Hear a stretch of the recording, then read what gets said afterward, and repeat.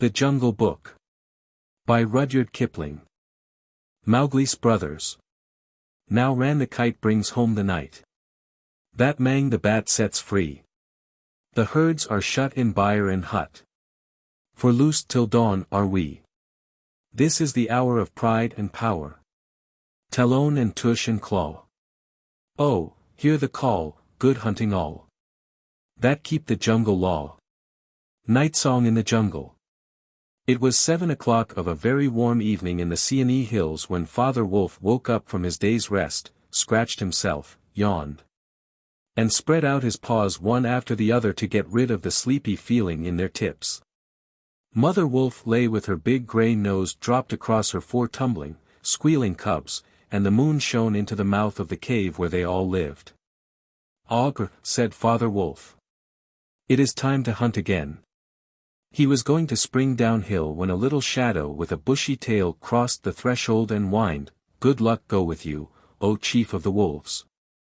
And good luck and strong white teeth go with noble children that they may never forget the hungry in this world." It was the jackal, Tabaki, the dish-licker, and the wolves of India despise Tabaki because he runs about making mischief, and telling tales, and eating rags and pieces of leather from the village rubbish heaps. But they are afraid of him too, because Tabaki, more than anyone else in the jungle, is apt to go mad, and then he forgets that he was ever afraid of anyone, and runs through the forest biting everything in his way. Even the tiger runs and hides when little Tabaki goes mad, for madness is the most disgraceful thing that can overtake a wild creature. We call it hydrophobia, but they call it Dawani, the madness, and run. "Enter, then, and look," said Father Wolf stiffly, "but there is no food here."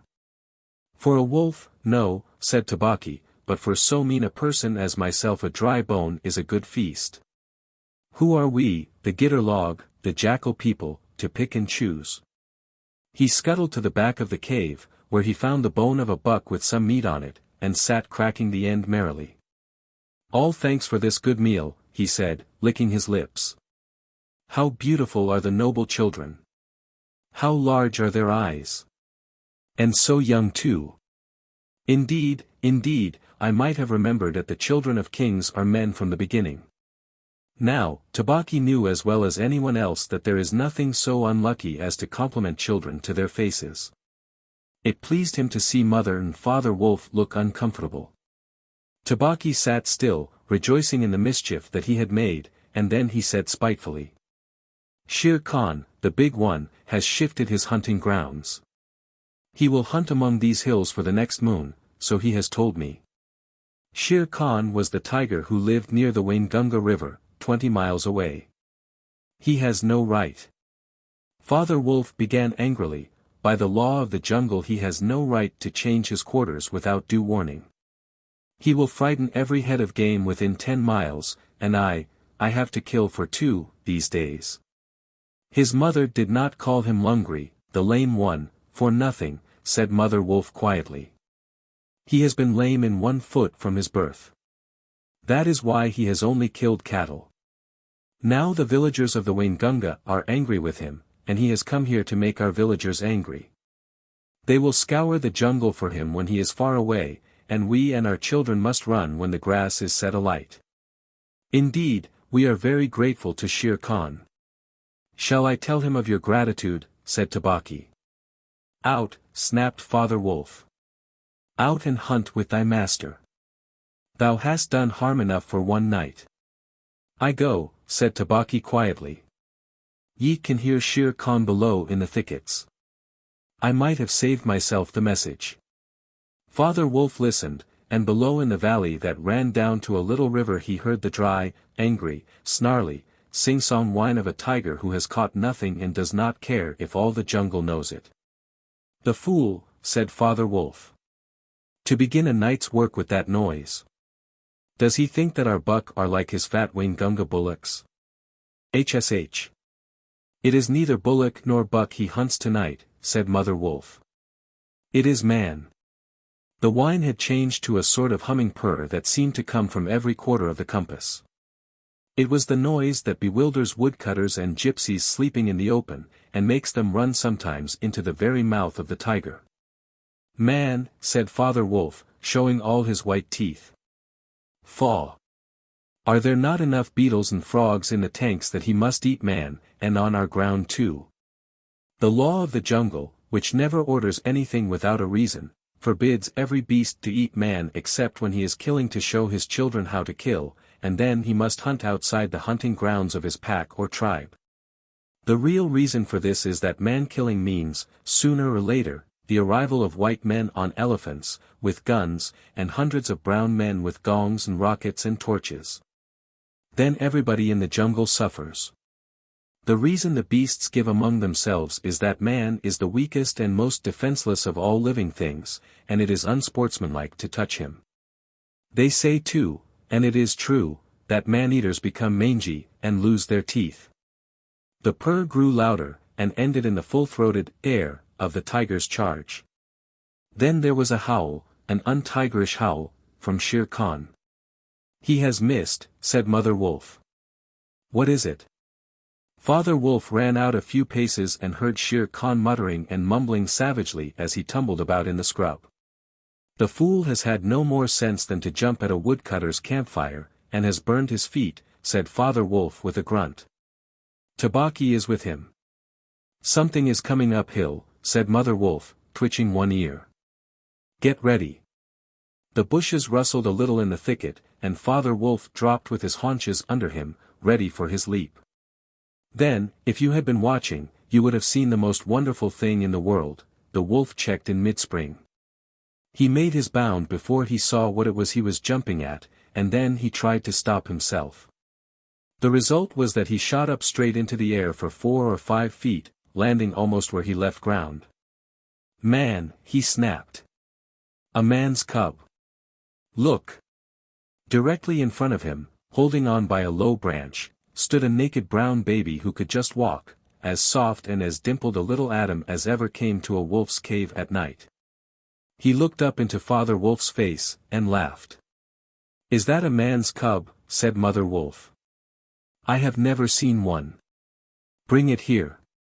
A wolf accustomed to moving his own cubs can, if necessary, mouth an egg without breaking it, and though Father Wolf's jaws closed right on the child's back, not a tooth even scratched the skin as he laid it down among the cubs. How little. How naked, and, how bold, said Mother Wolf softly. The baby was pushing his way between the cubs to get close to the warm hide. Ahai! He is taking his meal with the others. And so this is a man's cub. Now, was there ever a wolf that could boast of a man's cub among her children? I have heard now and again of such a thing, but never in our pack or in my time, said Father Wolf. He is altogether without hair, and I could kill him with a touch of my foot. But see, he looks up and is not afraid. The moonlight was blocked out of the mouth of the cave, for Shere Khan's great square head and shoulders were thrust into the entrance.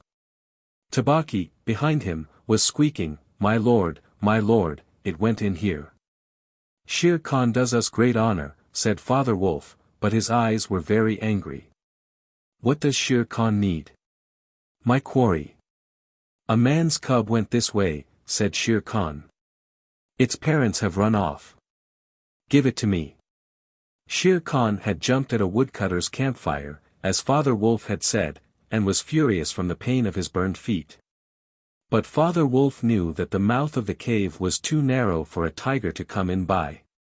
Even where he was, Shere Khan's shoulders and forepaws were cramped for want of room, as a man's would be if he tried to fight in a barrel. The wolves are a free people, said Father Wolf. They take orders from the head of the pack, and not from any striped cattle killer. The man's cub is ours, to kill if we choose. Ye choose and ye do not choose. What talk is this of choosing? By the bull that I killed, am I to stand nosing into your dog's den for my fair dues? It is I, Shere Khan, who speak. The tiger's roar filled the cave with thunder. Mother Wolf shook herself clear of the cubs and sprang forward, her eyes, like 2 green moons in the darkness, facing the blazing eyes of Shere Khan. And it is I, Raksha, the demon, who answers. The man's cub is mine, Lungri, mine to me. He shall not be killed. He shall live to run with the pack and to hunt with the pack, and in the end, look you, hunter of little naked cubs, frog-eater, fish-killer, he shall hunt thee. Now get hence, or by the sambar that I killed, I eat no starved cattle, back thou goest to thy mother, burned beast of the jungle, lamer than ever thou camest into the world. Go. Father Wolf looked on amazed. He had almost forgotten the days when he won Mother Wolf in fair fight from 5 other wolves, when she ran in the pack and was not called the demon for compliment's sake. Shere Khan might have faced Father Wolf, but he could not stand up against Mother Wolf, for he knew that where he was she had all the advantage of the ground, and would fight to the death. So he backed out of the cave mouth growling, and when he was clear he shouted. Each dog barks in his own yard. We will see what the pack will say to this fostering of man-cubs. The cub is mine, and to my teeth he will come in the end, O bush-tailed thieves. Mother Wolf threw herself down panting among the cubs, and Father Wolf said to her gravely. Shere Khan speaks this much truth. The cub must be shown to the pack. Wilt thou still keep him, mother? Keep him, she gasped. He came naked, by night, alone and very hungry, yet he was not afraid. Look, he has pushed one of my babes to one side already. And that lame butcher would have killed him and would have run off to the Waingunga while the villagers here hunted through all our lairs in revenge. Keep him. Assuredly I will keep him. Lie still, little frog. O thou Mowgli, for Mowgli the frog I will call thee, the time will come when thou wilt hunt Shere Khan as he has hunted thee. But what will our pack say, said Father Wolf. The law of the jungle lays down very clearly that any wolf may, when he marries, withdraw from the pack he belongs to. But as soon as his cubs are old enough to stand on their feet he must bring them to the pack council, which is generally held once a month at full moon, in order that the other wolves may identify them. After that inspection the cubs are free to run where they please, and until they have killed their first buck no excuse is accepted if a grown wolf of the pack kills one of them. The punishment is death where the murderer can be found. And if you think for a minute you will see that this must be so. Father Wolf waited till his cubs could run a little, and then on the night of the pack meeting took them and Mowgli and Mother Wolf to the council rock, a hilltop covered with stones and boulders where 100 wolves could hide. Akela, the great grey lone wolf, who led all the pack by strength and cunning, lay out at full length on his rock, and below him sat 40 or more wolves of every size and color. From badger-colored veterans who could handle a buck alone to young black 3-year-olds who thought they could. The lone wolf had led them for a year now. He had fallen twice into a wolf trap in his youth, and once he had been beaten and left for dead, so he knew the manners and customs of men. There was very little talking at the rock. The cubs tumbled over each other in the center of the circle where their mothers and fathers sat, and now and again a senior wolf would go quietly up to a cub, look at him carefully, and return to his place on noiseless feet. Sometimes a mother would push her cub far out into the moonlight to be sure that he had not been overlooked. Akela from his rock would cry, Ye know the law, ye know the law. Look well, O wolves. And the anxious mothers would take up the call, Look well, O wolves. At last, and Mother Wolf's neck bristles lifted as the time came, Father Wolf pushed Mowgli the frog, as they called him, into the center, where he sat laughing and playing with some pebbles that glistened in the moonlight. Akela never raised his head from his paws, but went on with the monotonous cry, Look well. A muffled roar came up from behind the rocks, the voice of Shere Khan crying, The cub is mine. Give him to me. What have the free people to do with a man's cub? Akela never even twitched his ears. All he said was, Look well, O wolves. What have the free people to do with the orders of any save the free people? Look well. There was a chorus of deep growls, and a young wolf in his 4th year flung back Shere Khan's question to Akela, What have the free people to do with a man's cub? Now, the law of the jungle lays down that if there is any dispute as to the right of a cub to be accepted by the pack, he must be spoken for by at least 2 members of the pack who are not his father and mother. Who speaks for this cub? Said Akela. Among the free people who speaks. There was no answer, and Mother Wolf got ready for what she knew would be her last fight, if things came to fighting. Then the only other creature who is allowed at the pack council, Baloo, the sleepy brown bear who teaches the wolf cubs the law of the jungle, old Baloo. Who can come and go where he pleases because he eats only nuts and roots and honey, rose upon his hindquarters and grunted. The man's cub, he said. I speak for the man's cub. There is no harm in a man's cub. I have no gift of words, but I speak the truth. Let him run with the pack, and be entered with the others. I myself will teach him. We need yet another, said Akela. Baloo has spoken, and he is our teacher for the young cubs. Who speaks besides Baloo? A black shadow dropped down into the circle. It was Bagheera the Black Panther, inky black all over, but with the panther markings showing up in certain lights like the pattern of watered silk. Everybody knew Bagheera, and nobody cared to cross his path. For he was as cunning as Tabaki, as bold as the wild buffalo, and as reckless as the wounded elephant. But he had a voice as soft as wild honey dripping from a tree, and a skin softer than down. O Akela, and ye the free people, he purred, I have no right in your assembly, but the law of the jungle says that if there is a doubt which is not a killing matter in regard to a new cub, the life of that cub may be bought at a price. And the law does not say who may or may not pay that price. Am I right? Good. Good, said the young wolves, who are always hungry. Listen to Bagheera. The cub can be bought for a price. It is the law. Knowing that I have no right to speak here, I ask your leave. Speak then, cried 20 voices. To kill a naked cub is shame. Besides, he may make better sport for you when he is grown. Baloo has spoken in his behalf. Now to Baloo's word I will add one bull, and a fat one, newly killed, not half a mile from here, if ye will accept the man's cub according to the law. Is it difficult? There was a clamor of scores of voices, saying, What matter? He will die in the winter rains. He will scorch in the sun. What harm can a naked frog do us? Let him run with the pack. Where is the bull, Bagheera? Let him be accepted.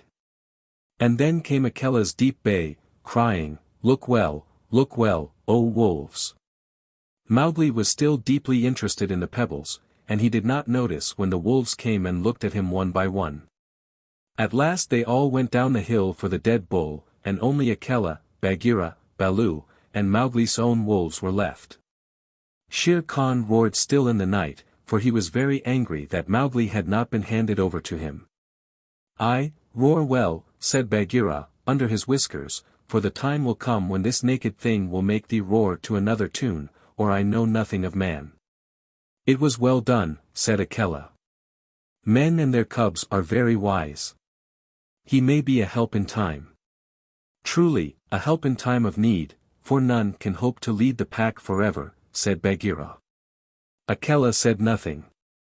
He was thinking of the time that comes to every leader of every pack when his strength goes from him and he gets feebler and feebler, till at last he is killed by the wolves and a new leader comes up, to be killed in his turn.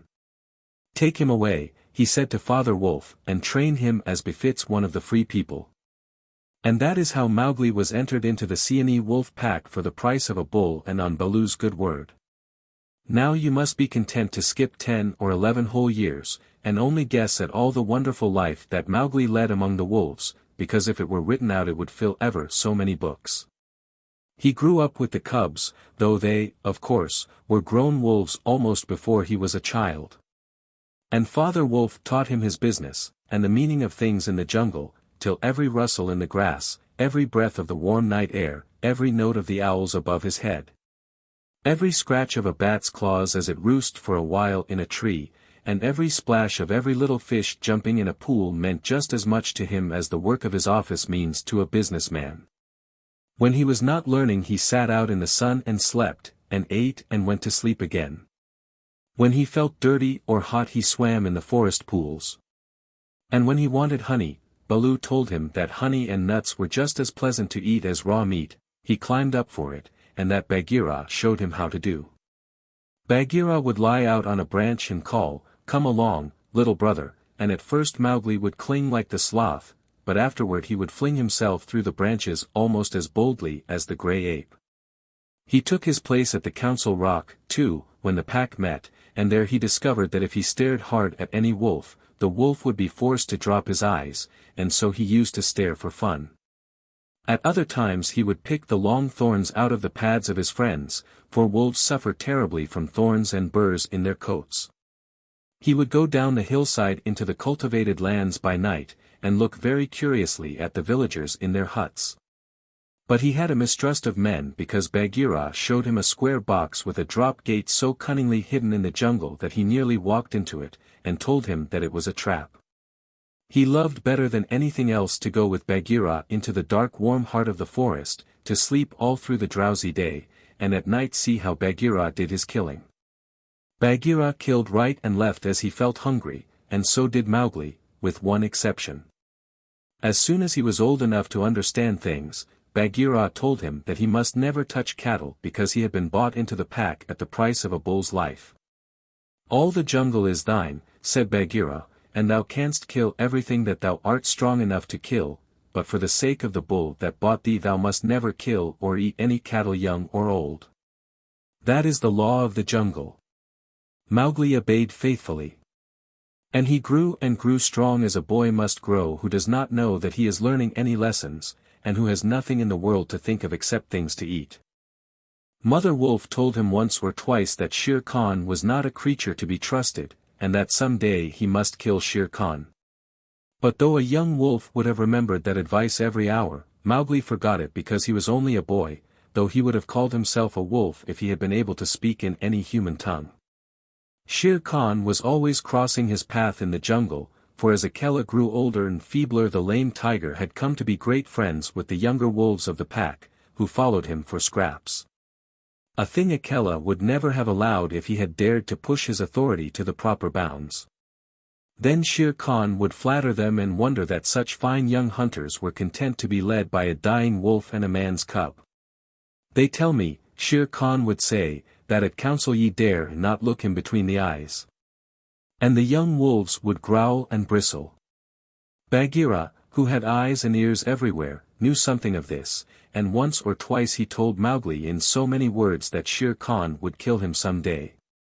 Mowgli would laugh and answer, "I have the pack and I have thee, and Baloo, though he is so lazy, might strike a blow or two for my sake. Why should I be afraid?" It was one very warm day that a new notion came to Bagheera, born of something that he had heard. Perhaps Ikki the porcupine had told him. But he said to Mowgli when they were deep in the jungle, as the boy lay with his head on Bagheera's beautiful black skin, "Little brother, how often have I told thee that Shere Khan is thy enemy?" "As many times as there are nuts on that palm," said Mowgli, who, naturally, could not count. "What of it? I am sleepy, Bagheera, and Shere Khan is all long tail and loud talk, like Mao, the peacock. But this is no time for sleeping. Baloo knows it, I know it, the pack know it, and even the foolish, foolish deer know. Tabaqui has told thee too." "Ho! Ho!" said Mowgli. "Tabaqui came to me not long ago with some rude talk that I was a naked man's cub and not fit to dig pignuts. But I caught Tabaqui by the tail and swung him twice against a palm tree to teach him better manners. That was foolishness, for though Tabaqui is a mischief maker, he would have told thee of something that concerned thee closely. Open those eyes, little brother. Shere Khan dare not kill thee in the jungle. But remember, Akela is very old, and soon the day comes when he cannot kill his buck, and then he will be leader no more. Many of the wolves that looked thee over when thou wast brought to the council first are old too, and the young wolves believe, as Shere Khan has taught them, that a man-cub has no place with the pack. In a little time thou wilt be a man." "And what is a man that he should not run with his brothers?" said Mowgli. "I was born in the jungle. I have obeyed the law of the jungle, and there is no wolf of ours from whose paws I have not pulled a thorn. Surely they are my brothers." Bagheera stretched himself at full length and half shut his eyes. Little brother, said he, feel under my jaw. Mowgli put up his strong brown hand, and just under Bagheera's silky chin, where the giant rolling muscles were all hid by the glossy hair, he came upon a little bald spot. There is no one in the jungle that knows that I, Bagheera, carry that mark, the mark of the collar, and yet, little brother, I was born among men, and it was among men that my mother died, in the cages of the king's palace at Udaipur. It was because of this that I paid the price for thee at the council when thou wast a little naked cub. Yes, I too was born among men. I had never seen the jungle. They fed me behind bars from an iron pan till one night I felt that I was Bagheera, the panther, and no man's plaything, and I broke the silly lock with one blow of my paw and came away. And because I had learned the ways of men, I became more terrible in the jungle than Shere Khan. Is it not so? Yes, said Mowgli, all the jungle fear Bagheera, all except Mowgli. Oh, thou art a man's cub, said the Black Panther very tenderly. And even as I return to my jungle, so thou must go back to men at last, to the men who are thy brothers, if thou art not killed in the council. But why should any wish to kill me, said Mowgli. Look at me, said Bagheera. And Mowgli looked at him steadily between the eyes. The big panther turned his head away in half a minute. That is why, he said, shifting his paw on the leaves. Not even I can look thee between the eyes, and I was born among men, and I love thee, little brother. The others they hate thee because their eyes cannot meet thine, because thou art wise. Because thou hast pulled out thorns from their feet, because thou art a man. I did not know these things, said Mowgli sullenly, and he frowned under his heavy black eyebrows. What is the law of the jungle? Strike first and then give tongue. By thy very carelessness they know that thou art a man. But be wise. It is in my heart that when Akela misses his next kill, and at each hunt it costs him more to pin the buck, the pack will turn against him and against thee. They will hold a jungle council at the rock, and then, I have it, said Bagheera, leaping up. Go thou down quickly to the men's huts in the valley, and take some of the red flower which they grow there, so that when the time comes thou mayest have even a stronger friend than I or Baloo or those of the pack that love thee. Get the red flower. By red flower Bagheera meant fire, only no creature in the jungle will call fire by its proper name. Every beast lives in deadly fear of it, and invents 100 ways of describing it. The red flower, said Mowgli. That grows outside their huts in the twilight. I will get some. There speaks the man's cub, said Bagheera proudly. Remember that it grows in little pots. Get one swiftly, and keep it by thee for time of need. Good, said Mowgli. I go. But art thou sure, O my Bagheera, he slipped his arm around the splendid neck and looked deep into the big eyes, art thou sure that all this is Shere Khan's doing? By the broken lock that freed me, I am sure, little brother. Then, by the bull that bought me, I will pay Shere Khan full tale for this, and it may be a little over, said Mowgli, and he bounded away. That is a man. That is all a man, said Bagheera to himself, lying down again. Oh, Shere Khan, never was a blacker hunting than that frog hunt of thine 10 years ago. Mowgli was far and far through the forest, running hard, and his heart was hot in him. He came to the cave as the evening mist rose, and drew breath, and looked down the valley. The cubs were out, but Mother Wolf, at the back of the cave, knew by his breathing that something was troubling her frog. What is it, son? She said. Some bats chatter of Shere Khan, he called back. I hunt among the plowed fields tonight, and he plunged downward through the bushes, to the stream at the bottom of the valley. There he checked, for he heard the yell of the pack hunting, heard the bellow of a hunted sambar, and the snort as the buck turned at bay. Then there were wicked, bitter howls from the young wolves, Akela. Akela. Let the lone wolf show his strength.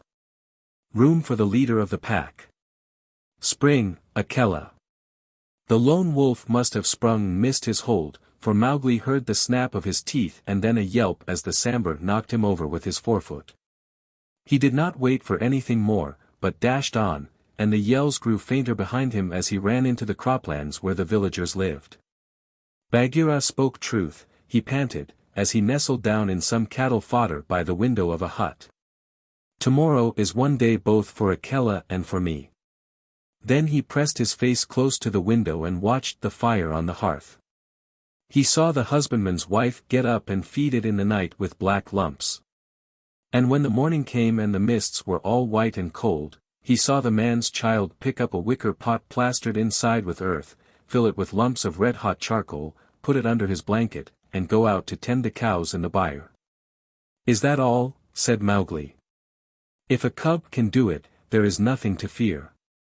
So he strode round the corner and met the boy, took the pot from his hand, and disappeared into the mist while the boy howled with fear. "They are very like me," said Mowgli, blowing into the pot as he had seen the woman do. "This thing will die if I do not give it things to eat," and he dropped twigs and dried bark on the red stuff. Halfway up the hill he met Bagheera with the morning dew shining like moonstones on his coat. "Akela has missed," said the panther. "They would have killed him last night, but they needed thee also. They were looking for thee on the hill. I was among the ploughed lands. I am ready. See." Mowgli held up the firepot. "Good.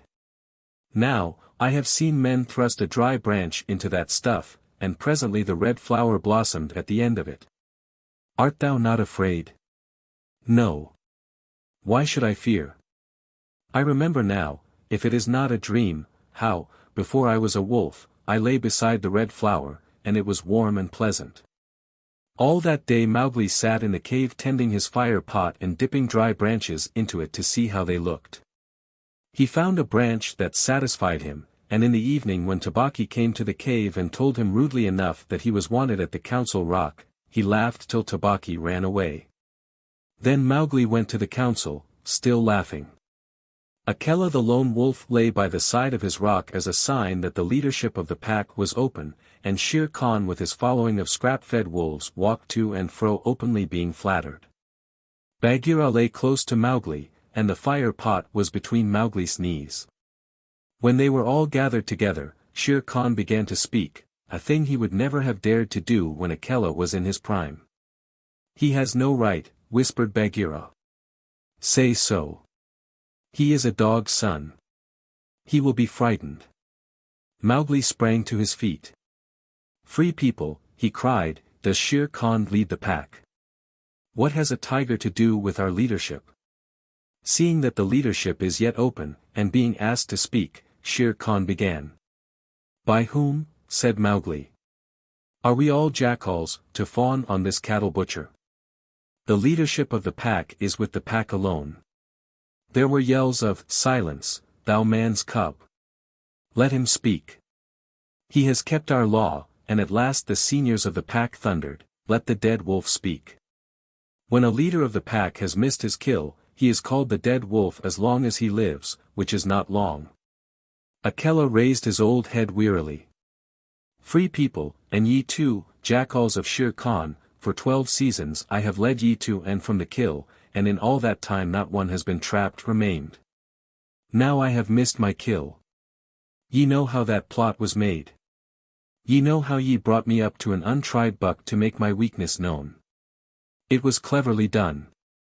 Your right is to kill me here on the council rock, now. Therefore, I ask, who comes to make an end of the lone wolf? For it is my right, by the law of the jungle, that ye come one by one." There was a long hush, for no single wolf cared to fight Akela to the death. Then Shere Khan roared, "Bah! What have we to do with this toothless fool? He is doomed to die. It is the man-cub who has lived too long. Free people, he was my meat from the first. Give him to me. I am weary of this man-wolf folly. He has troubled the jungle for 10 seasons. Give me the man-cub, or I will hunt here always, and not give you one bone. He is a man's child, and from the marrow of my bones I hate him." Then more than half the pack yelled, "A man! A man! What has a man to do with us? Let him go to his own place." And turn all the people of the villages against us, clamored Shere Khan. No, give him to me. He is a man, and none of us can look him between the eyes. Akela lifted his head again and said, he has eaten our food. He has slept with us. He has driven game for us. He has broken no word of the law of the jungle. Also, I paid for him with a bull when he was accepted. The worth of a bull is little, but Bagheera's honor is something that he will perhaps fight for, said Bagheera in his gentlest voice. A bull paid 10 years ago, the pack snarled. What do we care for bones 10 years old? Or for a pledge? Said Bagheera, his white teeth bared under his lip. Well, are ye called the free people? No man's cub can run with the people of the jungle, howled Shere Khan. Give him to me. He is our brother in all but blood, Akela went on, and ye would kill him here. In truth, I have lived too long. Some of ye are eaters of cattle, and of others I have heard that, under Shere Khan's teaching, ye go by dark night and snatch children from the villager's doorstep. Therefore I know ye to be cowards, and it is to cowards I speak. It is certain that I must die, and my life is of no worth, or I would offer that in the man-cub's place. But for the sake of the honor of the pack, a little matter that by being without a leader ye have forgotten, I promise that if ye let the man-cub go to his own place, I will not, when my time comes to die, bear one tooth against ye. I will die without fighting. That will at least save the pack 3 lives. More I cannot do. But if ye will, I can save ye the shame that comes of killing a brother against whom there is no fault, a brother spoken for and bought into the pack according to the law of the jungle.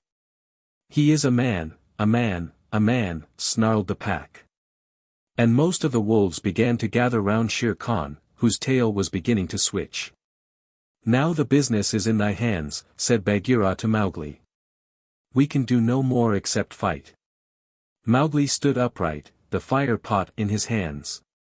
Then he stretched out his arms, and yawned in the face of the council, but he was furious with rage and sorrow, for, wolf-like, the wolves had never told him how they hated him. Listen you, he cried. There is no need for this dog's jabber.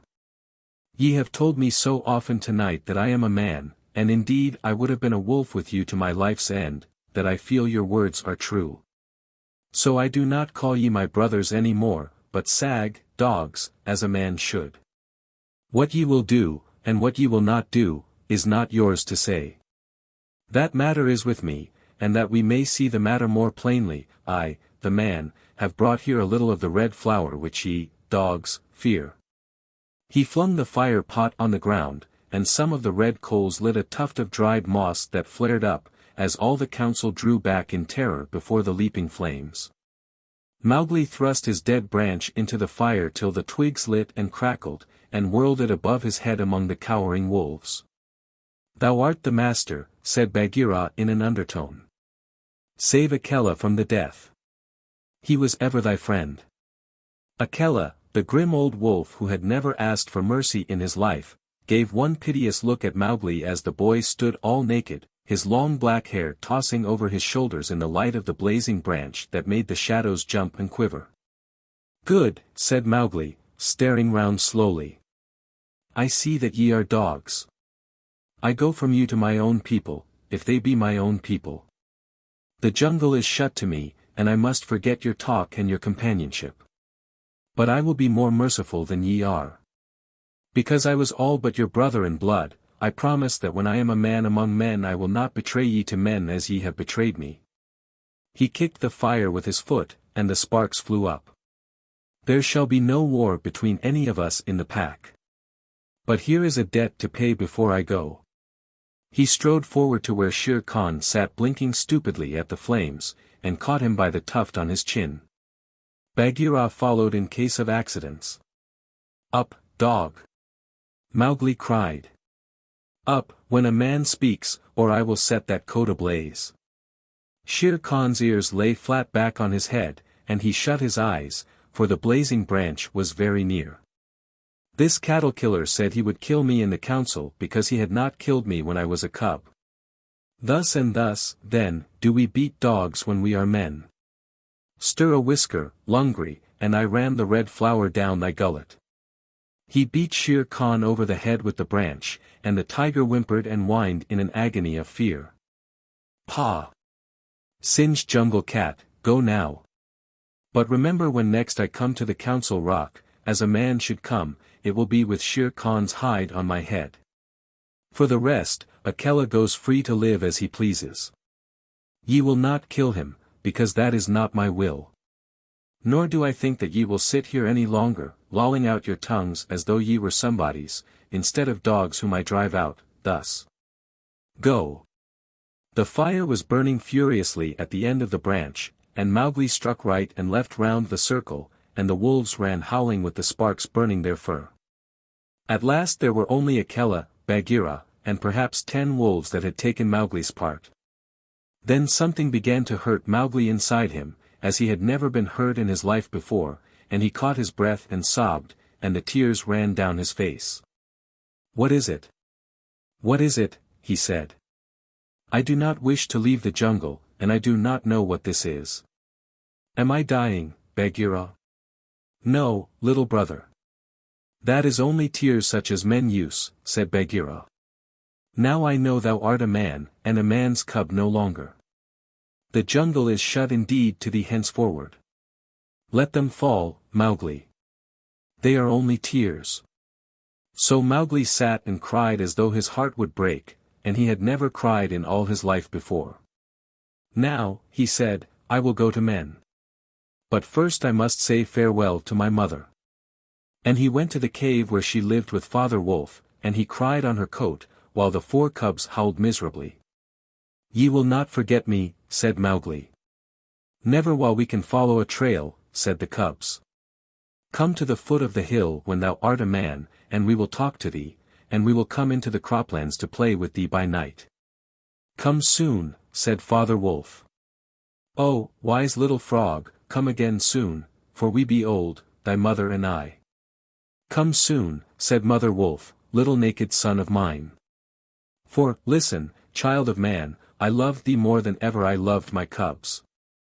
I will surely come, said Mowgli. And when I come it will be to lay out Shere Khan's hide upon the council rock. Do not forget me. Tell them in the jungle never to forget me. The dawn was beginning to break when Mowgli went down the hillside alone, to meet those mysterious things that are called men. Hunting Song of the Seeonee Pack. As the dawn was breaking the sambar belled. Once, twice and again. And a doe leaped up, and a doe leaped up. From the pond in the wood where the wild deer sup. This I, scouting alone, beheld. Once, twice and again. As the dawn was breaking the sambar belled. Once, twice and again. And a wolf stole back, and a wolf stole back. To carry the word to the waiting pack. And we sought and we found and we bayed on his track. Once, twice and again. As the dawn was breaking the wolf pack yelled. Once, twice and again. Feet in the jungle that leave no mark. Eyes that can see in the dark, the dark. Tongue, give tongue to it. Hark. Oh hark. Once, twice and again. How do you find this book? Any thoughts about the book or the author? Any suggestion for improvement? Please take a moment to share your thoughts in a comment. If you like it, share it with your friends who might enjoy it as well. Subscribe to keep in touch. Visit CompleteAudiobooks.com for more quality content. Kaa's hunting. His spots are the joy of the leopard, his horns are the buffalo's pride. Be clean, for the strength of the hunter is known by the gloss of his hide. If ye find that the bullock can toss you, or the heavy-browed sambar can gore, ye need not stop work to inform us, we knew it 10 seasons before. Oppress not the cubs of the stranger, but hail them as sister and brother. For though they are little and fubsy, it may be the bear is their mother. There is none like to me, says the cub in the pride of his earliest kill. But the jungle is large and the cub he is small. Let him think and be still. Maxims of Baloo. All that is told here happened some time before Mowgli was turned out of the Seeonee wolf pack, or revenged himself on Shere Khan the tiger. It was in the days when Baloo was teaching him the law of the jungle. The big, serious, old brown bear was delighted to have so quick a pupil, for the young wolves will only learn as much of the law of the jungle as applies to their own pack and tribe, and run away as soon as they can repeat the hunting verse, feet that make no noise, eyes that can see in the dark, ears that can hear the winds in their lairs, and sharp white teeth. All these things are the marks of our brothers except Tabaki the jackal and the hyena whom we hate. But Mowgli, as a man-cub, had to learn a great deal more than this. Sometimes Bagheera the black panther would come lounging through the jungle to see how his pet was getting on, and would purr with his head against a tree while Mowgli recited the day's lesson to Baloo. The boy could climb almost as well as he could swim, and swim almost as well as he could run. So Baloo, the teacher of the law, taught him the wood and water laws, how to tell a rotten branch from a sound one, how to speak politely to the wild bees when he came upon a hive of them 50 feet above ground, what to say to Mang the bat when he disturbed him in the branches at midday, and how to warn the water snakes in the pools before he splashed down among them. None of the jungle people like being disturbed, and all are very ready to fly at an intruder. Then, too, Mowgli was taught the stranger's hunting call, which must be repeated aloud till it is answered, whenever one of the jungle people hunts outside his own grounds. It means, translated, give me leave to hunt here because I am hungry. And the answer is, hunt then for food, but not for pleasure. All this will show you how much Mowgli had to learn by heart, and he grew very tired of saying the same thing over 100 times. But, as Baloo said to Bagheera, one day when Mowgli had been cuffed and run off in a temper, a man's cub is a man's cub, and he must learn all the law of the jungle. But think how small he is, said the Black Panther, who would have spoiled Mowgli if he had had his own way. How can his little head carry all thy long talk? Is there anything in the jungle too little to be killed? No. That is why I teach him these things, and that is why I hit him, very softly, when he forgets. Softly. What dost thou know of softness, old iron feet? Bagheera grunted. His face is all bruised today by thy softness. Ugh! Better he should be bruised from head to foot by me who love him than that he should come to harm through ignorance, Baloo answered very earnestly. I am now teaching him the master words of the jungle that shall protect him with the birds and the snake people, and all that hunt on 4 feet, except his own pack. He can now claim protection, if he will only remember the words, from all in the jungle. Is not that worth a little beating? Well, look to it then that thou dost not kill the man-cub. He is no tree trunk to sharpen thy blunt claws upon. But what are those master words? I am more likely to give help than to ask it. Bagheera stretched out one paw and admired the steel blue, ripping chisel talons at the end of it. Still I should like to know. I will call Mowgli and he shall say them, if he will. Come, little brother.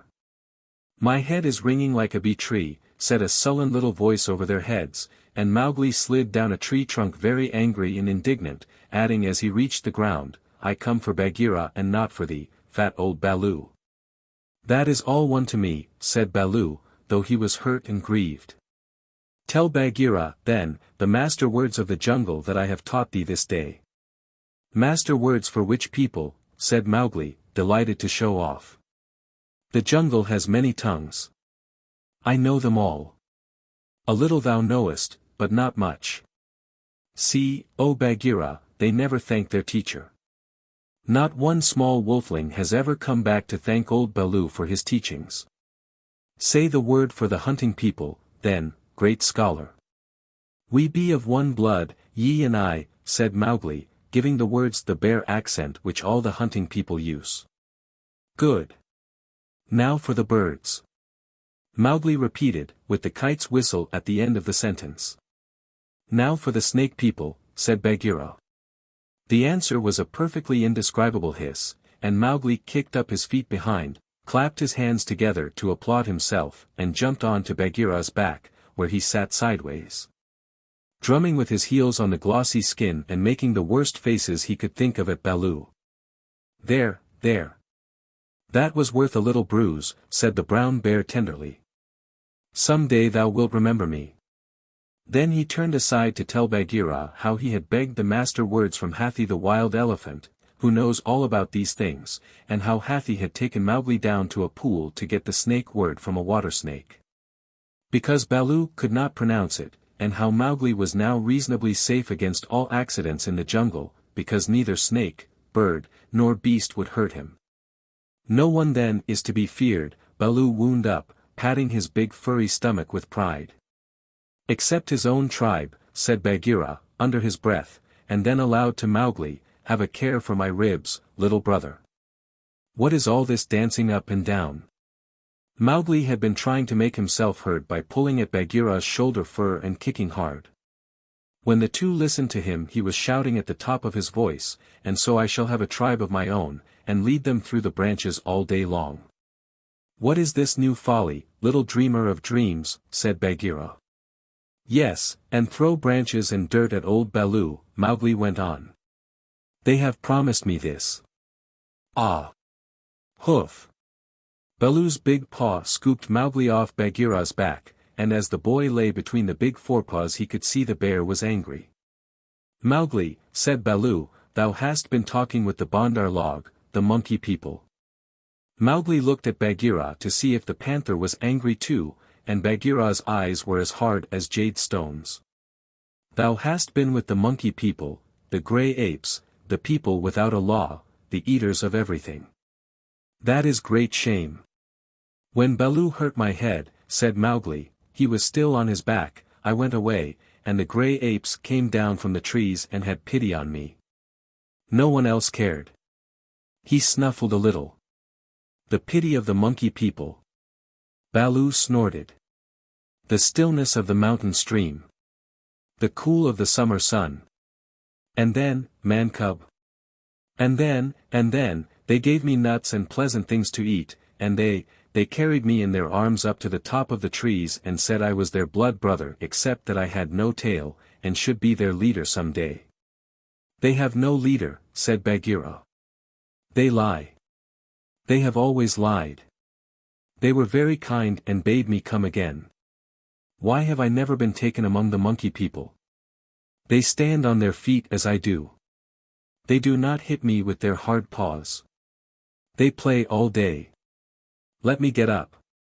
Bad Baloo, let me up. I will play with them again. Listen, man-cub, said the bear, and his voice rumbled like thunder on a hot night. I have taught thee all the law of the jungle for all the peoples of the jungle, except the monkey folk who live in the trees. They have no law. They are outcasts. They have no speech of their own, but use the stolen words which they overhear when they listen, and peep, and wait up above in the branches. Their way is not our way. They are without leaders. They have no remembrance. They boast and chatter and pretend that they are a great people about to do great affairs in the jungle, but the falling of a nut turns their minds to laughter and all is forgotten.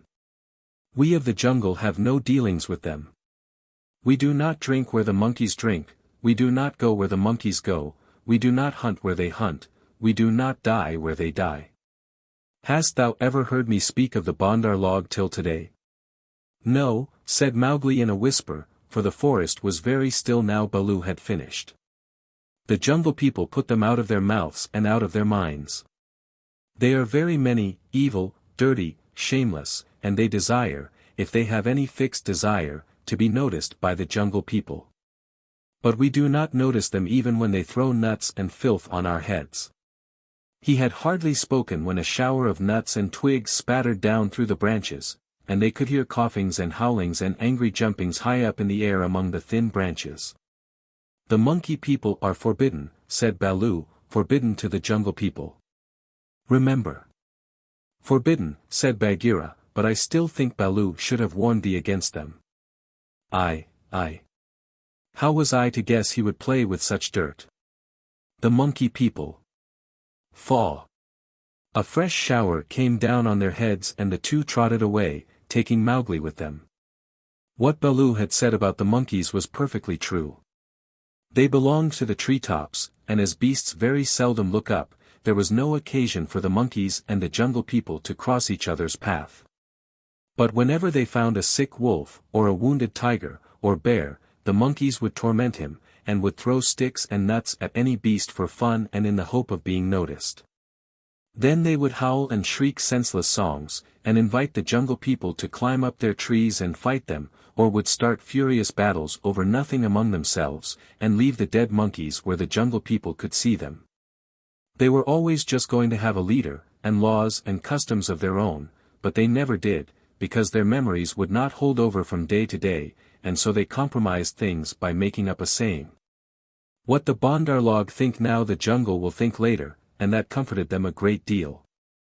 None of the beasts could reach them, but on the other hand none of the beasts would notice them, and that was why they were so pleased when Mowgli came to play with them, and they heard how angry Baloo was.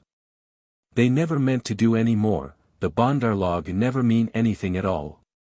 But one of them invented what seemed to him a brilliant idea, and he told all the others that Mowgli would be a useful person to keep in the tribe, because he could weave sticks together for protection from the wind. So, if they caught him, they could make him teach them. Of course Mowgli, as a woodcutter's child, inherited all sorts of instincts, and used to make little huts of fallen branches without thinking how he came to do it.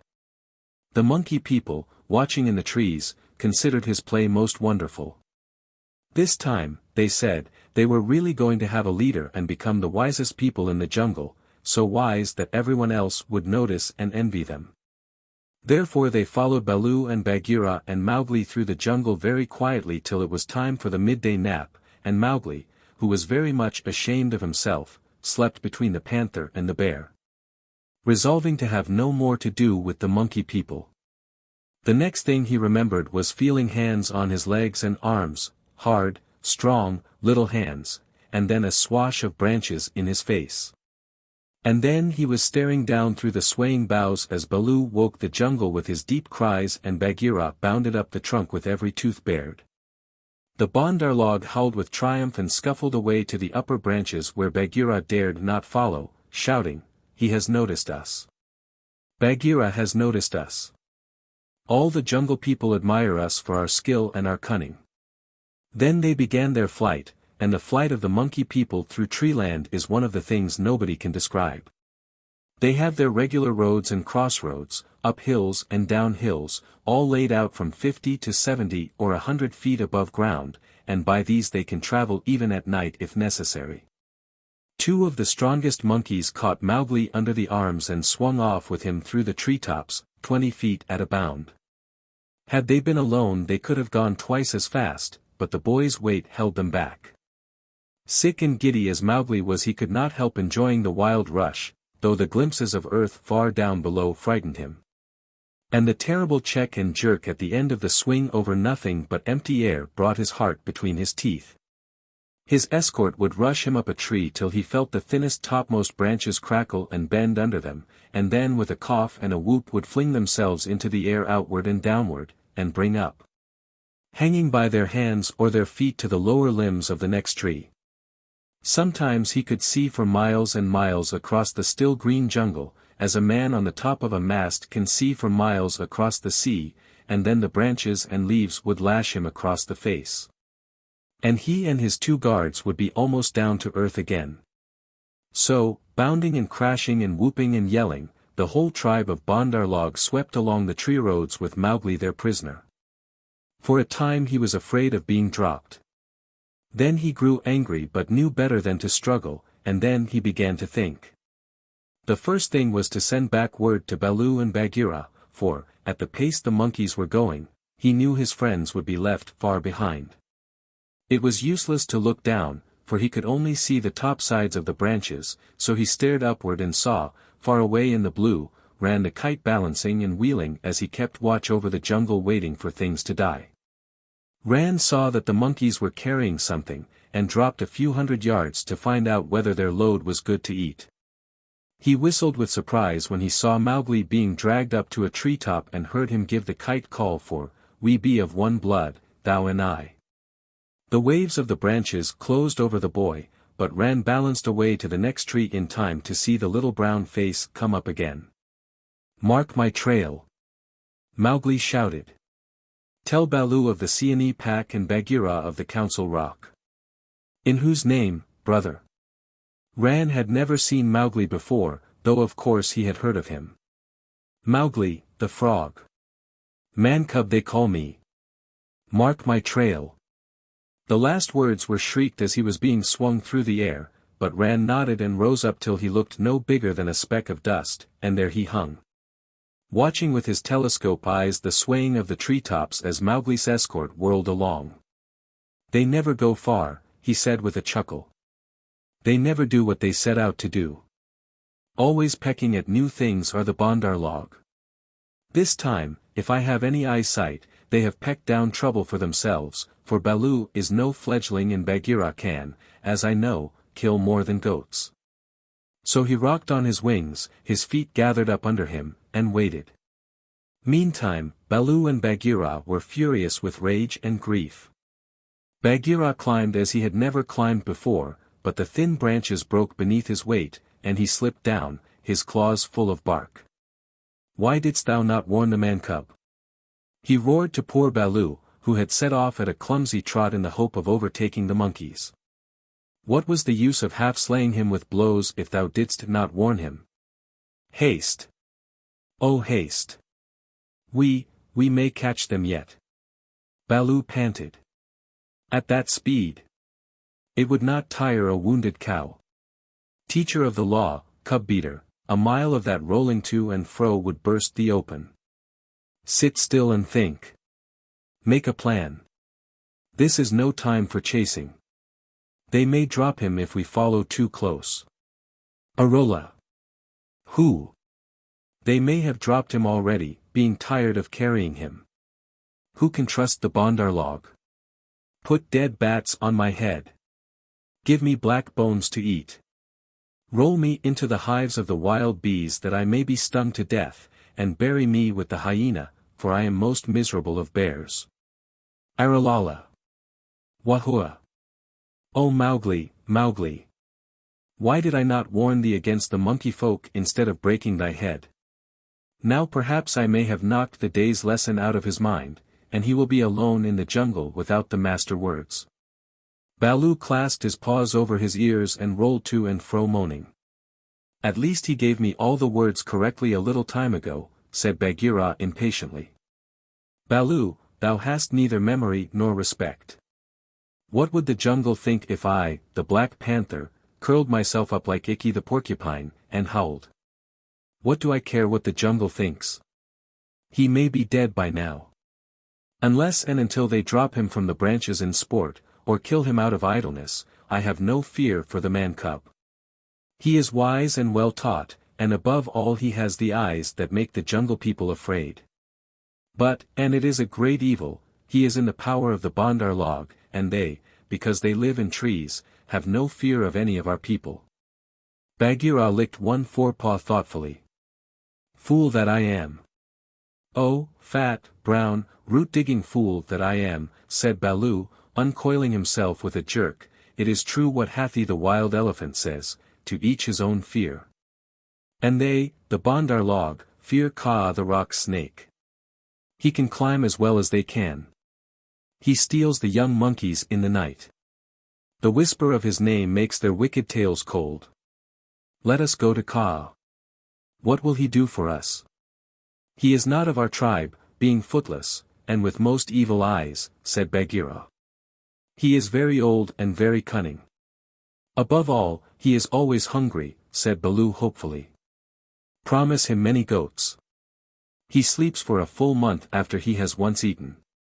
He may be asleep now, and even were he awake, what if he would rather kill his own goats? Bagheera, who did not know much about Kaa, was naturally suspicious. Then in that case, thou and I together, old hunter, might make him see reason. Here Baloo rubbed his faded brown shoulder against the panther, and they went off to look for Kaa the rock python.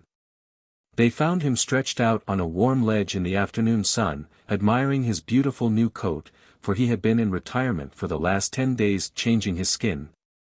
And now he was very splendid, darting his big blunt-nosed head along the ground, and twisting the 30 feet of his body into fantastic knots and curves, and licking his lips as he thought of his dinner to come. "He has not eaten," said Baloo, with a grunt of relief, as soon as he saw the beautifully modeled brown and yellow jacket. "Be careful, Bagheera. He is always a little blind after he has changed his skin, and very quick to strike." Kaa was not a poison snake, in fact he rather despised the poison snakes as cowards, but his strength lay in his hug, and when he had once lapped his huge coils round anybody there was no more to be said. "Good hunting!" cried Baloo, sitting up on his haunches. Like all snakes of his breed, Kaa was rather deaf, and did not hear the call at first. Then he curled up ready for any accident, his head lowered. "Good hunting for us all," he answered. "Oh ho, Baloo, what dost thou do here?" "Good hunting, Bagheera. One of us at least needs food. Is there any news of game afoot? A doe now, or even a young buck? I am as empty as a dried well." "We are hunting," said Baloo carelessly. He knew that you must not hurry Kaa. He is too big. "Give me permission to come with you," said Kaa. "A blow more or less is nothing to thee, Bagheera or Baloo, but I have to wait and wait for days in a wood path and climb half a night on the mere chance of a young ape. Shaw. The branches are not what they were when I was young. Rotten twigs and dry boughs are they all." "Maybe thy great weight has something to do with the matter," said Baloo. "I am a fair length," said Kaa with a little pride. "But for all that, it is the fault of this new-grown timber. I came very near to falling on my last hunt, very near indeed, and the noise of my slipping, for my tail was not tight wrapped around the tree, waked the Bandar-log, and they called me most evil names." "Footless, yellow earthworm," said Bagheera under his whiskers, as though he were trying to remember something. "SSSS. Have they ever called me that?" said Kaa. "Something of that kind it was that they shouted to us last moon, but we never noticed them. They will say anything, even that thou hast lost all thy teeth, and wilt not face anything bigger than a kid, because, they are indeed shameless, these Bandar-log, because thou art afraid of the he-goat's horns," Bagheera went on sweetly. "Now a snake, especially a wary old python like Kaa, very seldom shows that he is angry," but Baloo and Bagheera could see the big swallowing muscles on either side of Kaa's throat ripple and bulge. "The Bandar-log have shifted their grounds," he said quietly. "When I came up into the sun today I heard them whooping among the tree-tops." It is the Bandar-log that we follow now," said Baloo, but the word stuck in his throat, for that was the first time in his memory that one of the jungle people had owned to being interested in the doings of the monkeys. "Beyond doubt then it is no small thing that takes two such hunters, leaders in their own jungle I am certain, on the trail of the Bandar-log," Kaa replied courteously, as he swelled with curiosity. "Indeed," Baloo began, "I am no more than the old and sometimes very foolish teacher of the law to the Siamese wolf cubs, and Bagheera here." "Is Bagheera," said the Black Panther, and his jaws shut with a snap. For he did not believe in being humble. "The trouble is this, Kaa. Those nut-stealers and pickers of palm leaves have stolen away our man-cub of whom thou hast perhaps heard. I heard some news from Ikki, his quills make him presumptuous, of a man-thing that was entered into a wolf pack, but I did not believe. Ikki is full of stories half-heard and very badly told. But it is true. He is such a man-cub as never was," said Baloo. "The best and wisest and boldest of man-cubs, my own pupil, who shall make the name of Baloo famous through all the jungles, and besides, we love him, Kaa." "T.S. T.S." said Kaa, weaving his head to and fro. "I also have known what love is. There are tales I could tell that need a clear night when we are all well fed to praise properly," said Bagheera quickly. "Our man-cub is in the hands of the Bandar-log now, and we know that of all the jungle people they fear Kaa alone. They fear me alone." "They have good reason," said Kaa. Chattering, foolish, vain, vain, foolish, and chattering, are the monkeys. But a man-thing in their hands is in no good luck. They grow tired of the nuts they pick, and throw them down. They carry a branch half a day, meaning to do great things with it, and then they snap it in two. That man-thing is not to be envied. They called me also, yellow fish, was it not? Worm, worm, earthworm, said Bagheera, as well as other things which I cannot now say for shame. We must remind them to speak well of their master.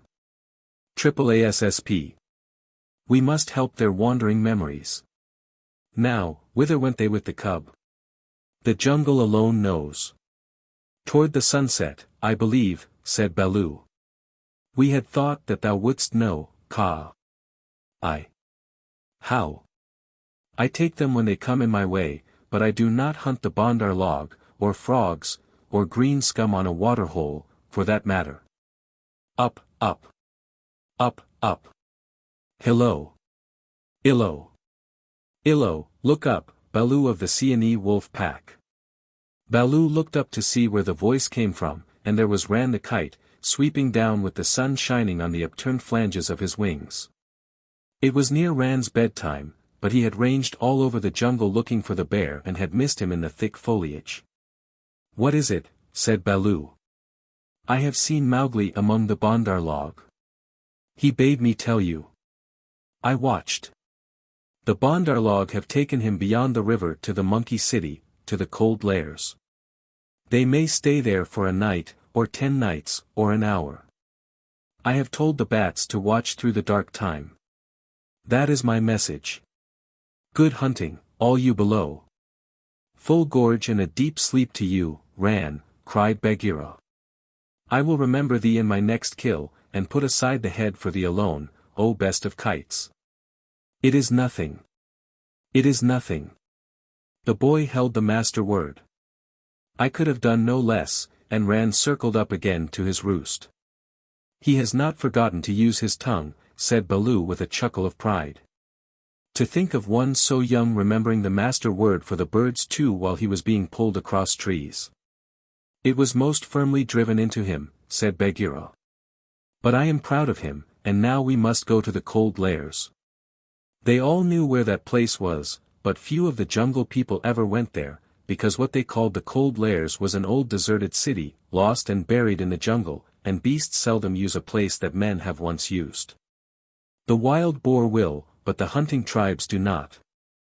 Besides, the monkeys lived there as much as they could be said to live anywhere, and no self-respecting animal would come within eyeshot of it except in times of drought, when the half-ruined tanks and reservoirs held a little water. It is half a night's journey, at full speed, said Bagheera, and Baloo looked very serious. I will go as fast as I can, he said anxiously. We dare not wait for thee. Follow, Baloo. We must go on the quick foot, Kaa and I. Feet or no feet, I can keep abreast of all thy four, said Kaa shortly. Baloo made one effort to hurry, but had to sit down panting, and so they left him to come on later, while Bagheera hurried forward, at the quick panther canter. Kaa said nothing, but, strive as Bagheera might, the huge rock python held level with him. When they came to a hill stream, Bagheera gained, because he bounded across while Kaa swam, his head and 2 feet of his neck clearing the water, but on level ground Kaa made up the distance.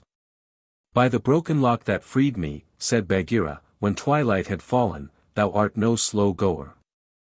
I am hungry, said Kaa. Besides, they called me speckled frog. Worm, earthworm, and yellow to boot. All one. Let us go on, and Kaa seemed to pour himself along the ground, finding the shortest road with his steady eyes, and keeping to it. In the cold lairs the monkey people were not thinking of Mowgli's friends at all. They had brought the boy to the lost city, and were very much pleased with themselves for the time. Mowgli had never seen an Indian city before, and though this was almost a heap of ruins it seemed very wonderful and splendid. Some king had built it long ago on a little hill. You could still trace the stone causeways that led up to the ruined gates where the last splinters of wood hung to the worn, rusted hinges. Trees had grown into and out of the walls. The battlements were tumbled down and decayed, and wild creepers hung out of the windows of the towers on the walls in bushy hanging clumps. A great roofless palace crowned the hill, and the marble of the courtyards and the fountains was split, and stained with red and green. And the very cobblestones in the courtyard where the king's elephants used to live had been thrust up and apart by grasses and young trees. From the palace you could see the rows and rows of roofless houses that made up the city looking like empty honeycombs filled with blackness, the shapeless block of stone that had been an idol in the square where four roads met. The pits and dimples at street corners where the public wells once stood, and the shattered domes of temples with wild figs sprouting on their sides. The monkeys called the place their city, and pretended to despise the jungle people because they lived in the forest. And yet they never knew what the buildings were made for nor how to use them. They would sit in circles on the hall of the king's council chamber, and scratch for fleas and pretend to be men. Or they would run in and out of the roofless houses and collect pieces of plaster and old bricks in a corner, and forget where they had hidden them, and fight and cry in scuffling crowds. And then break off to play up and down the terraces of the king's garden, where they would shake the rose trees and the oranges in sport to see the fruit and flowers fall.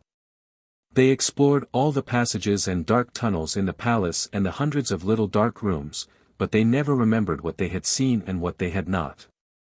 And so drifted about in ones and twos or crowds telling each other that they were doing as men did. They drank at the tanks and made the water all muddy, and then they fought over it, and then they would all rush together in mobs and shout, "There is no one in the jungle so wise and good and clever and strong and gentle as the Bandar-log." Then all would begin again till they grew tired of the city and went back to the treetops, hoping the jungle people would notice them. Mowgli, who had been trained under the law of the jungle, did not like or understand this kind of life. The monkeys dragged him into the cold lairs late in the afternoon, and instead of going to sleep, as Mowgli would have done after a long journey, they joined hands and danced about and sang their foolish songs.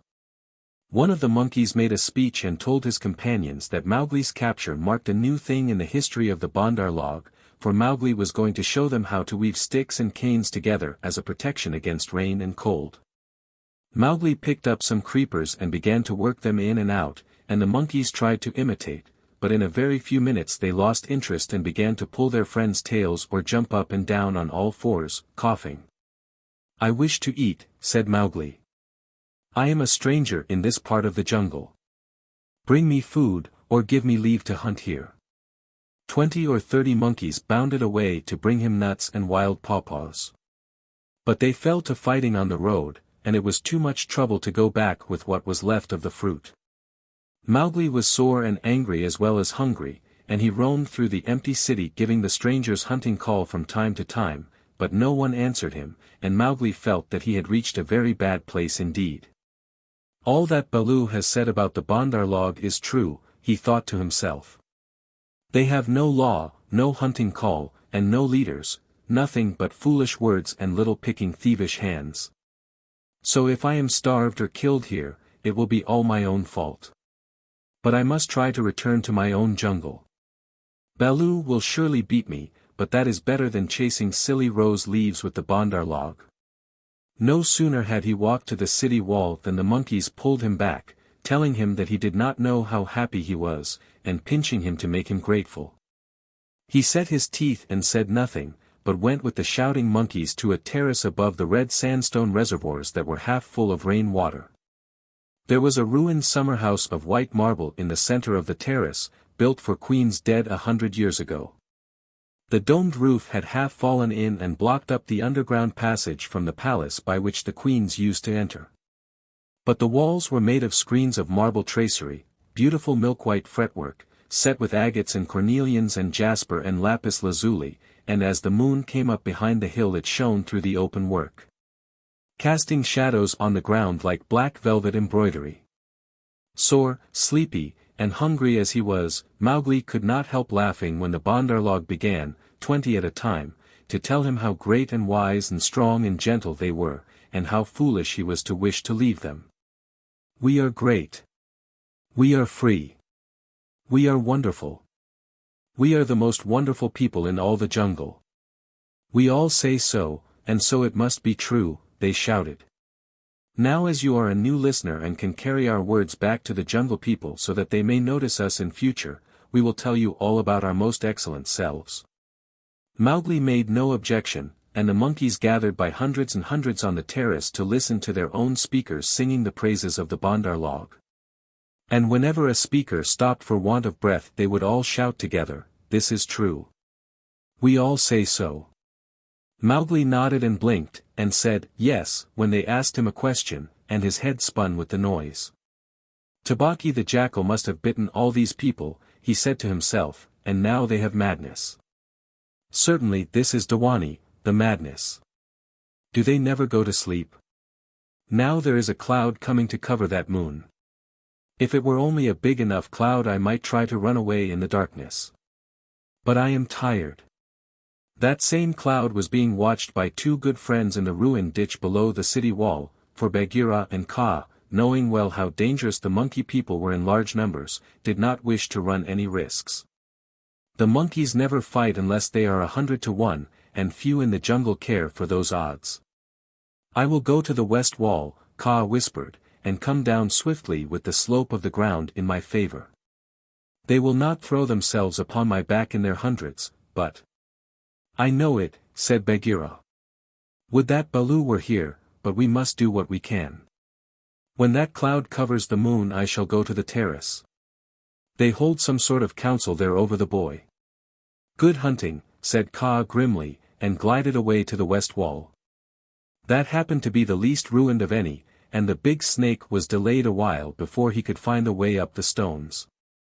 The cloud hid the moon, and as Mowgli wondered what would come next he heard Bagheera's light feet on the terrace. The black panther had raced up the slope almost without a sound and was striking. He knew better than to waste time in biting, right and left among the monkeys, who were seated round Mowgli in circles 50 and 60 deep. There was a howl of fright and rage, and then as Bagheera tripped on the rolling kicking bodies beneath him, a monkey shouted, "There is only one here. Kill him! Kill!"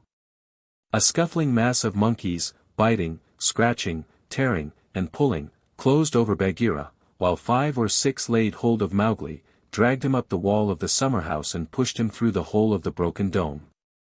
A man-trained boy would have been badly bruised, for the fall was a good 15 feet, but Mowgli fell as Baloo had taught him to fall, and landed on his feet. "Stay there," shouted the monkeys, "till we have killed thy friends, and later we will play with thee, if the poison people leave thee alive." "We be of one blood, ye and I," said Mowgli, quickly giving the snake's call. He could hear rustling and hissing in the rubbish all round him and gave the call a second time, to make sure. "Even so. Down hoods all," said half a dozen low voices. Every ruin in India becomes sooner or later a dwelling place of snakes, and the old summer house was alive with cobras. "Stand still, little brother, for thy feet may do us harm." Mowgli stood as quietly as he could, peering through the open work and listening to the furious din of the fight round the black panther, the yells and chatterings and scufflings, and Bagheera's deep, hoarse cough as he backed and bucked and twisted and plunged under the heaps of his enemies. For the first time since he was born, Bagheera was fighting for his life. Baloo must be at hand. Bagheera would not have come alone, Mowgli thought. And then he called aloud, "To the tank, Bagheera. Roll to the water tanks. Roll and plunge. Get to the water." Bagheera heard, and the cry that told him Mowgli was safe gave him new courage. He worked his way desperately, inch by inch, straight for the reservoirs, halting in silence. Then from the ruined wall nearest the jungle rose up the rumbling war-shout of Baloo. The old bear had done his best, but he could not come before. "Bagheera," he shouted, "I am here. I climb. I haste. Ahiwara. The stones slip under my feet. Wait my coming, O most infamous Bandar-log." He panted up the terrace only to disappear to the head in a wave of monkeys, but he threw himself squarely on his haunches, and, spreading out his forepaws, hugged as many as he could hold, and then began to hit with a regular bat-bat-bat. Like the flipping strokes of a paddle wheel. A crash and a splash told Mowgli that Bagheera had fought his way to the tank where the monkeys could not follow. The panther lay gasping for breath, his head just out of the water, while the monkeys stood 3 deep on the red steps, dancing up and down with rage, ready to spring upon him from all sides if he came out to help Baloo. It was then that Bagheera lifted up his dripping chin, and in despair gave the snake's call for protection, "We be of one blood, ye and I," for he believed that Kaa had turned tail at the last minute. Even Baloo, half smothered under the monkeys on the edge of the terrace, could not help chuckling as he heard the Black Panther asking for help. Kaa had only just worked his way over the west wall, landing with a wrench that dislodged a coping stone into the ditch. He had no intention of losing any advantage of the ground, and coiled and uncoiled himself once or twice, to be sure that every foot of his long body was in working order. All that while the fight with Baloo went on, and the monkeys yelled in the tank round Bagheera, and Mang the Bat, flying to and fro, carried the news of the great battle over the jungle, till even Hathi the wild elephant trumpeted, and, far away, scattered bands of the monkey folk woke and came leaping along the tree roads to help their comrades in the cold lairs, and the noise of the fight roused all the day birds for miles round. Then Kaa came straight, quickly, and anxious to kill. The fighting strength of a python is in the driving blow of his head backed by all the strength and weight of his body. If you can imagine a lance, or a battering ram, or a hammer weighing nearly half a ton driven by a cool, quiet mind living in the handle of it, you can roughly imagine what Kaa was like when he fought. A python 4 or 5 feet long can knock a man down if he hits him fairly in the chest, and Kaa was 30 feet long, as you know. His first stroke was delivered into the heart of the crowd round Baloo. It was sent home with shut mouth in silence, and there was no need of a second. The monkeys scattered with cries of, "Kaa! It is Kaa! Run!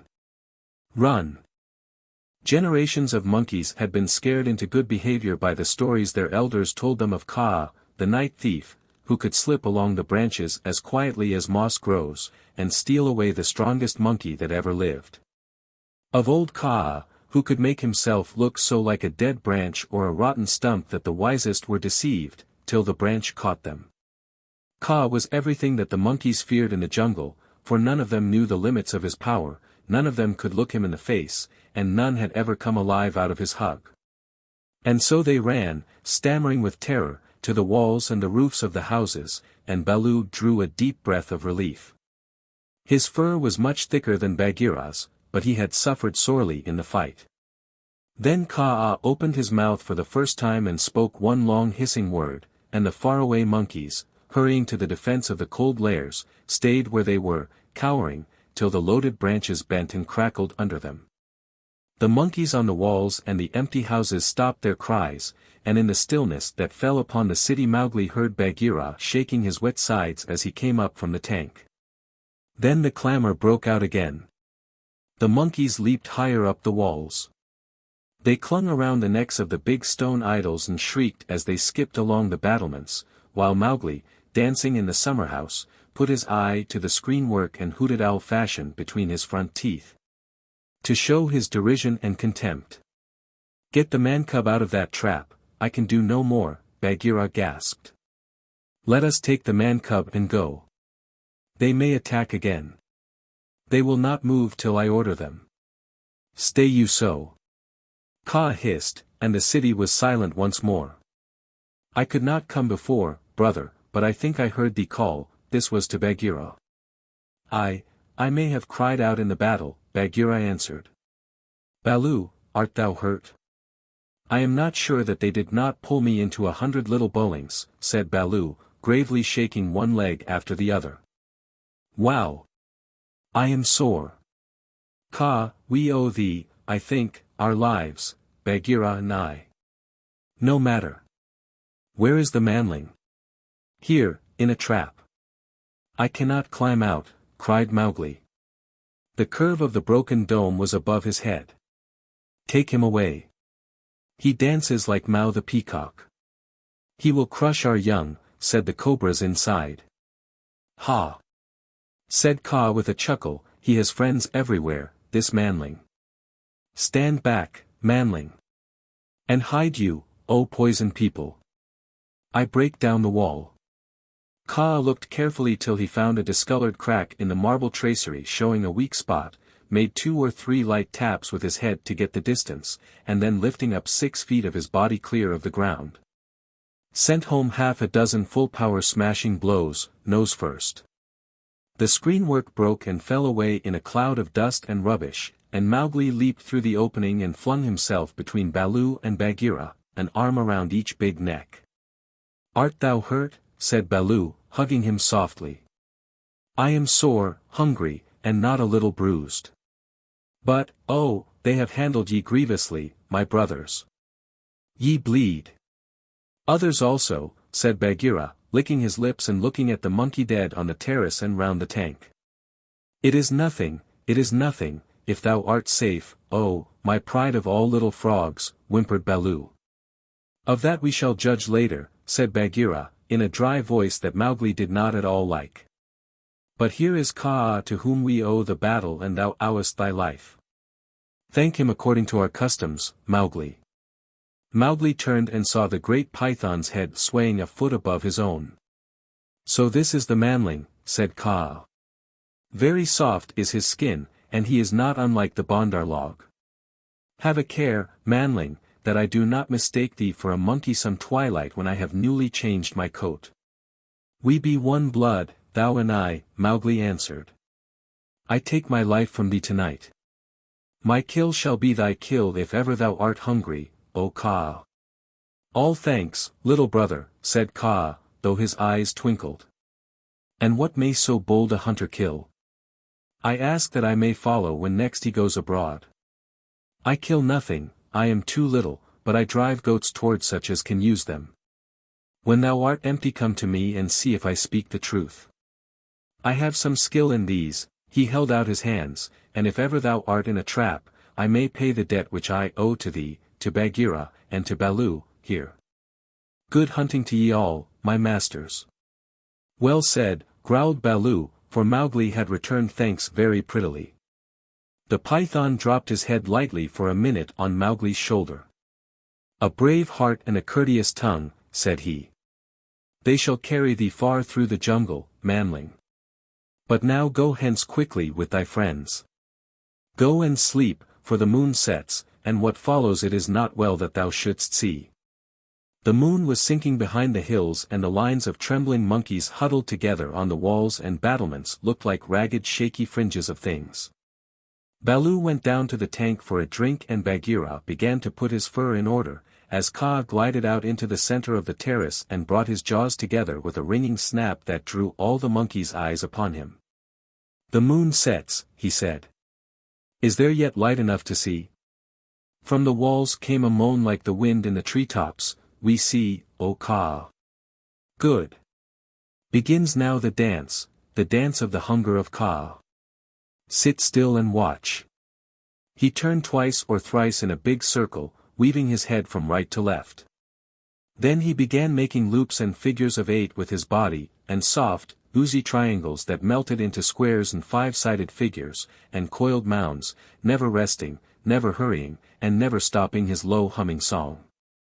It grew darker and darker, till at last the dragging, shifting coils disappeared, but they could hear the rustle of the scales.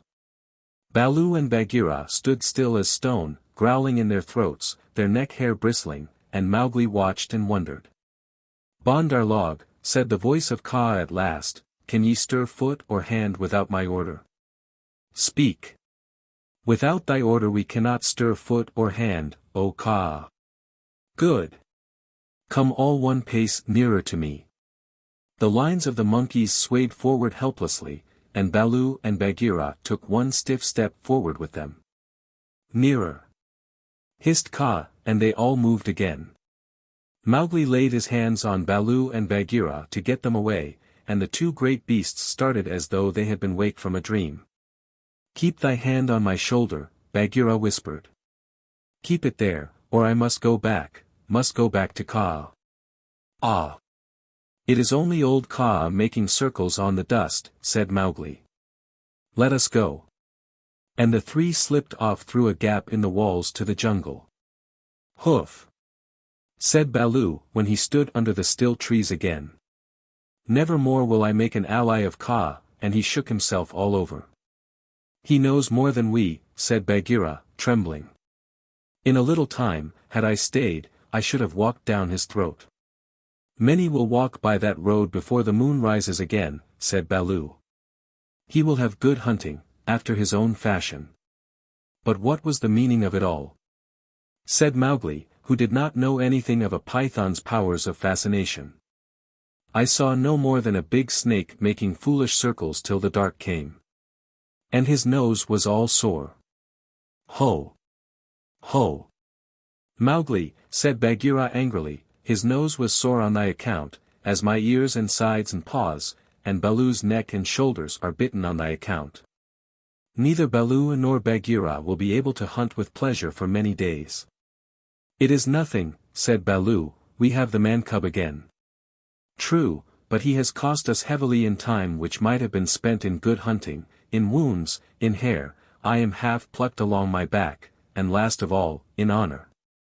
For, remember, Mowgli, I, who am the Black Panther, was forced to call upon Kaa for protection, and Baloo and I were both made stupid as little birds by the hunger dance.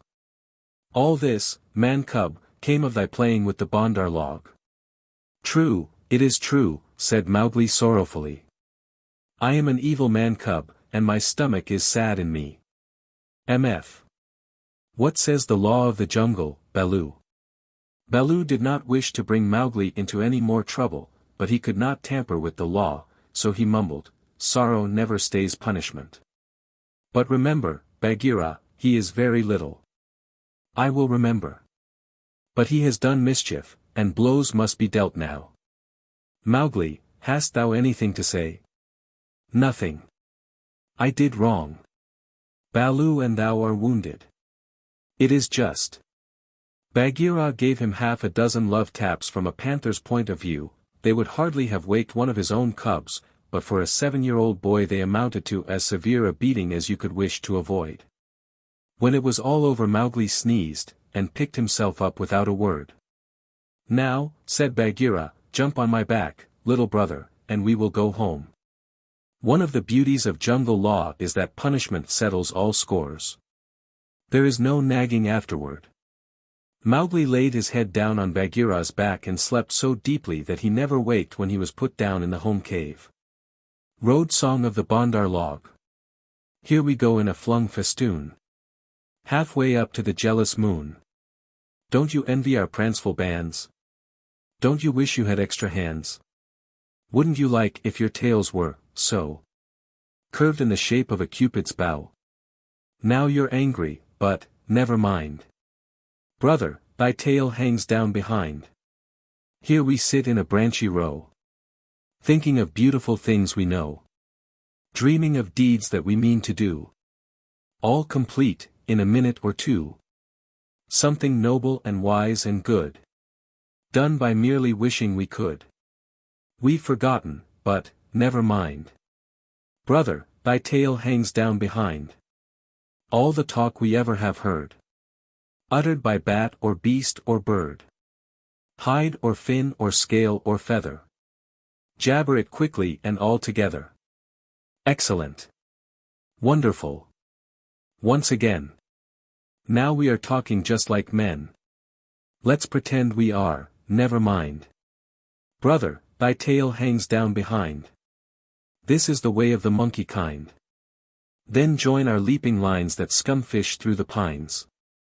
That rocket by where, light and high, the wild grape swings. By the rubbish in our wake, and the noble noise we make. Be sure, we're going to do some splendid things. Tiger. Tiger. What of the hunting, hunter bold? Brother, the watch was long and cold. What of the quarry ye went to kill? Brother, he crops in the jungle still. Where is the power that made your pride? Brother, it ebbs from my flank and side. Where is the haste that ye hurry by? Brother, I go to my lair, to die. Now we must go back to the first tale. When Mowgli left the wolf's cave after the fight with the pack at the Council Rock, He went down to the ploughed lands where the villagers lived, but he would not stop there because it was too near to the jungle. And he knew that he had made at least one bad enemy at the council. So he hurried on, keeping to the rough road that ran down the valley, and followed it at a steady jog-trot for nearly 20 miles, till he came to a country that he did not know. The valley opened out into a great plain dotted over with rocks and cut up by ravines. At one end stood a little village, and at the other the thick jungle came down in a sweep to the grazing grounds, and stopped there as though it had been cut off with a hoe. All over the plain, cattle and buffaloes were grazing, and when the little boys in charge of the herd saw Mowgli they shouted and ran away, and the yellow pariah dogs that hang about every Indian village barked. Mowgli walked on, for he was feeling hungry, and when he came to the village gate he saw the big thorn bush that was drawn up before the gate at twilight, pushed to one side. "Umph," he said, for he had come across more than one such barricade in his night rambles after things to eat. "So men are afraid of the people of the jungle here also." He sat down by the gate, and when a man came out he stood up, opened his mouth, and pointed down it to show that he wanted food. The man stared, and ran back up the one street of the village shouting for the priest, who was a big, fat man dressed in white, with a red and yellow mark on his forehead. The priest came to the gate, and with him at least 100 people, who stared and talked and shouted and pointed at Mowgli. "They have no manners, these men folk," said Mowgli to himself. "Only the grey ape would behave as they do." So he threw back his long hair and frowned at the crowd. "What is there to be afraid of?" said the priest. "Look at the marks on his arms and legs. They are the bites of wolves. He is but a wolf child run away from the jungle." Of course, in playing together, the cubs had often nipped Mowgli harder than they intended, and there were white scars all over his arms and legs. But he would have been the last person in the world to call these bites, for he knew what real biting meant. "Ar! Ar!" said 2 or 3 women together. "To be bitten by wolves, poor child. He is a handsome boy. He has eyes like red fire. By my honor, Mesua, he is not unlike thy boy that was taken by the tiger." "Let me look," said a woman with heavy copper rings on her wrists and ankles, and she peered at Mowgli under the palm of her hand. "Indeed he is not. He is thinner, but he has the very look of my boy." The priest was a clever man, and he knew that Mesua was wife to the richest villager in the place. So he looked up at the sky for a minute and said solemnly, "What the jungle has taken the jungle has restored. Take the boy into thy house, my sister, and forget not to honor the priest who sees so far into the lives of men." "By the bull that bought me," said Mowgli to himself, "but all this talking is like another looking over by the pack. Well, if I am a man I must become." The crowd parted as the woman beckoned Mowgli to her hut, where there was a red lacquered bedstead, a great earthen grain chest with funny raised patterns on it, half a dozen copper cooking pots, an image of a Hindu god in a little alcove. And on the wall a real looking glass, such as they sell at the country fairs. She gave him a long drink of milk and some bread, and then she laid her hand on his head and looked into his eyes, for she thought perhaps that he might be her real son come back from the jungle where the tiger had taken him. So she said, "Nathu, O Nathu." Mowgli did not show that he knew the name. "Dost thou not remember the day when I gave thee thy new shoes?" She touched his foot, and it was almost as hard as horn. "No," she said sorrowfully, "those feet have never worn shoes, but thou art very like my Nathu, and thou shalt be my son." Mowgli was uneasy, because he had never been under a roof before. But as he looked at the thatch, he saw that he could tear it out any time if he wanted to get away, and that the window had no fastenings. "What is the good of a man," he said to himself at last, "if he does not understand man's talk? Now I am as silly and dumb as a man would be with us in the jungle. I must speak their talk." It was not for fun that he had learned while he was with the wolves to imitate the challenge of bucks in the jungle and the grunt of the little wild pig. So, as soon as Mesua pronounced a word Mowgli would imitate it almost perfectly, and before dark he had learned the names of many things in the hut. There was a difficulty at bedtime, because Mowgli would not sleep under anything that looked so like a panther trap as that hut, and when they shut the door he went through the window. "Give him his will," said Messua's husband. "Remember he can never till now have slept on a bed. If he is indeed sent in the place of our son he will not run away." So Mowgli stretched himself in some long, clean grass at the edge of the field, but before he had closed his eyes a soft grey nose poked him under the chin. "Phew," said Grey Brother, he was the eldest of Mother Wolf's cubs. "This is a poor reward for following thee 20 miles. Thou smellest of wood smoke and cattle, altogether like a man already.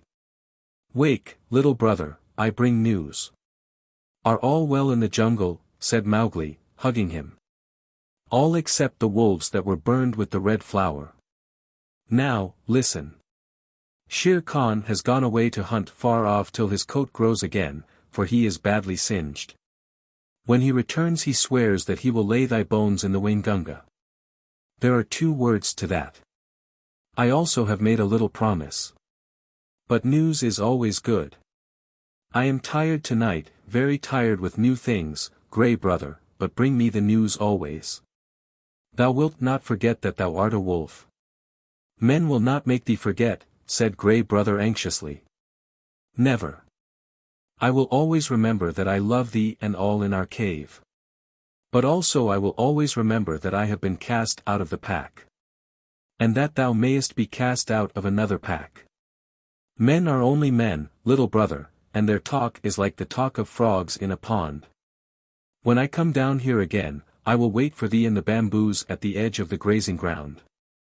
For 3 months after that night Mowgli hardly ever left the village gate, he was so busy learning the ways and customs of men.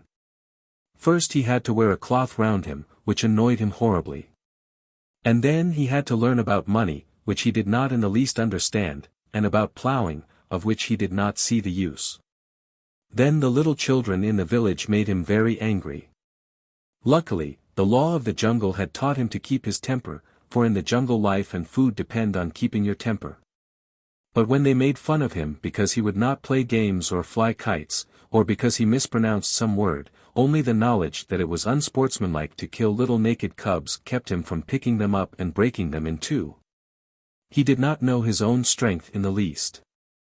In the jungle he knew he was weak compared with the beasts, but in the village people said that he was as strong as a bull. And Mowgli had not the faintest idea of the difference that caste makes between man and man. When the potter's donkey slipped in the clay pit, Mowgli hauled it out by the tail, and helped to stack the pots for their journey to the market at Kanhiwara. That was very shocking, too, for the potter is a low-caste man, and his donkey is worse. When the priest scolded him, Mowgli threatened to put him on the donkey too, and the priest told Messua's husband that Mowgli had better be set to work as soon as possible. And the village headman told Mowgli that he would have to go out with the buffaloes next day, and herd them while they grazed. No one was more pleased than Mowgli. And that night, because he had been appointed a servant of the village, as it were, he went off to a circle that met every evening on a masonry platform under a great fig tree. It was the village club, and the headman and the watchman and the barber, who knew all the gossip of the village, and old Buldeo, the village hunter, who had a tower musket, met and smoked. The monkeys sat and talked in the upper branches, and there was a hole under the platform where a cobra lived, and he had his little platter of milk every night because he was sacred. And the old men sat around the tree and talked, and pulled at the big hukas, the water pipes, till far into the night. They told wonderful tales of gods and men and ghosts. And Buldeo told even more wonderful ones of the ways of beasts in the jungle, till the eyes of the children sitting outside the circle bulged out of their heads. Most of the tales were about animals, for the jungle was always at their door. The deer and the wild pig grubbed up their crops, and now and again the tiger carried off a man at twilight, within sight of the village gates. Mowgli, who naturally knew something about what they were talking of, had to cover his face not to show that he was laughing, while Buldeo, the tower musket across his knees, climbed on from one wonderful story to another. And Mowgli's shoulders shook. Buldeo was explaining how the tiger that had carried away Messua's son was a ghost tiger, and his body was inhabited by the ghost of a wicked, old moneylender, who had died some years ago. And I know that this is true, he said, because Puran Das always limped from the blow that he got in a riot when his account books were burned, and the tiger that I speak of he limps, too, for the tracks of his pads are unequal. True, true, that must be the truth, said the greybeards, nodding together. Are all these tales such cobwebs and moon talk, said Mowgli. That tiger limps because he was born lame, as everyone knows. To talk of the soul of a money-lender in a beast that never had the courage of a jackal is child's talk. Buldeo was speechless with surprise for a moment, and the headman stared. Oh ho! It is the jungle brat, is it? Said Buldeo. If thou art so wise, better bring his hide to Kanhiwara, for the government has set 100 rupees on his life. Better still, talk not when thy elders speak. Mowgli rose to go. All the evening I have lain here listening, he called back over his shoulder, and, except once or twice, Buldeo has not said one word of truth concerning the jungle, which is at his very doors. How, then, shall I believe the tales of ghosts and gods and goblins which he says he has seen? It is full time that boy went to herding, said the headman, while Buldeo puffed and snorted at Mowgli's impertinence. The custom of most Indian villages is for a few boys to take the cattle and buffaloes out to graze in the early morning, and bring them back at night. The very cattle that would trample a white man to death allow themselves to be banged and bullied and shouted at by children that hardly come up to their noses. So long as the boys keep with the herds they are safe, for not even the tiger will charge a mob of cattle. But if they straggle to pick flowers or hunt lizards, they are sometimes carried off. Mowgli went through the village street in the dawn, sitting on the back of Rama, the great herd bull. The slaty blue buffaloes, with their long, backward-sweeping horns and savage eyes, rose out their byres, one by one, and followed him, and Mowgli made it very clear to the children with him that he was the master. He beat the buffaloes with a long, polished bamboo, and told Kamaya, one of the boys, to graze the cattle by themselves, while he went on with the buffaloes, and to be very careful not to stray away from the herd. An Indian grazing ground is all rocks and scrub and tussocks and little ravines, among which the herds scatter and disappear. The buffaloes generally keep to the pools and muddy places, where they lie wallowing or basking in the warm mud for hours. Mowgli drove them on to the edge of the plain where the Waingunga came out of the jungle, then he dropped from Rama's neck, trotted off to a bamboo clump, and found Grey Brother. Ah, said Grey Brother, I have waited here very many days. What is the meaning of this cattle herding work? It is an order, said Mowgli. I am a village herd for a while. What news of Shere Khan? He has come back to this country, and has waited here a long time for thee. Now he has gone off again, for the game is scarce. But he means to kill thee. Very good, said Mowgli. So long as he is away do thou or one of the 4 brothers sit on that rock, so that I can see thee as I come out of the village. When he comes back wait for me in the ravine by the dock tree in the center of the plain. We need not walk into Shere Khan's mouth. Then Mowgli picked out a shady place, and lay down and slept while the buffaloes grazed round him. Herding in India is one of the laziest things in the world. The cattle move and crunch, and lie down, and move on again, and they do not even low. They only grunt, and the buffaloes very seldom say anything, but get down into the muddy pools one after another, and work their way into the mud till only their noses and staring china blue eyes show above the surface, and then they lie like logs. The sun makes the rocks dance in the heat, and the herd children hear one kite, never any more, whistling almost out of sight overhead, and they know that if they died, or a cow died, that kite would sweep down. And the next kite miles away would see him drop and follow, and the next, and almost before they were dead there would be a score of hungry kites come out of nowhere. Then they sleep and wake and sleep again, and weave little baskets of dried grass and put grasshoppers in them, or catch 2 praying mantises and make them fight, or string a necklace of red and black jungle nuts. Or watch a lizard basking on a rock, or a snake hunting a frog near the wallows. Then they sing long, long songs with odd native quavers at the end of them, and the day seems longer than most people's whole lives, and perhaps they make a mud castle with mud figures of men, horses and buffaloes. And put reeds into the men's hands, and pretend that they are kings and the figures are their armies, or that they are gods to be worshipped. Then evening comes and the children call, and the buffaloes lumber up out of the sticky mud with noises like gunshots going off one after the other, and they all string across the grey plain back to the twinkling village lights.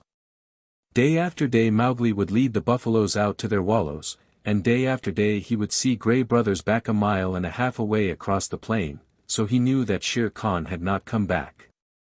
And day after day he would lie on the grass listening to the noises round him, and dreaming of old days in the jungle.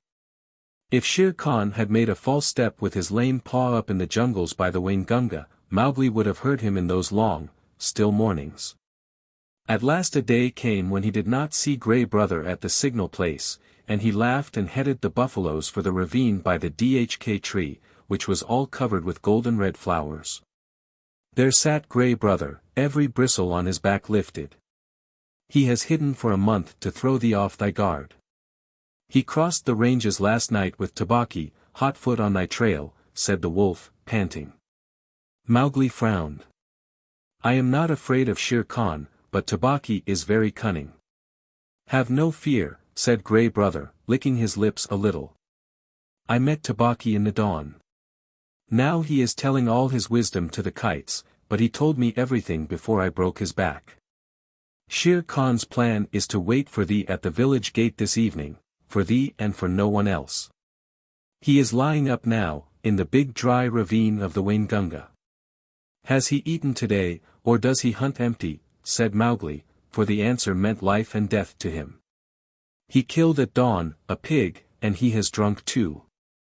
Remember, Shere Khan could never fast, even for the sake of revenge. Oh! Fool, fool! What a cub's cub it is! Eaten and drunk too, and he thinks that I shall wait till he has slept. Now, where does he lie up? If there were but 10 of us we might pull him down as he lies. These buffaloes will not charge unless they wind him, and I cannot speak their language. Can we get behind his track so that they may smell it? He swam far down the Waingunga to cut that off, said Grey Brother. Tabaki told him that, I know. He would never have thought of it alone. Mowgli stood with his finger in his mouth, thinking. The big ravine of the Waingunga. That opens out on the plain not half a mile from here. I can take the herd round through the jungle to the head of the ravine and then sweep down, but he would slink out at the foot. We must block that end. Grey Brother, canst thou cut the herd in two for me? Not I, perhaps, but I have brought a wise helper.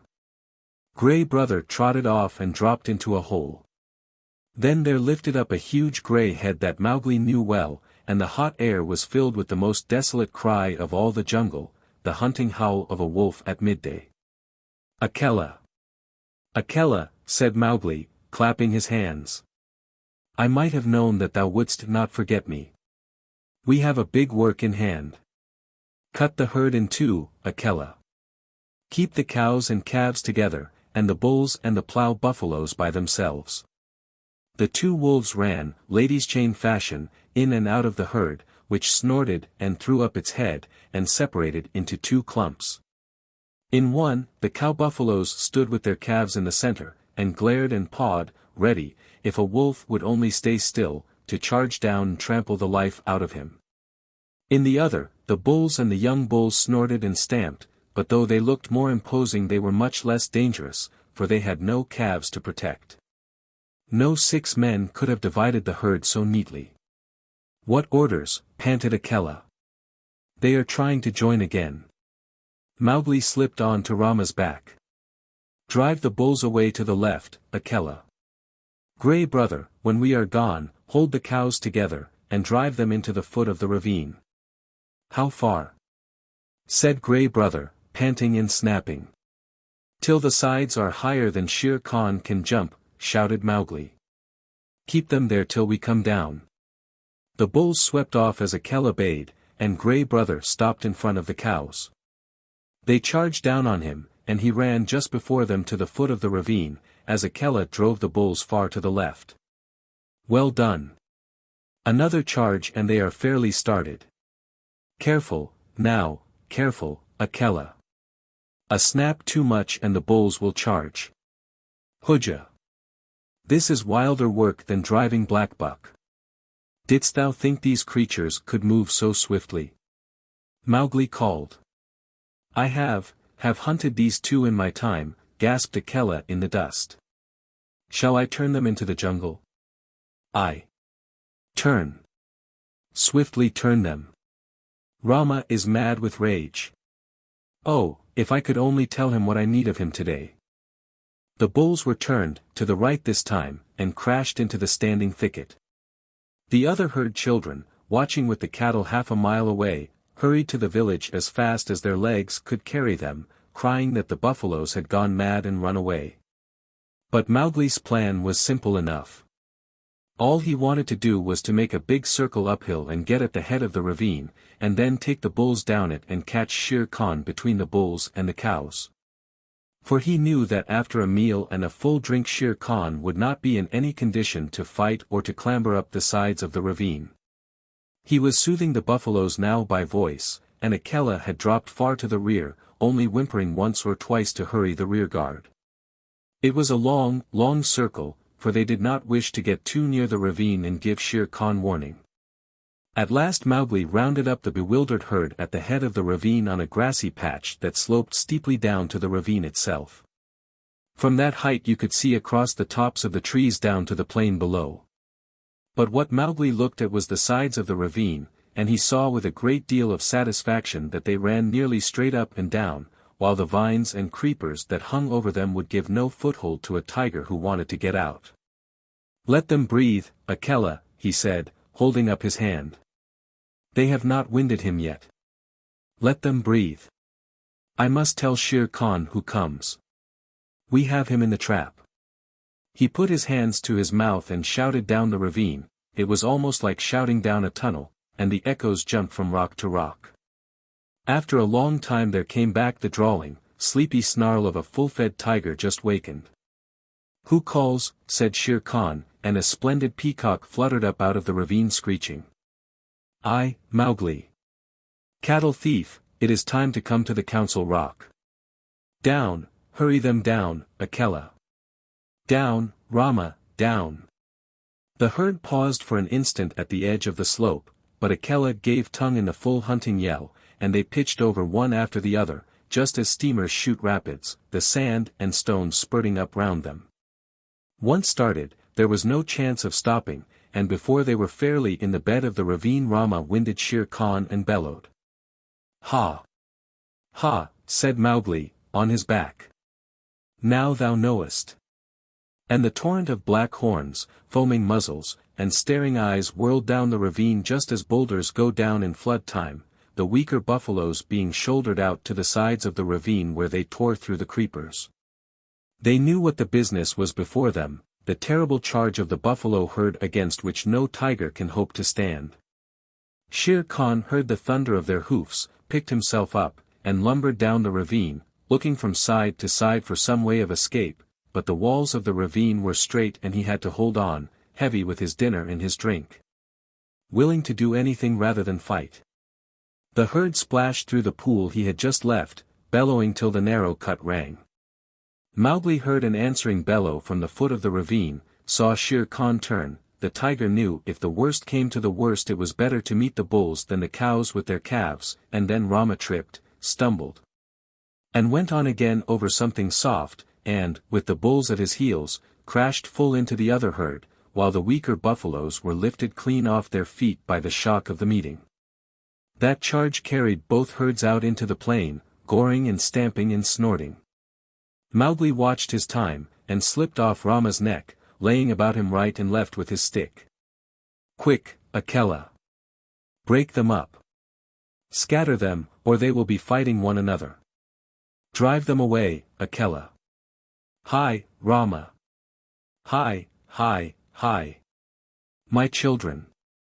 Softly now, softly! It is all over. Akela and Grey Brother ran to and fro nipping the buffalo's legs, and though the herd wheeled once to charge up the ravine again, Mowgli managed to turn Rama, and the others followed him to the wallows. Shere Khan needed no more trampling. He was dead, and the kites were coming for him already. "Brothers, that was a dog's death," said Mowgli, feeling for the knife he always carried in a sheath round his neck now that he lived with men. But he would never have shown fight. His hide will look well on the council rock. We must get to work swiftly. A boy trained among men would never have dreamed of skinning a 10-foot tiger alone, but Mowgli knew better than anyone else how an animal's skin is fitted on, and how it can be taken off. But it was hard work, and Mowgli slashed and tore and grunted for an hour, while the wolves lolled out their tongues, or came forward and tugged as he ordered them. Presently a hand fell on his shoulder, and looking up he saw Buldeo with the Tower musket. The children had told the village about the buffalo stampede, and Buldeo went out angrily, only too anxious to correct Mowgli for not taking better care of the herd. The wolves dropped out of sight as soon as they saw the man coming. "What is this folly?" said Buldeo angrily. "To think that thou canst skin a tiger. Where did the buffaloes kill him? It is the lame tiger too, and there is 100 rupees on his head. Well, we will overlook thy letting the herd run off, and perhaps I will give thee one of the rupees of the reward when I have taken the skin to Kanhiwara." He fumbled in his waistcloth for flint and steel, and stooped down to singe Shere Khan's whiskers. Most native hunters always singe a tiger's whiskers to prevent his ghost from haunting them. "Hum," said Mowgli, half to himself as he ripped back the skin of a forepaw. "So thou wilt take the hide to Kanhiwara for the reward, and perhaps give me 1 rupee? Now it is in my mind that I need the skin for my own use. Ha! Old man, take away that fire. What talk is this to the chief hunter of the village? Thy luck and the stupidity of thy buffaloes have helped thee to this kill. The tiger has just fed, or he would have gone 20 miles by this time. Thou canst not even skin him properly, little beggar brat, and forsooth I, Buldeo, must be told not to singe his whiskers. Mowgli, I will not give thee 1 anna of the reward, but only a very big beating. Leave the carcass." "By the bull that bought me," said Mowgli, who was trying to get at the shoulder, "must I stay babbling to an old ape all noon? Here, Akela, this man plagues me." Buldeo, who was still stooping over Shere Khan's head, found himself sprawling on the grass, with a grey wolf standing over him, while Mowgli went on skinning as though he were alone in all India. "Yes," he said, between his teeth. "Thou art altogether right, Buldeo. Thou wilt never give me 1 anna of the reward. There is an old war between this lame tiger and myself, a very old war, and I have won." To do Buldeo justice, if he had been 10 years younger he would have taken his chance with Akela had he met the wolf in the woods, but a wolf who obeyed the orders of this boy who had private wars with man-eating tigers was not a common animal. It was sorcery, magic of the worst kind, thought Buldeo, and he wondered whether the amulet round his neck would protect him. He lay as still, expecting every minute to see Mowgli turn into a tiger too.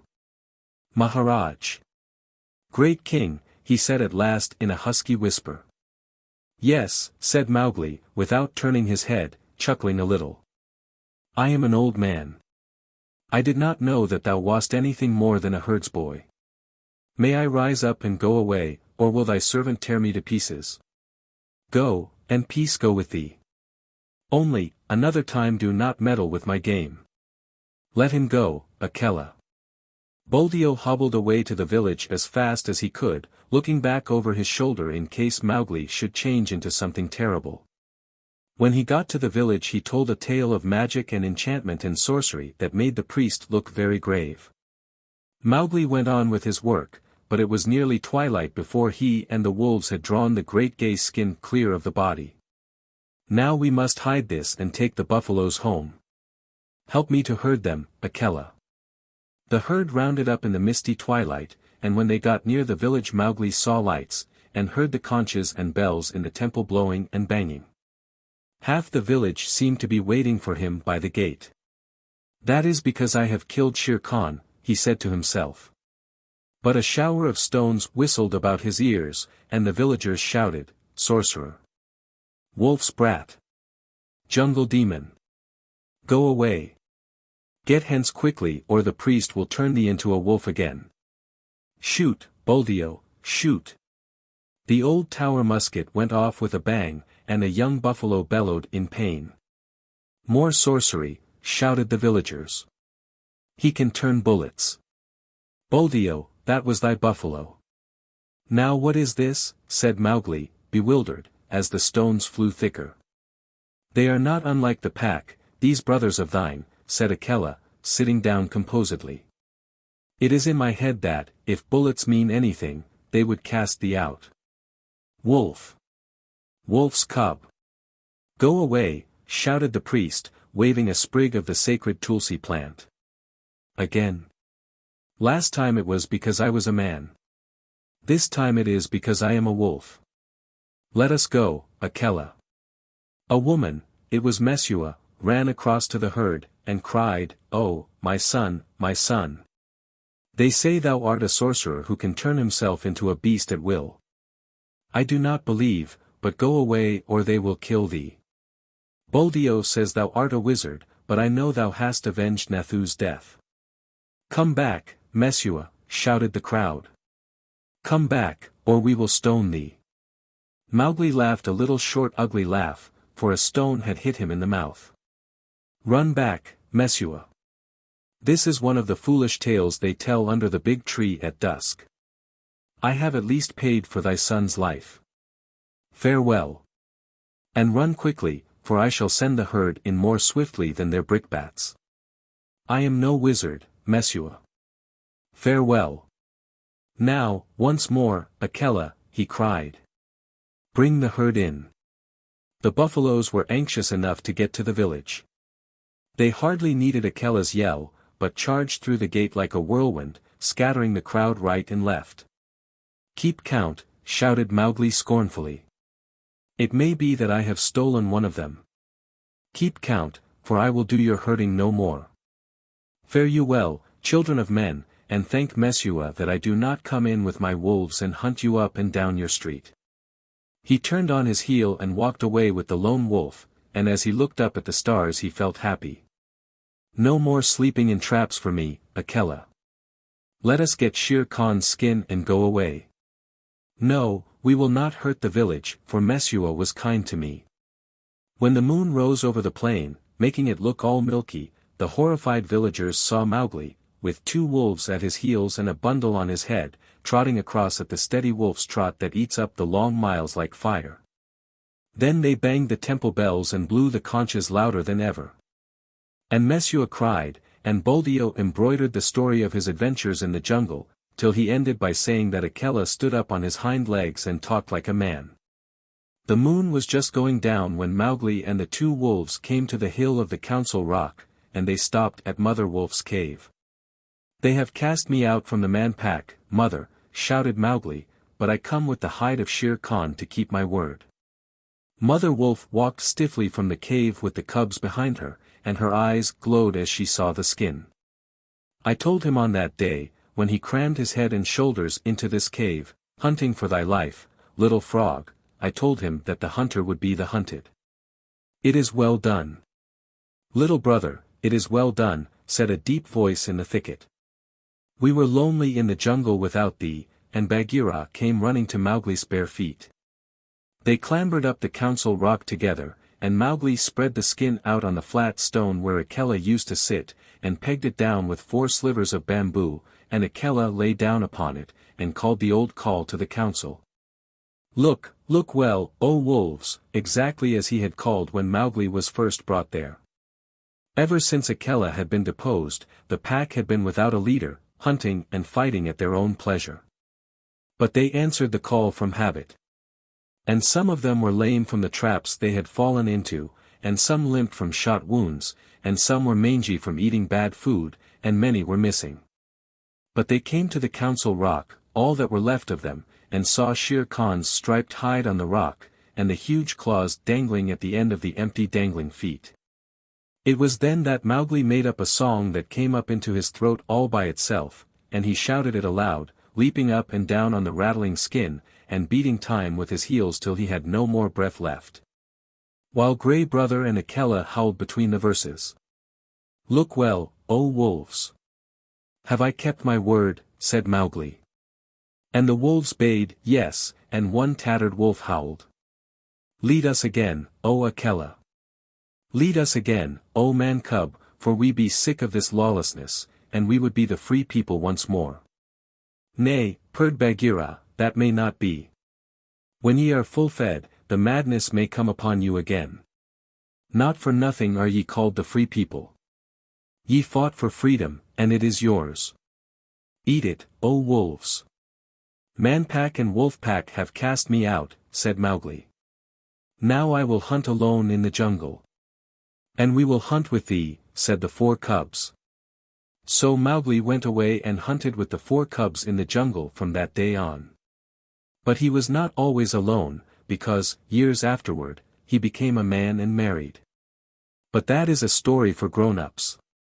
Mowgli's song. That he sang at the council rock when he danced on Shere Khan's hide. The song of Mowgli, I, Mowgli, am singing. Let the jungle listen to the things I have done. Shere Khan said he would kill. At the gates in the twilight he would kill Mowgli, the frog. He ate and he drank. Drink deep, Shere Khan, for when wilt thou drink again? Sleep and dream of the kill. I am alone on the grazing grounds. Grey Brother, come to me. Come to me, lone wolf, for there is big game afoot. Bring up the great bull buffaloes, the blue-skinned herd bulls. With the angry eyes. Drive them to and fro as I order. Sleepest thou still, Shere Khan? Wake, oh, wake. Here come I. And the bulls are behind. Rama, the king of the buffaloes, stamped with his foot. Waters of the Waingunga, whither went Shere Khan? He is not Ikki to dig holes, nor Mao, the peacock, that he should fly. He is not Mang the bat, to hang in the branches. Little bamboos that creak together, tell me where he ran. Ow! He is there. Ahoo! He is there. Under the feet of Rama lies the lame one. Up, Shere Khan. Up and kill. Here is meat.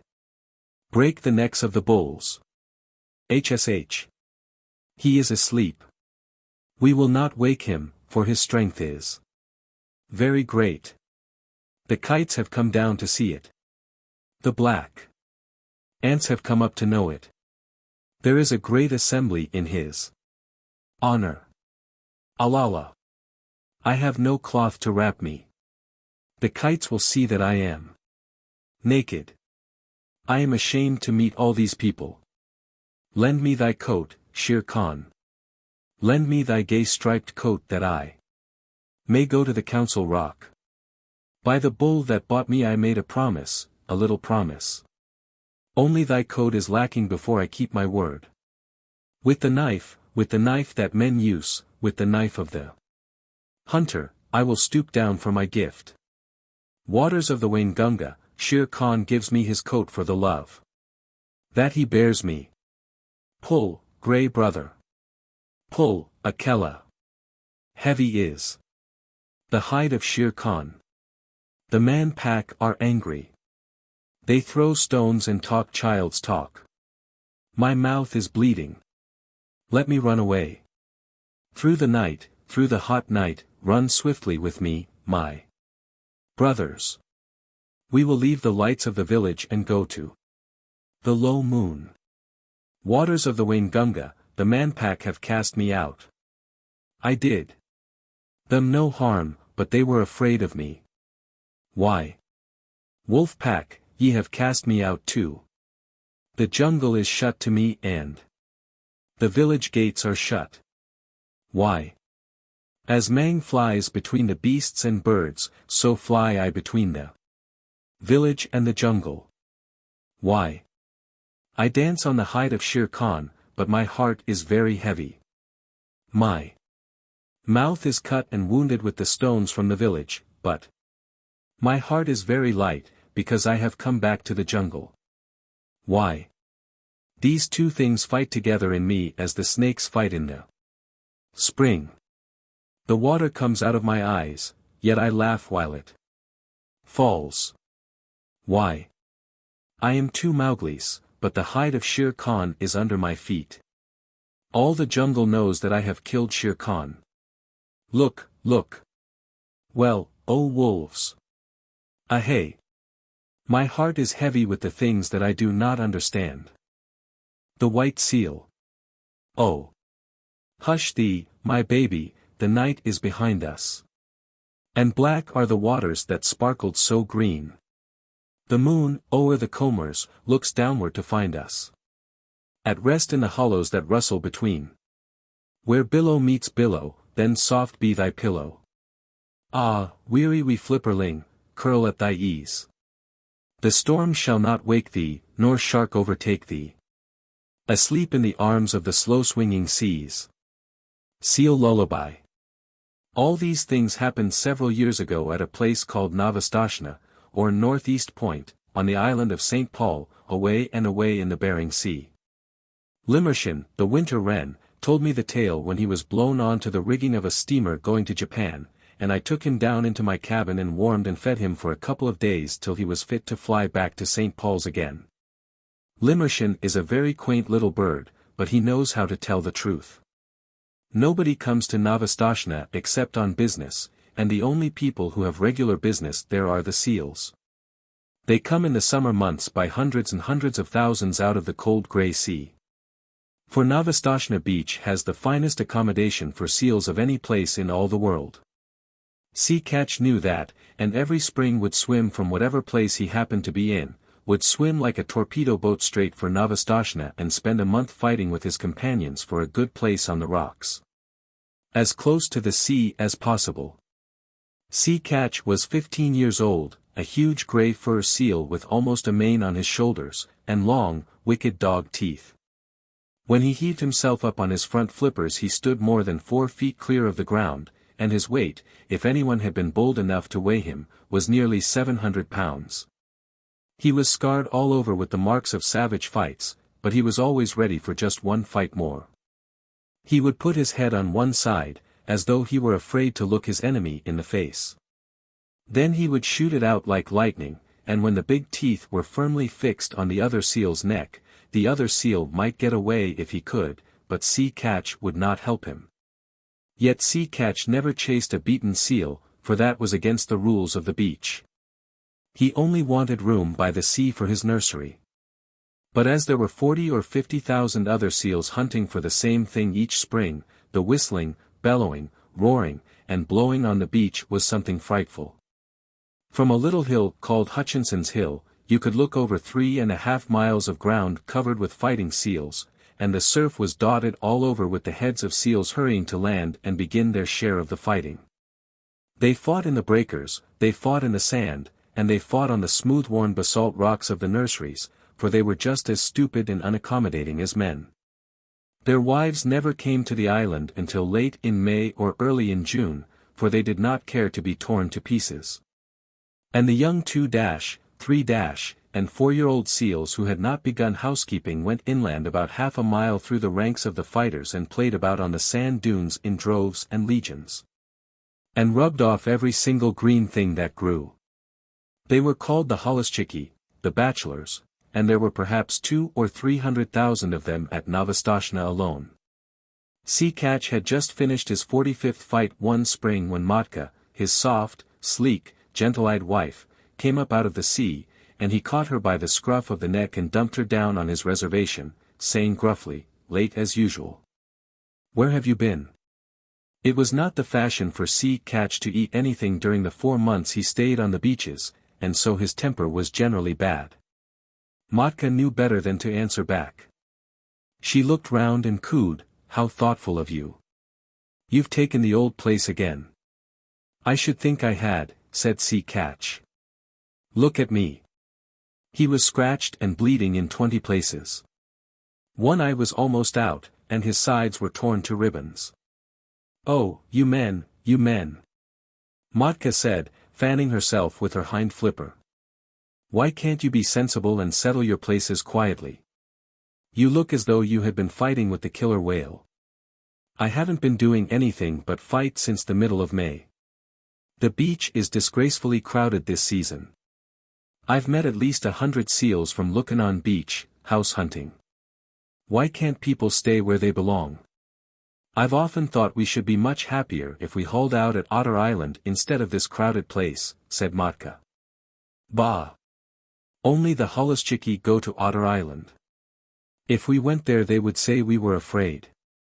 We must preserve appearances, my dear."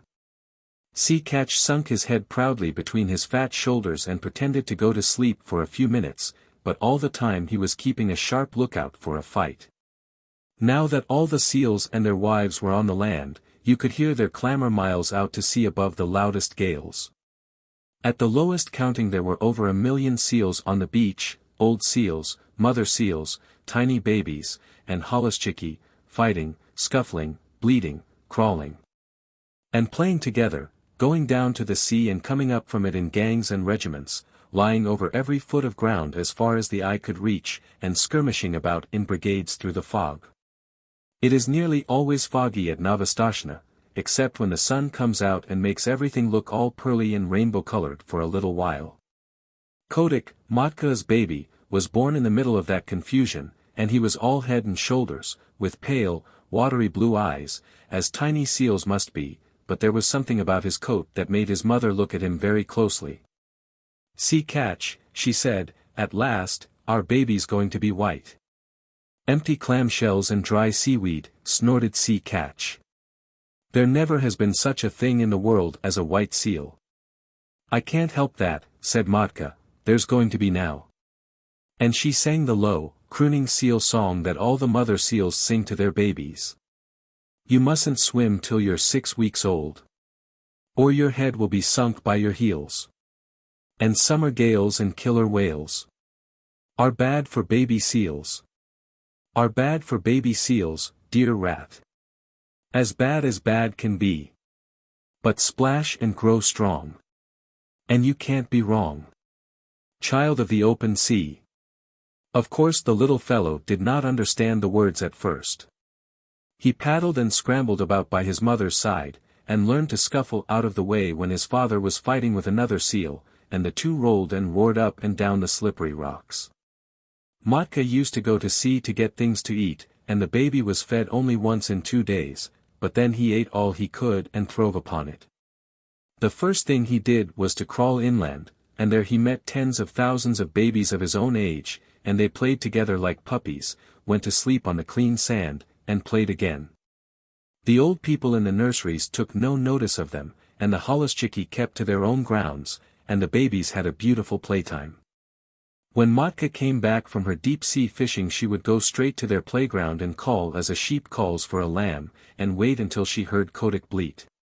Then she would take the straightest of straight lines in his direction, striking out with her 4 flippers and knocking the youngsters head over heels right and left. There were always a few hundred mothers hunting for their children through the playgrounds, and the babies were kept lively. But, as Matka told Kotick, so long as you don't lie in muddy water and get mange, or rub the hard sand into a cut or scratch, and so long as you never go swimming when there is a heavy sea, nothing will hurt you here. Little seals can no more swim than little children, but they are unhappy till they learn. The first time that Kotick went down to the sea a wave carried him out beyond his depth, and his big head sank and his little hind flippers flew up exactly as his mother had told him in the song. And if the next wave had not thrown him back again he would have drowned. After that, he learned to lie in a beach pool and let the wash of the waves just cover him and lift him up while he paddled, but he always kept his eye open for big waves that might hurt. He was 2 weeks learning to use his flippers. And all that while he floundered in and out of the water, and coughed and grunted and crawled up the beach and took catnaps on the sand, and went back again, until at last he found that he truly belonged to the water. Then you can imagine the times that he had with his companions, ducking under the rollers, or coming in on top of a comber and landing with a swash and a splutter as the big wave went whirling far up the beach. Or standing up on his tail and scratching his head as the old people did, or playing, I'm the king of the castle, on slippery, weedy rocks that just stuck out of the wash. Now and then he would see a thin fin, like a big shark's fin, drifting along close to shore, and he knew that that was the killer whale, the grampus, who eats young seals when he can get them. And Kotick would head for the beach like an arrow, and the fin would jig off slowly, as if it were looking for nothing at all. Late in October the seals began to leave St. Paul's for the deep sea, by families and tribes, and there was no more fighting over the nurseries, and the holluschickie played anywhere they liked. Next year, said Matka to Kotick, you will be a holluschickie. But this year you must learn how to catch fish. They set out together across the Pacific, and Matka showed Kotick how to sleep on his back with his flippers tucked down by his side and his little nose just out of the water. No cradle is so comfortable as the long, rocking swell of the Pacific. When Kotick felt his skin tingle all over, Matka told him he was learning the feel of the water, and that tingly, prickly feelings meant bad weather coming, and he must swim hard and get away. In a little time, she said, you'll know where to swim to, but just now we'll follow Sea Pig, the porpoise, for he is very wise. A school of porpoises were ducking and tearing through the water, and little Kotick followed them as fast as he could. How do you know where to go to? He panted. The leader of the school rolled his white eye and ducked under. My tail tingles, youngster, he said. That means there's a gale behind me. Come along. When you're south of the sticky water, he meant the equator, and your tail tingles, that means there's a gale in front of you and you must head north. Come along. The water feels bad here. This was one of very many things that Kotick learned, and he was always learning. Matka taught him to follow the cod and the halibut along the undersea banks and wrench the rockling out of his hole among the weeds. How to skirt the wrecks lying 100 fathoms below water and dart like a rifle bullet in at one porthole and out at another as the fishes ran. How to dance on the top of the waves when the lightning was racing all over the sky, and wave his flipper politely to the stumpy-tailed albatross and the man-of-war hawk as they went down the wind. How to jump 3 or 4 feet clear of the water like a dolphin, flippers close to the side and tail curved, to leave the flying fish alone because they are all bony. To take the shoulder piece out of a cod at full speed 10 fathoms deep, and never to stop and look at a boat or a ship, but particularly a rowboat. At the end of 6 months what Kotick did not know about deep-sea fishing was not worth the knowing. And all that time he never set flipper on dry ground. One day, however, as he was lying half asleep in the warm water somewhere off the island of Juan Fernandez, he felt faint and lazy all over, just as human people do when the spring is in their legs. And he remembered the good firm beaches of Novastoshnah 7,000 miles away, the games his companions played, the smell of the seaweed, the seal roar, and the fighting. That very minute he turned north, swimming steadily, and as he went on he met scores of his mates, all bound for the same place, and they said, Greeting, Kotick. This year we are all holluschickie, and we can dance the fire dance in the breakers off Lukannon and play on the new grass. But where did you get that coat? Kotick's fur was almost pure white now, and though he felt very proud of it, he only said, Swim quickly. My bones are aching for the land. And so they all came to the beaches where they had been born, and heard the old seals, their fathers, fighting in the rolling mist. That night Kotick danced the fire dance with the yearling seals. The sea is full of fire on summer nights all the way down from Novastoshnah to Lukannon, and each seal leaves a wake like burning oil behind him and a flaming flash when he jumps, and the waves break in great phosphorescent streaks and swirls. Then they went inland to the holluschickie grounds and rolled up and down in the new wild wheat and told stories of what they had done while they had been at sea. They talked about the Pacific as boys would talk about a wood that they had been nutting in, and if anyone had understood them he could have gone away and made such a chart of that ocean as never was. The 3- and 4-year-old holluschickie romped down from Hutchinson's Hill crying, Out of the way, youngsters. The sea is deep and you don't know all that's in it yet. Wait till you've rounded the horn. Hi, you yearling, where did you get that white coat? I didn't get it, said Kotick. It grew. And just as he was going to roll the speaker over, a couple of black-haired men with flat red faces came from behind a sand dune, and Kotick, who had never seen a man before, coughed and lowered his head. The Holluschickie just bundled off a few yards and sat staring stupidly. The men were no less than Kerick Boot Aaron, the chief of the seal hunters on the island, and Patalamon, his son. They came from the little village not half a mile from the sea nurseries, and they were deciding what seals they would drive up to the killing pens, for the seals were driven just like sheep, to be turned into sealskin jackets later on. "Ho!" said Patalamon. "Look! There's a white seal." Kerick Boot Aaron turned nearly white under his oil and smoke, for he was an Aleut, and Aleuts are not clean people. Then he began to mutter a prayer. "Don't touch him, Patalamon. There has never been a white seal since I was born. Perhaps it is old Zaharef's ghost. He was lost last year in the big gale." "I'm not going near him," said Patalamon. "He's unlucky." "Do you really think he is old Zaharef come back? I owe him for some gull's eggs." "Don't look at him," said Kerick. "Head off that drove of 4-year-olds. The men ought to skin 200 today, but it's the beginning of the season and they are new to the work. 100 will do. Quick." Patalamon rattled a pair of seal's shoulder bones in front of a herd of Holluschickie and they stopped dead, puffing and blowing.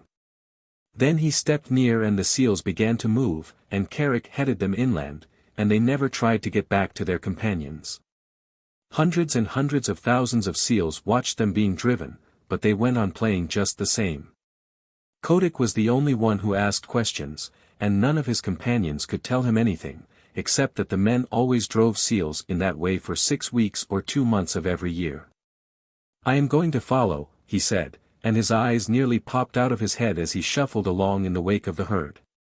"The white seal is coming after us," cried Patalamon. "That's the first time a seal has ever come to the killing grounds alone. HSH. "Don't look behind you," said Kerick. "It is Zaharef's ghost. I must speak to the priest about this." The distance to the killing grounds was only half a mile, but it took an hour to cover, because if the seals went too fast Kerick knew that they would get heated and then their fur would come off in patches when they were skinned. So they went on very slowly, past Sea Lion's Neck, past Webster House, till they came to the salt house just beyond the sight of the seals on the beach. Kotick followed, panting and wondering. He thought that he was at the world's end, but the roar of the seal nurseries behind him sounded as loud as the roar of a train in a tunnel. Then Kerick sat down on the moss and pulled out a heavy pewter watch and let the drove cool off for 30 minutes, and Kotick could hear the fog dew dripping off the brim of his cap. Then 10 or 12 men, each with an iron-bound club 3 or 4 feet long, came up, and Kerick pointed out 1 or 2 of the drove that were bitten by their companions or too hot. And the men kicked those aside with their heavy boots made of the skin of a walrus's throat, and then Kerick said, "Let go."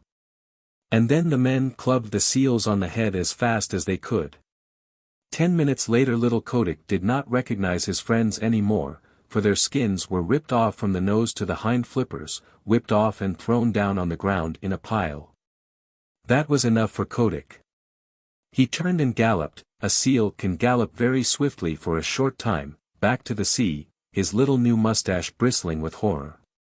At Sea Lion's Neck, where the great sea lions sit on the edge of the surf, he flung himself flipper overhead into the cool water and rocked there, gasping miserably. "What's here?" said a sea lion gruffly, for as a rule the sea lions keep themselves to themselves.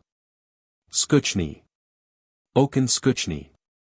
"I'm lonesome, very lonesome," said Kotick. "They're killing all the Holluschickie on all the beaches." The sea lion turned his head inshore. "Nonsense," he said. "Your friends are making as much noise as ever. You must have seen old Kerick polishing off a drove. He's done that for 30 years. "It's horrible," said Kotick, backing water as a wave went over him, and steadying himself with a screw stroke of his flippers that brought him all standing within 3 inches of a jagged edge of rock. "Well done for a yearling," said the sea lion, who could appreciate good swimming. I suppose it is rather awful from your way of looking at it, but if you seals will come here year after year, of course the men get to know of it, and unless you can find an island where no men ever come you will always be driven. Isn't there any such island? Began Kotick. I've followed the poulteuse, the halibut, for 20 years, and I can't say I've found it yet. But look here, you seem to have a fondness for talking to your betters. Suppose you go to Walrus Islet and talk to Sea Vitch. He may know something. Don't flounce off like that. It's a 6-mile swim, and if I were you I should haul out and take a nap first, little one. Kotick thought that that was good advice, so he swam round to his own beach, hauled out, and slept for half an hour, twitching all over, as seals will. Then he headed straight for Walrus Islet, a little low sheet of rocky island almost due northeast from Novastoshnah, all ledges and rock and gulls' nests, where the walrus herded by themselves. He landed close to old Sea Vitch, the big, ugly, bloated, pimpled, fat-necked, long-tusked walrus of the North Pacific, who has no manners except when he is asleep, as he was then, with his hind flippers half in and half out of the surf. "Wake up!" barked Kotick, for the gulls were making a great noise. "Ha! Ho! Humph! What's that?" said Sea Vitch, and he struck the next walrus a blow with his tusks and waked him up, and the next struck the next, and so on till they were all awake and staring in every direction but the right one. "Hi! It's me," said Kotick, bobbing in the surf and looking like a little white slug. "Well, may I be skinned," said Sea Vitch, and they all looked at Kotick as you can fancy a club full of drowsy old gentlemen would look at a little boy.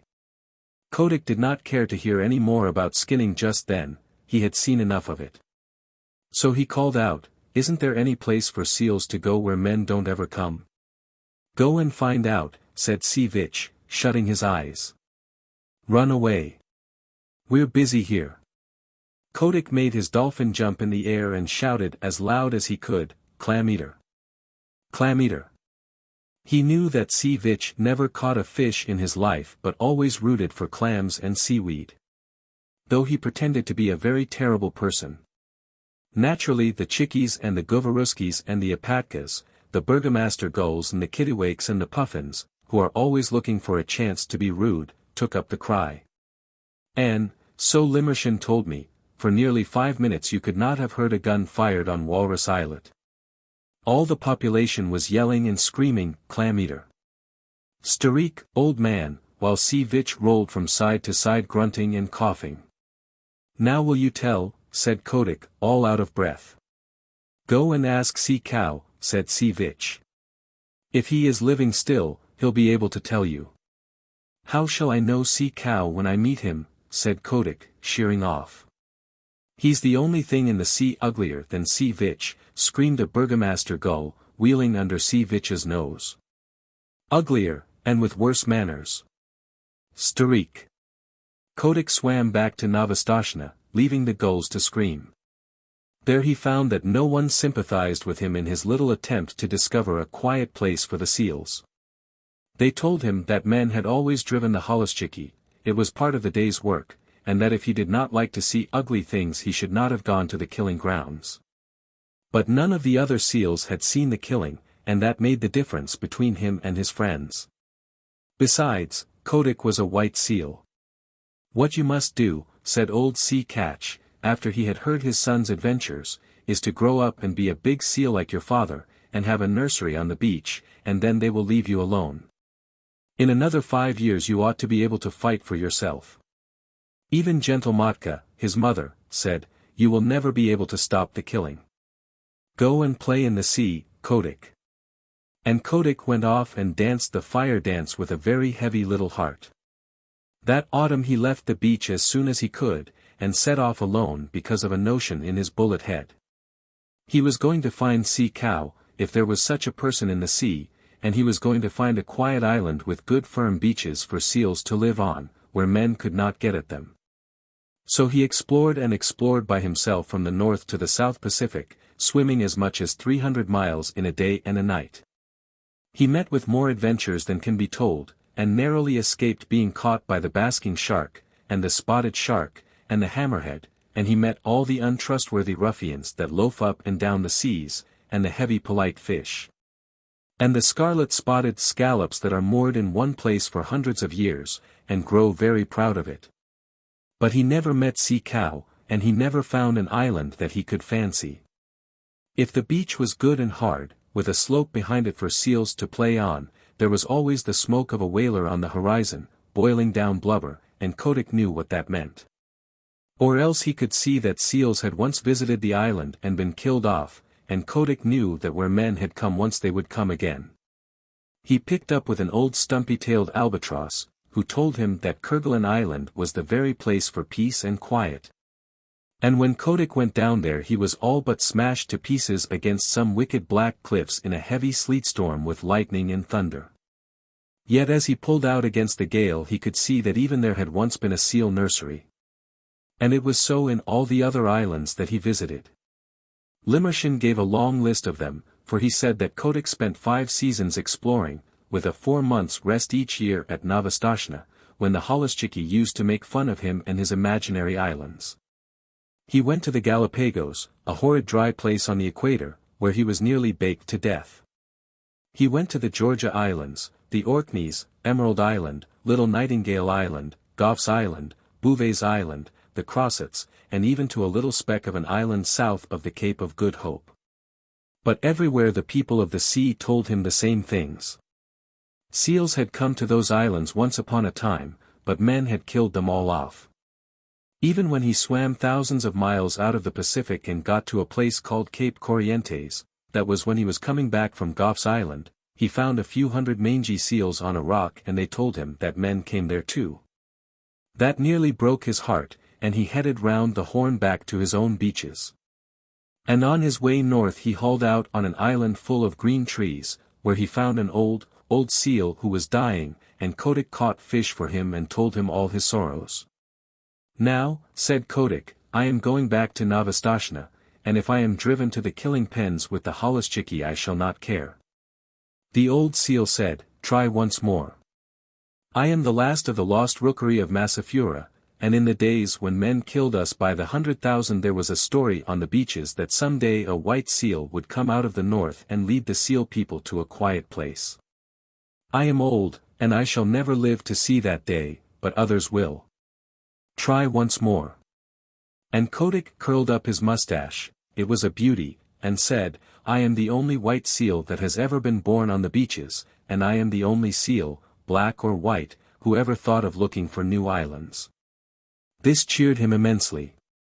And when he came back to Novastoshnah that summer, Matka, his mother, begged him to marry and settle down, for he was no longer a Holluschickie but a full-grown sea catch, with a curly white mane on his shoulders, as heavy, as big, and as fierce as his father. Give me another season, he said.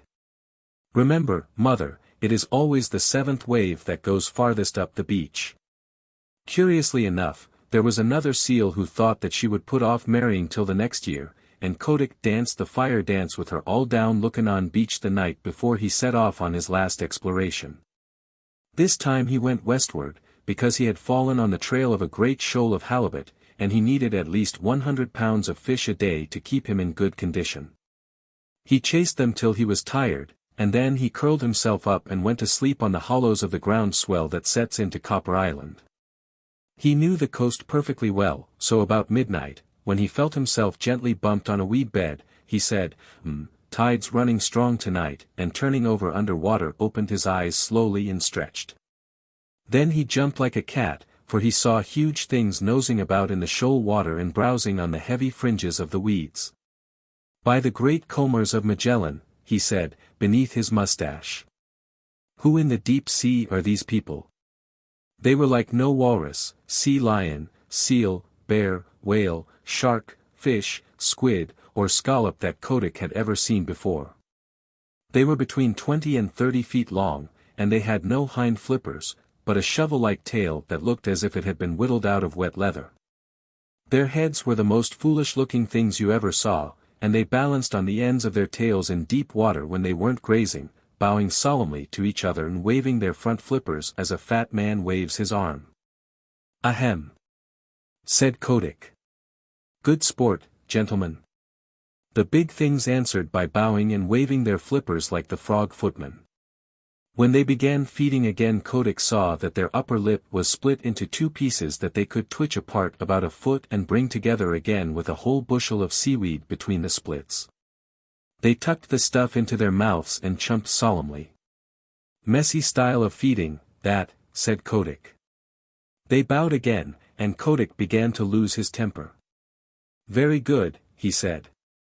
If you do happen to have an extra joint in your front flipper, you needn't show off so. I see you bow gracefully, but I should like to know your names. The split lips moved and twitched, and the glassy green eyes stared, but they did not speak. Well, said Kotick. You're the only people I've ever met uglier than Sea Vitch, and with worse manners. Then he remembered in a flash what the burgomaster gull had screamed to him when he was a little yearling at Walrus Islet, and he tumbled backward in the water, for he knew that he had found sea cow at last. The sea cows went on schlooping and grazing and chumping in the weed, and Kotick asked them questions in every language that he had picked up in his travels, and the sea people talk nearly as many languages as human beings. But the sea cows did not answer because sea cow cannot talk. He has only 6 bones in his neck where he ought to have 7, and they say under the sea that prevents him from speaking even to his companions. But, as you know, he has an extra joint in his fore-flipper, and by waving it up and down and about he makes what answers to a sort of clumsy telegraphic code. By daylight Kotick's mane was standing on end and his temper was gone where the dead crabs go. Then the sea cow began to travel northward very slowly, stopping to hold absurd bowing councils from time to time, and Kotick followed them, saying to himself. People who are such idiots as these would have been killed long ago if they hadn't found out some safe island. And what is good enough for the sea cow is good enough for the sea catch. All the same, I wish they'd hurry. It was weary work for Kotick. The herd never went more than 40 or 50 miles a day, and stopped to feed at night, and kept close to the shore all the time, while Kotick swam round them, and over them, and under them, but he could not hurry them up 1/2 mile. As they went farther north they held a bowing council every few hours, and Kotick nearly bit off his mustache with impatience till he saw that they were following up a warm current of water, and then he respected them more. One night they sank through the shiny water, sank like stones, and for the first time since he had known them began to swim quickly. Kotick followed, and the pace astonished him, for he never dreamed that sea cow was anything of a swimmer. They headed for a cliff by the shore, a cliff that ran down into deep water, and plunged into a dark hole at the foot of it, 20 fathoms under the sea. It was a long, long swim, and Kotick badly wanted fresh air before he was out of the dark tunnel they led him through. My wig, he said, when he rose, gasping and puffing, into open water at the farther end. It was a long dive, but it was worth it. The sea cows had separated and were browsing lazily along the edges of the finest beaches that Kotick had ever seen. There were long stretches of smooth-worn rock running for miles, exactly fitted to make seal nurseries, and there were playgrounds of hard sand sloping inland behind them, and there were rollers for seals to dance in, and long grass to roll in. And sand dunes to climb up and down, and, best of all, Kotick knew by the feel of the water, which never deceives a true sea catch, that no men had ever come there. The first thing he did was to assure himself that the fishing was good, and then he swam along the beaches and counted up the delightful low sandy islands half hidden in the beautiful rolling fog. Away to the northward, out to sea, ran a line of bars and shoals and rocks that would never let a ship come within 6 miles of the beach, and between the islands and the mainland was a stretch of deep water that ran up to the perpendicular cliffs. And somewhere below the cliffs was the mouth of the tunnel. It's Novastoshnah over again, but 10 times better, said Kotick. Sea cow must be wiser than I thought. Men can't come down the cliffs, even if there were any men, and the shoals to seaward would knock a ship to splinters. If any place in the sea is safe, this is it. He began to think of the seal he had left behind him, but though he was in a hurry to go back to Novastoshnah, he thoroughly explored the new country, so that he would be able to answer all questions. Then he dived and made sure of the mouth of the tunnel, and raced through to the southward. No one but a sea cow or a seal would have dreamed of there being such a place, and when he looked back at the cliffs even Kotick could hardly believe that he had been under them. He was 6 days going home, though he was not swimming slowly. And when he hauled out just above Sea Lion's neck the first person he met was the seal who had been waiting for him, and she saw by the look in his eyes that he had found his island at last. But the Hollischickian sea catch, his father, and all the other seals laughed at him when he told them what he had discovered, and a young seal about his own age said, "This is all very well, Kotick. But you can't come from no one knows where and order us off like this. Remember we've been fighting for our nurseries, and that's a thing you never did. You preferred prowling about in the sea." The other seals laughed at this, and the young seal began twisting his head from side to side. He had just married that year, and was making a great fuss about it. "I've no nursery to fight for," said Kotick. "I only want to show you all a place where you will be safe. What's the use of fighting?" "Oh, if you're trying to back out, of course I've no more to say," said the young seal with an ugly chuckle. "Will you come with me if I win?" said Kotick. And a green light came into his eye, for he was very angry at having to fight at all. "Very good," said the young seal carelessly. "If you win, I'll come." He had no time to change his mind, for Kotick's head was out and his teeth sunk in the blubber of the young seal's neck. Then he threw himself back on his haunches and hauled his enemy down the beach, shook him, and knocked him over. Then Kotick roared to the seals, "I've done my best for you these 5 seasons past. I've found you the island where you'll be safe, but unless your heads are dragged off your silly necks you won't believe. I'm going to teach you now. Look out for yourselves.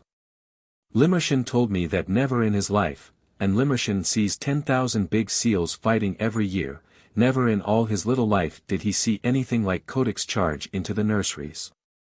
He flung himself at the biggest sea catch he could find, caught him by the throat, choked him and bumped him and banged him till he grunted for mercy, and then threw him aside and attacked the next. You see, Kotick had never fasted for 4 months as the big seals did every year, and his deep-sea swimming trips kept him in perfect condition, and, best of all, he had never fought before. His curly white mane stood up with rage, and his eyes flamed, and his big dog teeth glistened, and he was splendid to look at. Old Sea Catch, his father, saw him tearing past, hauling the grizzled old seals about as though they had been halibut, and upsetting the young bachelors in all directions. And Sea Catch gave a roar and shouted, "He may be a fool, but he is the best fighter on the beaches. Don't tackle your father, my son. He's with you." Kotick roared in answer, and old Sea Catch waddled in with his mustache on end, blowing like a locomotive, while Matka and the seal that was going to marry Kotick cowered down and admired their menfolk. It was a gorgeous fight, for the two fought as long as there was a seal that dared lift up his head, and when there were none they paraded grandly up and down the beach side by side, bellowing. At night, just as the northern lights were winking and flashing through the fog, Kotick climbed a bare rock and looked down on the scattered nurseries and the torn and bleeding seals. "Now," he said, "I've taught you your lesson." "My wig," said old Sea Catch, boosting himself up stiffly, for he was fearfully mauled. The killer whale himself could not have cut them up worse. "Son, I'm proud of you, and what's more, I'll come with you to your island, if there is such a place. Hear you, fat pigs of the sea. Who comes with me to the sea cow's tunnel? Answer, or I shall teach you again," roared Kotick. There was a murmur like the ripple of the tide all up and down the beaches. "We will come," said thousands of tired voices. "We will follow Kotick, the white seal." Then Kotick dropped his head between his shoulders and shut his eyes proudly. He was not a white seal any more, but red from head to tail. All the same he would have scorned to look at or touch one of his wounds. A week later he and his army, nearly 10,000 Hollischickian old seals, went away north to the sea cow's tunnel, Kotick leading them, and the seals that stayed at Novastoshnah called them idiots. But next spring, when they all met off the fishing banks of the Pacific, Kotick's seals told such tales of the new beaches beyond sea cow's tunnel that more and more seals left Novastoshnah. Of course it was not all done at once, for the seals are not very clever, and they need a long time to turn things over in their minds, but year after year more seals went away from Novastashna, and Lukannon, and the other nurseries, to the quiet, sheltered beaches where Kotick sits all the summer through, getting bigger and fatter and stronger each year, while the holluschickie play around him, in that sea where no man comes. Lukannon. This is the great deep-sea song that all the St. Paul seals sing when they are heading back to their beaches in the summer. It is a sort of very sad sealed national anthem. I met my mates in the morning, and, oh, but I am old. Where roaring on the ledges the summer groundswell rolled. I heard them lift the chorus that drowned the breakers' song. The beaches of Lukannon, 2,000,000 voices strong. The song of pleasant stations beside the salt lagoons. The song of blowing squadrons that shuffled down the dunes. The song of midnight dances that churned the sea to flame. The beaches of Lukannon, before the sealers came. I met my mates in the morning, I'll never meet them more. They came and went in legions that darkened all the shore. And o'er the foam-flecked offing as far as voice could reach. We hailed the landing parties and we sang them up the beach. The beaches of Lukannon, the winter wheat so tall. The dripping, crinkled lichens, and the sea fog drenching all. The platforms of our playground, all shining smooth and worn. The beaches of Lukannon, the home where we were born. I met my mates in the morning, a broken, scattered band. Men shoot us in the water and club us on the land. Men drive us to the salt house like silly sheep and tame. And still we sing Lukannon, before the sealers came. We'll down to southward, oh, Govaruska, go. And tell the deep-sea viceroys the story of our woe. Air, empty as the shark's egg the tempest flings ashore. The beaches of Lukannon shall know their sons no more. Rikki-Tikki-Tavi. At the hole where he went in. Red-Eye called to Wrinkleskin. Hear what little Red-Eye saith. Nag, come up and dance with death. Eye to eye and head to head. Keep the measure, Nag. This shall end when one is dead. At thy pleasure, Nag. Turn for turn and twist for twist. Run and hide thee, Nag. Ha! The hooded death has missed. Woe betide thee, Nag. This is the story of the great war that Rikki-Tikki-Tavi fought single-handed, through the bathrooms of the big bungalow in Segoli cantonment.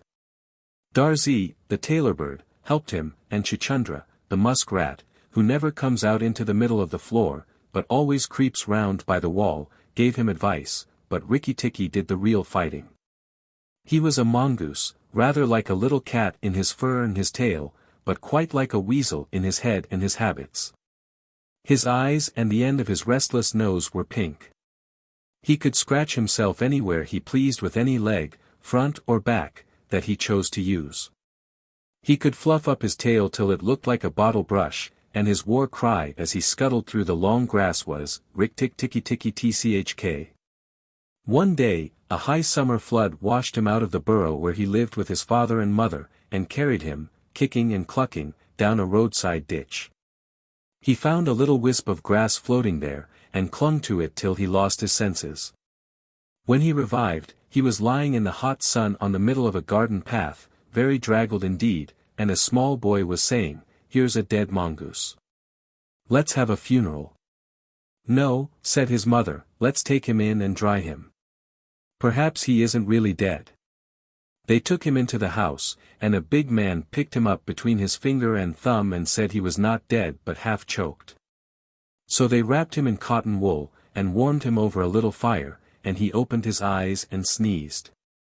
"Now," said the big man, he was an Englishman who had just moved into the bungalow, "don't frighten him, and we'll see what he'll do."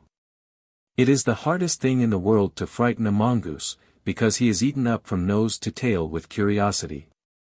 The motto of all the mongoose family is, "Run and find out," and Rikki-Tikki was a true mongoose. He looked at the cotton wool, decided that it was not good to eat, ran all round the table, sat up and put his fur in order, scratched himself, and jumped on the small boy's shoulder. "Don't be frightened, Teddy, said his father. That's his way of making friends. Ouch! He's tickling under my chin, said Teddy. Rikki-Tikki looked down between the boy's collar and neck, snuffed at his ear, and climbed down to the floor, where he sat rubbing his nose. Good gracious, said Teddy's mother, and that's a wild creature. I suppose he's so tame because we've been kind to him. All mongooses are like that, said her husband. If Teddy doesn't pick him up by the tail, or try to put him in a cage, he'll run in and out of the house all day long. Let's give him something to eat. They gave him a little piece of raw meat. Rikki-Tikki liked it immensely, and when it was finished he went out into the veranda and sat in the sunshine and fluffed up his fur to make it dry to the roots. Then he felt better. There are more things to find out about in this house, he said to himself, than all my family could find out in all their lives. I shall certainly stay and find out. He spent all that day roaming over the house. He nearly drowned himself in the bathtubs, put his nose into the ink on a writing table, and burned it on the end of the big man's cigar, for he climbed up in the big man's lap to see how writing was done.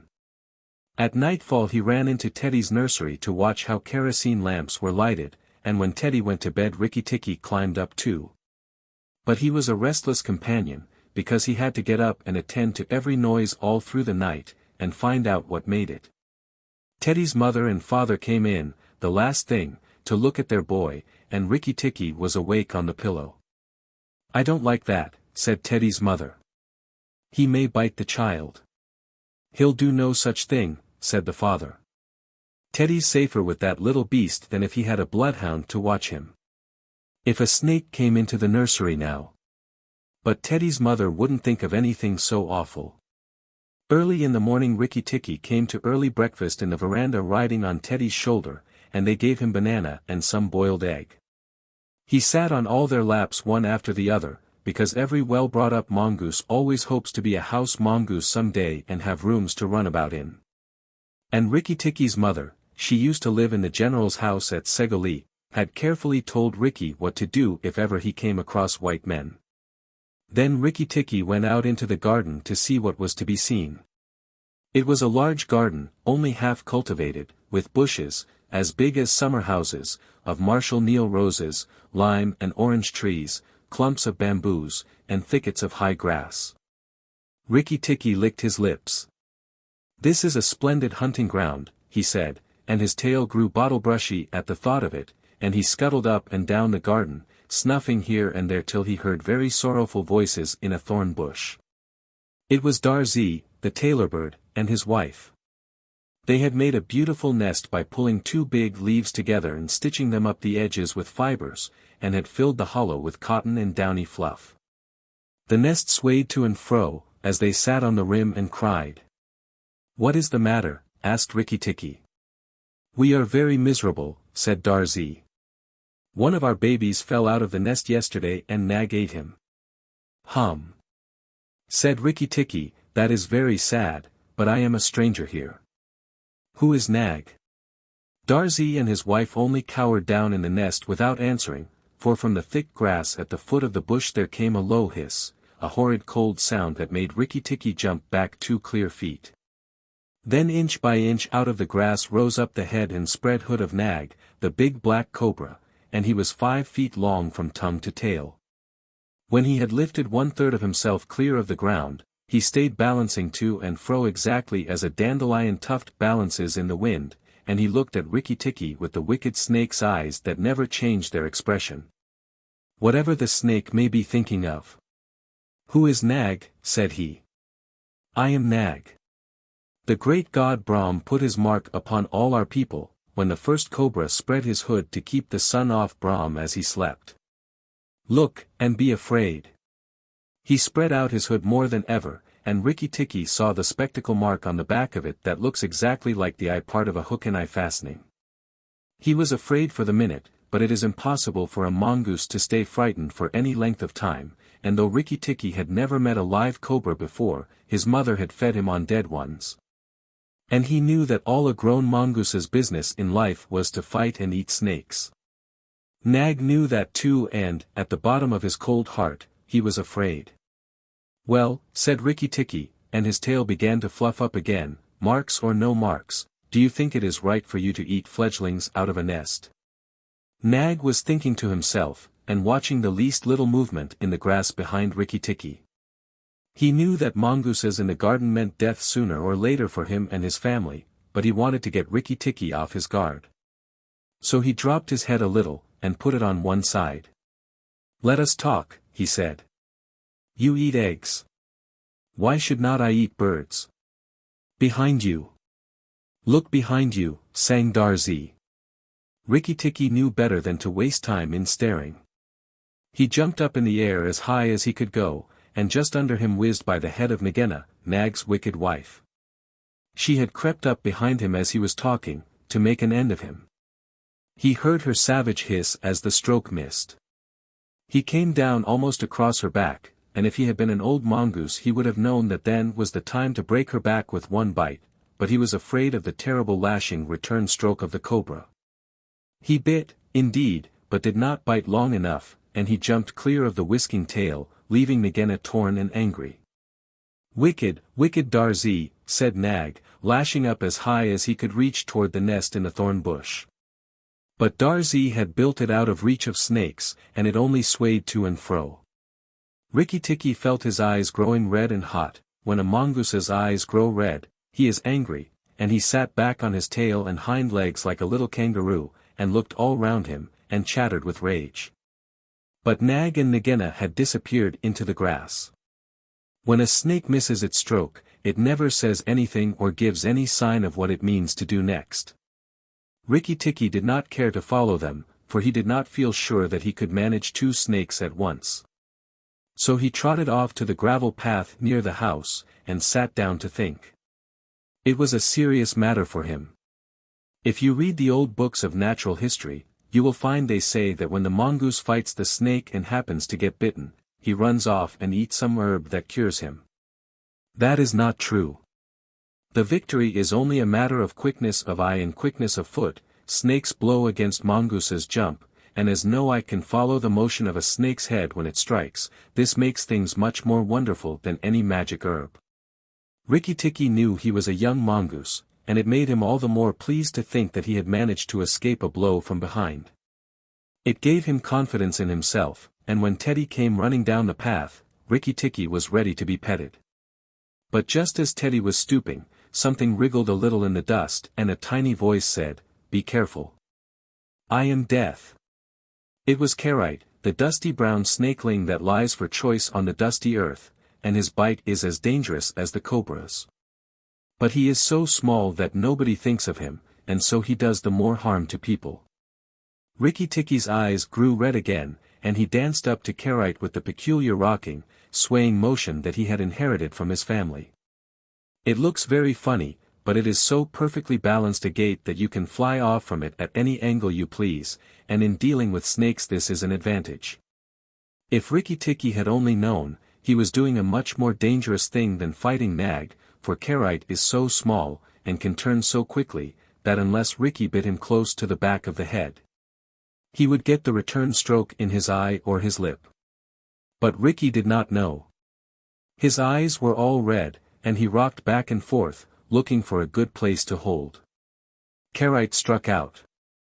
Rikki jumped sideways and tried to run in, but the wicked little dusty grey head lashed within a fraction of his shoulder, and he had to jump over the body, and the head followed his heels close. Teddy shouted to the house, "Oh, look here. Our mongoose is killing a snake." And Rikki-Tikki heard a scream from Teddy's mother. His father ran out with a stick, but by the time he came up, Kerite had lunged out once too far, and Rikki-Tikki had sprung, jumped on the snake's back, dropped his head far between his forelegs, bitten as high up the back as he could get hold, and rolled away. That bite paralyzed Kerite, and Rikki-Tikki was just going to eat him up from the tail, after the custom of his family at dinner, when he remembered that a full meal makes a slow mongoose, and if he wanted all his strength and quickness ready, he must keep himself thin. He went away for a dust bath under the castor oil bushes, while Teddy's father beat the dead Kerite. What is the use of that, thought Rikki-Tikki. I have settled it all. And then Teddy's mother picked him up from the dust and hugged him, crying that he had saved Teddy from death, and Teddy's father said that he was a providence, and Teddy looked on with big scared eyes. Rikki-Tikki was rather amused at all the fuss, which, of course, he did not understand. Teddy's mother might just as well have petted Teddy for playing in the dust. Rikki was thoroughly enjoying himself. That night at dinner, walking to and fro among the wineglasses on the table, he might have stuffed himself 3 times over with nice things. But he remembered Nag and Nagena, and though it was very pleasant to be patted and petted by Teddy's mother, and to sit on Teddy's shoulder, his eyes would get red from time to time. And he would go off into his long war cry of Rik-Tik-Tikki-Tikki-Tchk. Teddy carried him off to bed, and insisted on Rikki-Tikki sleeping under his chin. Rikki-Tikki was too well bred to bite or scratch, but as soon as Teddy was asleep he went off for his nightly walk round the house, and in the dark he ran up against Chuchundra, the muskrat, creeping around by the wall. Chuchundra is a broken-hearted little beast. He whimpers and cheeps all the night, trying to make up his mind to run into the middle of the room. But he never gets there. "Don't kill me," said Chuchundra, almost weeping. "Rikki-Tikki, don't kill me." "Do you think a snake killer kills muskrats?" said Rikki-Tikki scornfully. "Those who kill snakes get killed by snakes," said Chuchundra, more sorrowfully than ever. "And how am I to be sure that Nag won't mistake me for you some dark night?" "There's not the least danger," said Rikki-Tikki. "But Nag is in the garden, and I know you don't go there." "My cousin Chua, the rat, told me," said Chuchundra, and then he stopped. "Told you what?" "HSH. Nag is everywhere, Rikki-Tikki. You should have talked to Chua in the garden." "I didn't, so you must tell me."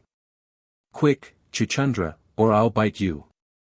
Chuchundra sat down and cried till the tears rolled off his whiskers. "I am a very poor man," he sobbed. "I never had spirit enough to run out into the middle of the room. HSH. I mustn't tell you anything. Can't you hear, Rikki-Tikki?" Rikki-Tikki listened. The house was as still, but he thought he could just catch the faintest scratch in the world, a noise as faint as that of a wasp walking on a window pane, the dry scratch of a snake's scales on brickwork. "That's Nag or Nagena," he said to himself, "and he is crawling into the bathroom sluice."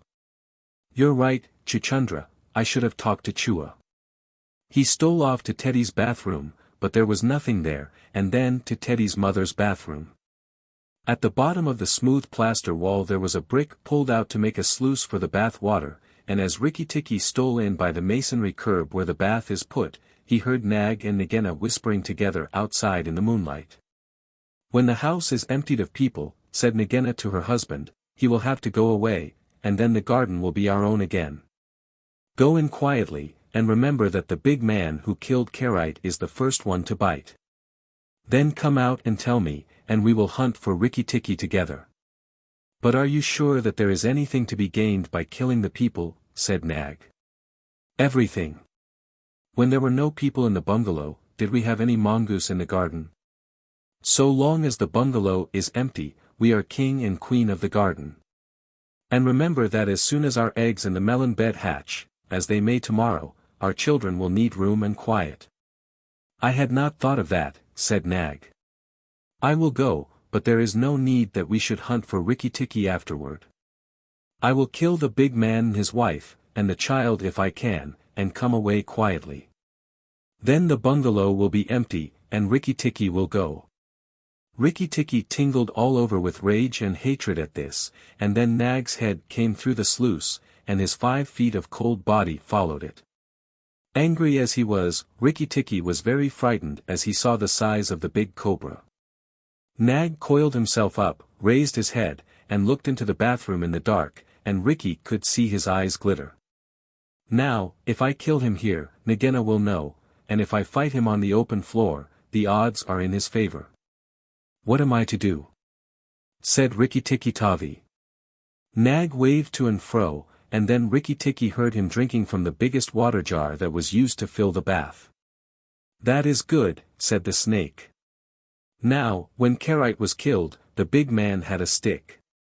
He may have that stick still, but when he comes in to bathe in the morning he will not have a stick. I shall wait here till he comes. Nagena, do you hear me? I shall wait here in the cool till daytime. There was no answer from outside, so Rikki-Tikki knew Nagena had gone away. Nag coiled himself down, coil by coil, round the bulge at the bottom of the water jar, and Rikki-Tikki stayed still as death. After an hour he began to move, muscle by muscle, toward the jar. Nag was asleep, and Rikki-Tikki looked at his big back, wondering which would be the best place for a good hold. If I don't break his back at the first jump, said Rikki, he can still fight. And if he fights, oh Rikki. He looked at the thickness of the neck below the hood, but that was too much for him, and a bite near the tail would only make Nag savage. It must be the head, he said at last, the head above the hood. And, when I am once there, I must not let go. Then he jumped. The head was lying a little clear of the water jar, under the curve of it. And, as his teeth met, Rikki braced his back against the bulge of the red earthenware to hold down the head. This gave him just 1 second's purchase, and he made the most of it. Then he was battered to and fro as a rat is shaken by a dog, to and fro on the floor, up and down, and around in great circles, but his eyes were red and he held on as the body cart whipped over the floor, upsetting the tin dipper and the soap dish and the flesh brush, and banged against the tin side of the bath. As he held he closed his jaws tighter and tighter, for he made sure he would be banged to death, and, for the honor of his family, he preferred to be found with his teeth locked. He was dizzy, aching, and felt shaken to pieces when something went off like a thunderclap just behind him. A hot wind knocked him senseless and red fire singed his fur. The big man had been wakened by the noise, and had fired both barrels of a shotgun into Nag just behind the hood. Rikki-Tikki held on with his eyes shut, for now he was quite sure he was dead. But the head did not move, and the big man picked him up and said, "It's the mongoose again, Alice. The little chap has saved our lives now." Then Teddy's mother came in with a very white face, and saw what was left of Nag. And Rikki-Tikki dragged himself to Teddy's bedroom and spent half the rest of the night shaking himself tenderly to find out whether he really was broken into 40 pieces, as he fancied. When morning came he was very stiff, but well pleased with his doings. "Now I have Nagena to settle with, and she will be worse than 5 nags, and there's no knowing when the eggs she spoke of will hatch. Goodness! I must go and see Darzee," he said.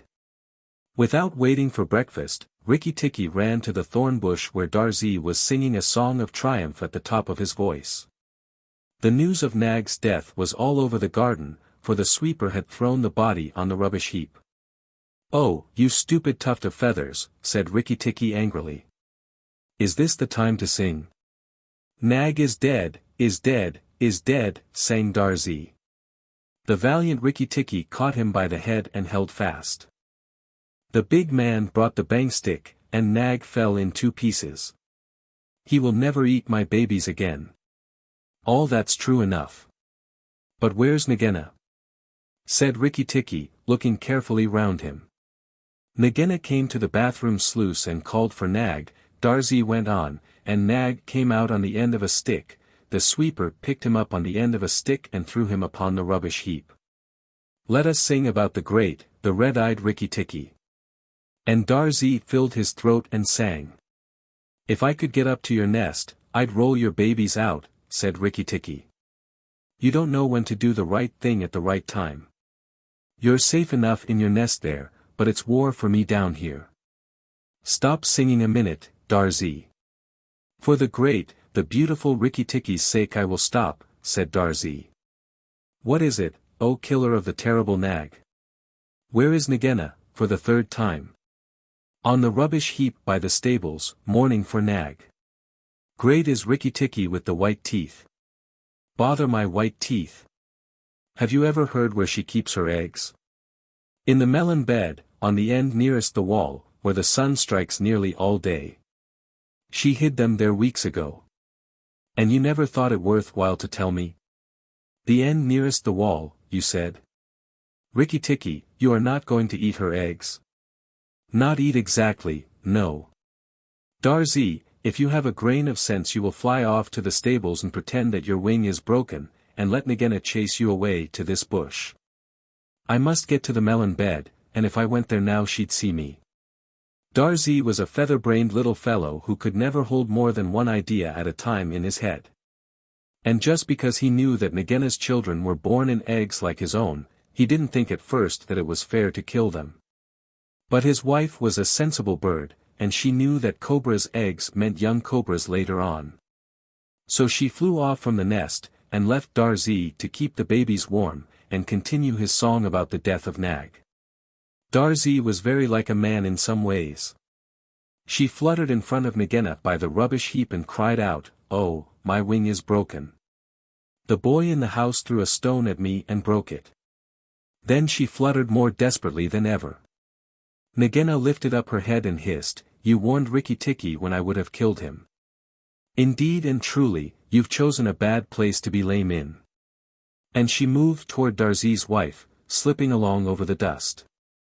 "The boy broke it with a stone," shrieked Darzee's wife. "Well. It may be some consolation to you when you're dead to know that I shall settle accounts with the boy. My husband lies on the rubbish heap this morning, but before night the boy in the house will lie very still. What is the use of running away? I am sure to catch you.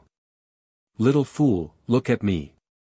Darzee's wife knew better than to do that, for a bird who looks at a snake's eyes gets so frightened that she cannot move.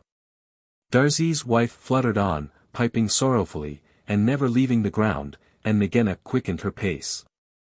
Rikki-Tikki heard them going up the path from the stables, and he raced for the end of the melon patch near the wall. There, in the warm litter above the melons, very cunningly hidden, he found 25 eggs, about the size of a bantam's eggs, but with whitish skin instead of shell. "I was not a day too soon," he said, for he could see the baby cobras curled up inside the skin, and he knew that the minute they were hatched they could each kill a man or a mongoose. He bit off the tops of the eggs as fast as he could, taking care to crush the young cobras, and turned over the litter from time to time to see whether he had missed any. At last there were only 3 eggs left, and Rikki-Tikki began to chuckle to himself, when he heard Darzee's wife screaming. "Rikki-Tikki, I led Nagena toward the house, and she has gone into the veranda, and, oh, come quickly, she means killing." Rikki-Tikki smashed 2 eggs, and tumbled backward down the melon bed with the 3rd egg in his mouth, and scuttled to the veranda as hard as he could put foot to the ground. Teddy and his mother and father were there at early breakfast, but Rikki-Tikki saw that they were not eating anything. They sat stone still, and their faces were white. Nagena was coiled up on the matting by Teddy's chair, within easy striking distance of Teddy's bare leg, and she was swaying to and fro, singing a song of triumph. "Son of the big man that killed Nag," she hissed, "stay still. I am not ready yet. Wait a little. Keep very still, all you 3. If you move I strike, and if you do not move I strike. Oh, foolish people, who killed my Nag?" Teddy's eyes were fixed on his father, and all his father could do was to whisper, "Sit still, Teddy. You mustn't move. Teddy, keep still." Then Rikki-Tikki came up and cried, "Turn round, Nagena. Turn and fight." "All in good time," said she, without moving her eyes. "I will settle my account with you presently. Look at your friends, Rikki-Tikki. They are still and white. They are afraid. They dare not move, and if you come a step nearer I strike." "Look at your eggs," said Rikki-Tikki, "in the melon bed near the wall. Go and look, Nagena." The big snake turned half around, and saw the egg on the veranda. "Ah-h. Give it to me," she said. Rikki-Tikki put his paws one on each side of the egg, and his eyes were blood red. "What price for a snake's egg? For a young cobra? For a young king cobra? For the very last of the brood? The ants are eating all the others down by the melon bed." Nagena spun clear round, forgetting everything for the sake of the one egg. Rikki-Tikki saw Teddy's father shoot out a big hand, catch Teddy by the shoulder, and drag him across the little table with the teacups, safe and out of reach of Nagena. Tricked. Tricked. Tricked. Rikki-Tikki-Tavi, chuckled Rikki-Tikki. The boy is safe, and it was I that caught Nag by the hood last night in the bathroom. Then he began to jump up and down, all 4 feet together, his head close to the floor. He threw me to and fro, but he could not shake me off. He was dead before the big man blew him in 2. I did it. Rikki-Tikki-Tavi. Come then, Nagena. Come and fight with me. You shall not be a widow long. Nagena saw that she had lost her chance of killing Teddy, and the egg lay between Rikki-Tikki's paws. Give me the egg, Rikki-Tikki. Give me the last of my eggs, and I will go away and never come back, she said, lowering her hood. Yes, you will go away, and you will never come back. For you will go to the rubbish heap with Nag. Fight, widow. The big man has gone for his gun. Fight. Rikki-Tikki was bounding all round Nagena, keeping just out of reach of her stroke, his little eyes like hot coals. Nagena gathered herself together and flung out at him. Rikki-Tikki jumped up and backward.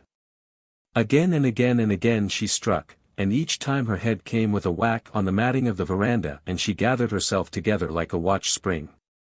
Then Rikki-Tikki danced in a circle to get behind her, and Nagena spun round to keep her head to his head, so that the rustle of her tail on the matting sounded like dry leaves blown along by the wind.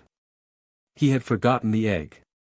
It still lay on the veranda, and Nagena came nearer and nearer to it, till at last, while Rikki-Tikki was drawing breath, she caught it in her mouth, turned to the veranda steps, and flew like an arrow down the path, with Rikki-Tikki behind her. When the cobra runs for her life, she goes like a whiplash flicked across a horse's neck. Rikki-Tikki knew that he must catch her, or all the trouble would begin again. She headed straight for the long grass by the thorn bush, and as he was running Rikki-Tikki heard Darzee still singing his foolish little song of triumph. But Darzee's wife was wiser. She flew off her nest as Nagena came along, and flapped her wings about Nagena's head. If Darzee had helped they might have turned her, but Nagena only lowered her hood and went on. Still, the instant's delay brought Rikki-Tikki up to her, and as she plunged into the rat hole where she and Nag used to live, his little white teeth were clenched on her tail, and he went down with her, and very few mongooses, however wise and old they may be, care to follow a cobra into its hole.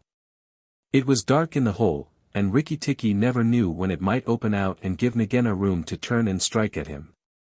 He held on savagely, and stuck out his feet to act as brakes on the dark slope of the hot, moist earth. Then the grass by the mouth of the hole stopped waving, and Darzee said, "It is all over with Rikki-Tikki. We must sing his death song. Valiant Rikki-Tikki is dead. For Nagena will surely kill him underground." So he sang a very mournful song that he made up on the spur of the minute, and just as he got to the most touching part, the grass quivered again, and Rikki-Tikki, covered with dirt, dragged himself out of the hole leg by leg, licking his whiskers. Darzee stopped with a little shout. Rikki-Tikki shook some of the dust out of his fur and sneezed. "It is all over," he said. "The widow will never come out again." And the red ants that lived between the grass stems heard him, and began to troop down one after another to see if he had spoken the truth. Rikki-Tikki curled himself up in the grass and slept where he was, slept and slept till it was late in the afternoon, for he had done a hard day's work. "Now," he said, when he awoke, "I will go back to the house. Tell the coppersmith, Darzee, and he will tell the garden that Nagena is dead." The coppersmith is a bird who makes a noise exactly like the beating of a little hammer on a copper pot. And the reason he is always making it is because he is the town crier to every Indian garden, and tells all the news to everybody who cares to listen. As Rikki-Tikki went up the path, he heard his attention notes like a tiny dinner gong, and then the steady ding-dong talk. "Nag is dead, dong. Nagena is dead. Ding-dong talk." That set all the birds in the garden singing, and the frogs croaking, for Nag and Nagena used to eat frogs as well as little birds. When Rikki got to the house, Teddy and Teddy's mother, she looked very white still, for she had been fainting, and Teddy's father came out and almost cried over him.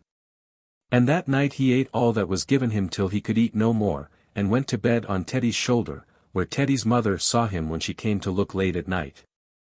"He saved our lives and Teddy's life," she said to her husband. "Just think, he saved all our lives."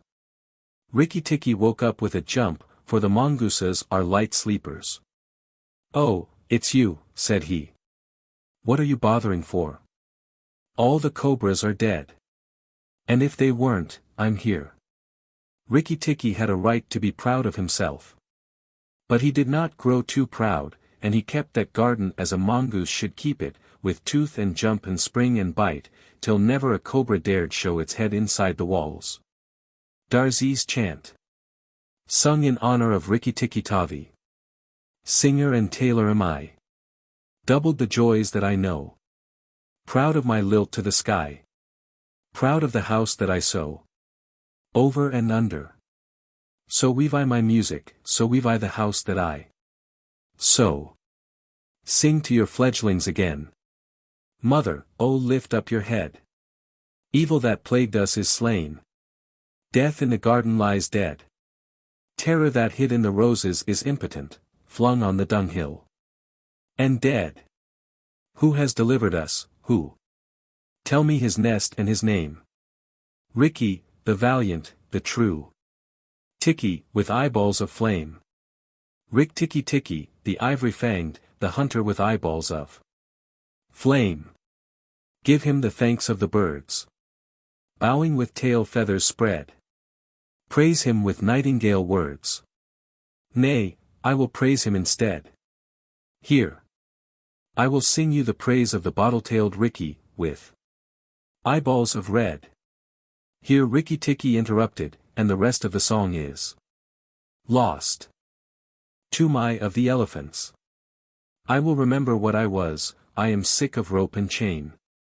I will remember my old strength and all my forest affairs. I will not sell my back to man for a bundle of sugar cane. I will go out to my own kind, and the wood folk in their lairs. I will go out until the day, until the morning break. Out to the wind's untainted kiss, the water's clean caress. I will forget my ankle ring and snap my picket stake. I will revisit my lost loves, and playmates masterless. Kala Nag, which means black snake, had served the Indian government in every way that an elephant could serve it for 47 years, and as he was fully 20 years old when he was caught. That makes him nearly 70, a ripe age for an elephant. He remembered pushing, with a big leather pad on his forehead, at a gun stuck in deep mud, and that was before the Afghan War of 1842, and he had not then come to his full strength. His mother Radha Pyari, Radha the darling, who had been caught in the same drive with Kala Nag, told him, before his little milk tusks had dropped out, that elephants who were afraid always got hurt. Kala Nag knew that that advice was good, for the first time that he saw a shell burst he backed, screaming, into a stand of piled rifles, and the bayonets pricked him in all his softest places. So, before he was 25, he gave up being afraid, and so he was the best loved and the best looked after elephant in the service of the government of India. He had carried tents, 1,200 pounds weight of tents, on the march in Upper India. He had been hoisted into a ship at the end of a steam crane and taken for days across the water, and made to carry a mortar on his back in a strange and rocky country very far from India, and had seen the Emperor Theodore lying dead in Magdala. And had come back again in the steamer entitled, so the soldier said, to the Abyssinian war medal. He had seen his fellow elephants die of cold and epilepsy and starvation and sunstroke up at a place called Ali Masjid, 10 years later. And afterward he had been sent down thousands of miles south to haul and pile big balks of teak in the timber yards at Moulmein. There he had half-killed an insubordinate young elephant who was shirking his fair share of work. After that he was taken off timber hauling, and employed, with a few score other elephants who were trained to the business, in helping to catch wild elephants among the Garo hills. Elephants are very strictly preserved by the Indian government. There is one whole department which does nothing else but hunt them, and catch them, and break them in, and send them up and down the country as they are needed for work. Kala Nag stood 10 fair feet at the shoulders, and his tusks had been cut off short at 5 feet, and bound round the ends, to prevent them splitting, with bands of copper. But he could do more with those stumps than any untrained elephant could do with the real sharpened ones. When, after weeks and weeks of cautious driving of scattered elephants across the hills, the 40 or 50 wild monsters were driven into the last stockade, and the big drop gate, made of tree trunks lashed together, jarred down behind them, Kala Nag, at the word of command, would go into that flaring, trumpeting pandemonium, generally at night, when the flicker of the torches made it difficult to judge distances, and, picking out the biggest and wildest tusker of the mob, would hammer him and hustle him into quiet while the men on the backs of the other elephants roped and tied the smaller ones. There was nothing in the way of fighting that Kala Nag, the old wise black snake, did not know, for he had stood up more than once in his time to the charge of the wounded tiger, and, curling up his soft trunk to be out of harm's way, had knocked the springing brute sideways in mid-air with a quick sickle cut of his head, that he had invented all by himself. Had knocked him over, and kneeled upon him with his huge knees till the life went out with a gasp and a howl, and there was only a fluffy striped thing on the ground for Kala Nag to pull by the tail.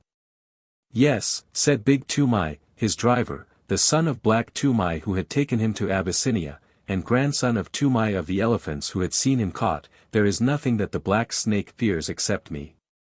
He has seen 3 generations of us feed him and groom him, and he will live to see 4.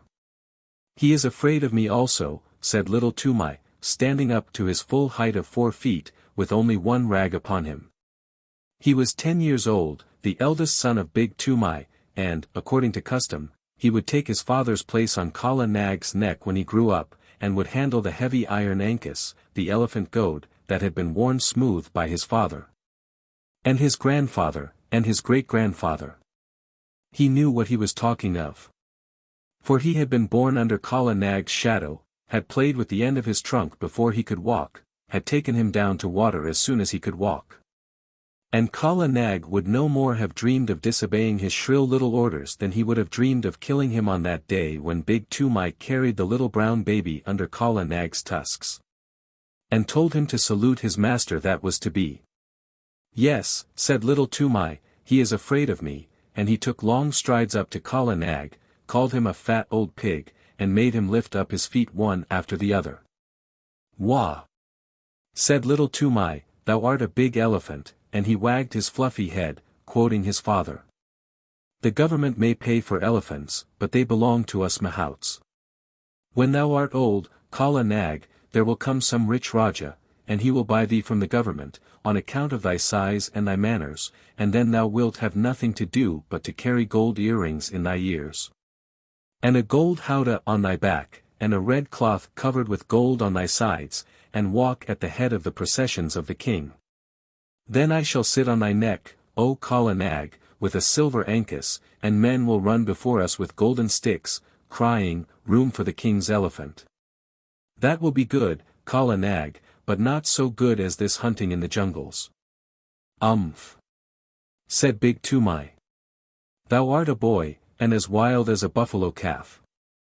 This running up and down among the hills is not the best government service. I am getting old, and I do not love wild elephants. Give me brick elephant lines, 1 stall to each elephant, and big stumps to tie them to safely, and flat, broad roads to exercise upon, instead of this come-and-go camping. Aha, the Cawnpore barracks were good.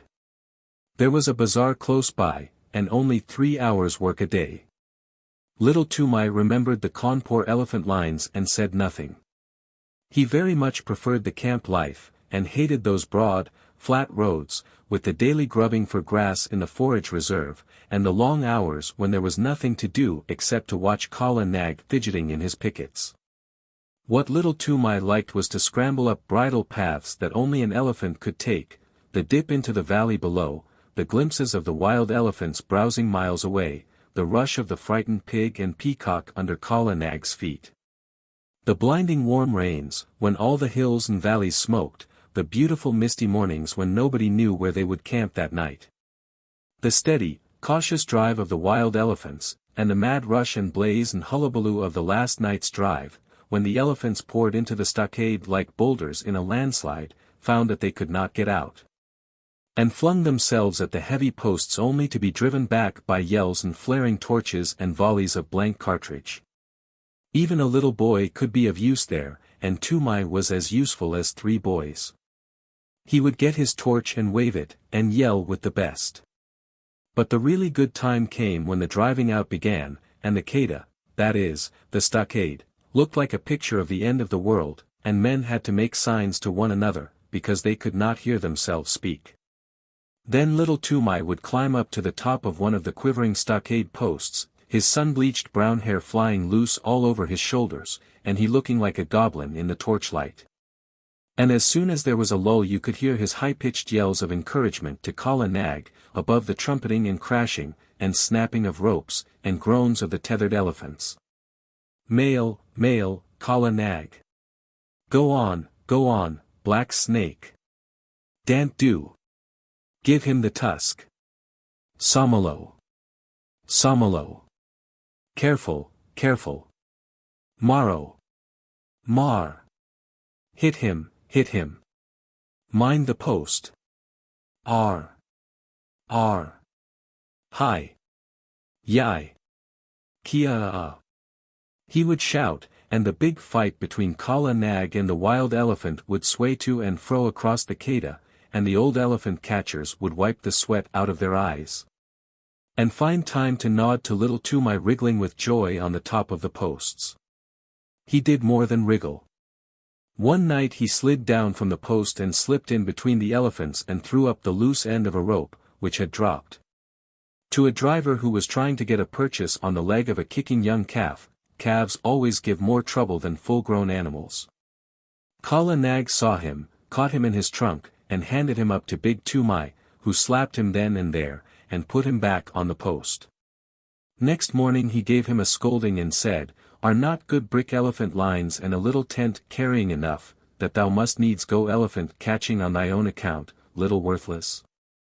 Now those foolish hunters, whose pay is less than my pay, have spoken to Peterson Sahib of the matter." Little Toomai was frightened.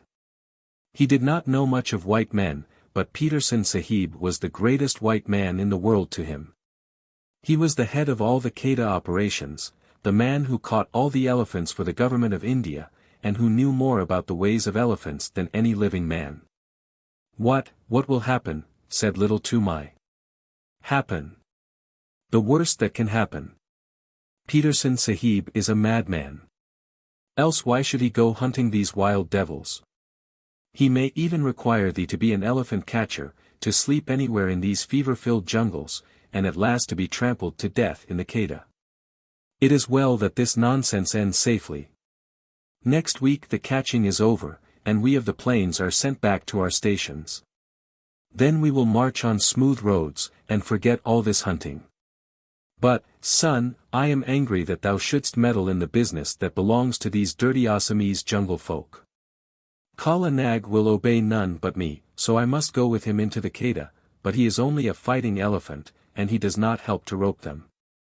So I sit at my ease, as befits a mahout, not a mere hunter, a mahout, I say, and a man who gets a pension at the end of his service. Is the family of Toomai of the Elephants to be trodden underfoot in the dirt of a Keda? Bad one.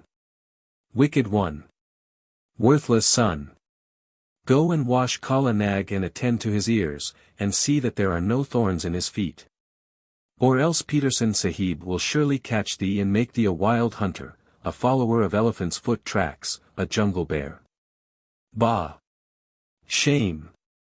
Go! Little Toomai went off without saying a word, but he told Kala Nag all his grievances while he was examining his feet. No matter, said little Toomai, turning up the fringe of Kala Nag's huge right ear. They have said my name to Peterson Sahib, and perhaps, who knows? Hi! That is a big thorn that I have pulled out. The next few days were spent in getting the elephants together, in walking the newly caught wild elephants up and down between a couple of tame ones to prevent them giving too much trouble on the downward march to the plains. and in taking stock of the blankets and ropes and things that had been worn out or lost in the forest. Peterson Sahib came in on his clever she-elephant Padmini. He had been paying off other camps among the hills, for the season was coming to an end, and there was a native clerk sitting at a table under a tree, to pay the drivers their wages. As each man was paid he went back to his elephant, and joined the line that stood ready to start. The catchers, and hunters, and beaters, the men of the regular Queda, who stayed in the jungle year in and year out, sat on the backs of the elephants that belonged to Peterson Sahib's permanent force. Or leaned against the trees with their guns across their arms, and made fun of the drivers who were going away, and laughed when the newly caught elephants broke the line and ran about. Big Toomai went up to the clerk with Little Toomai behind him, and Makwa Appa, the head tracker, said in an undertone to a friend of his, "There goes one piece of good elephant stuff at least. 'Tis a pity to send that young jungle cock to molt in the plains."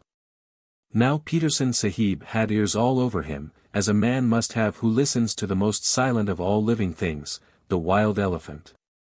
He turned where he was lying all along on Padmini's back and said, "What is that?" I did not know of a man among the plains drivers who had wit enough to rope even a dead elephant.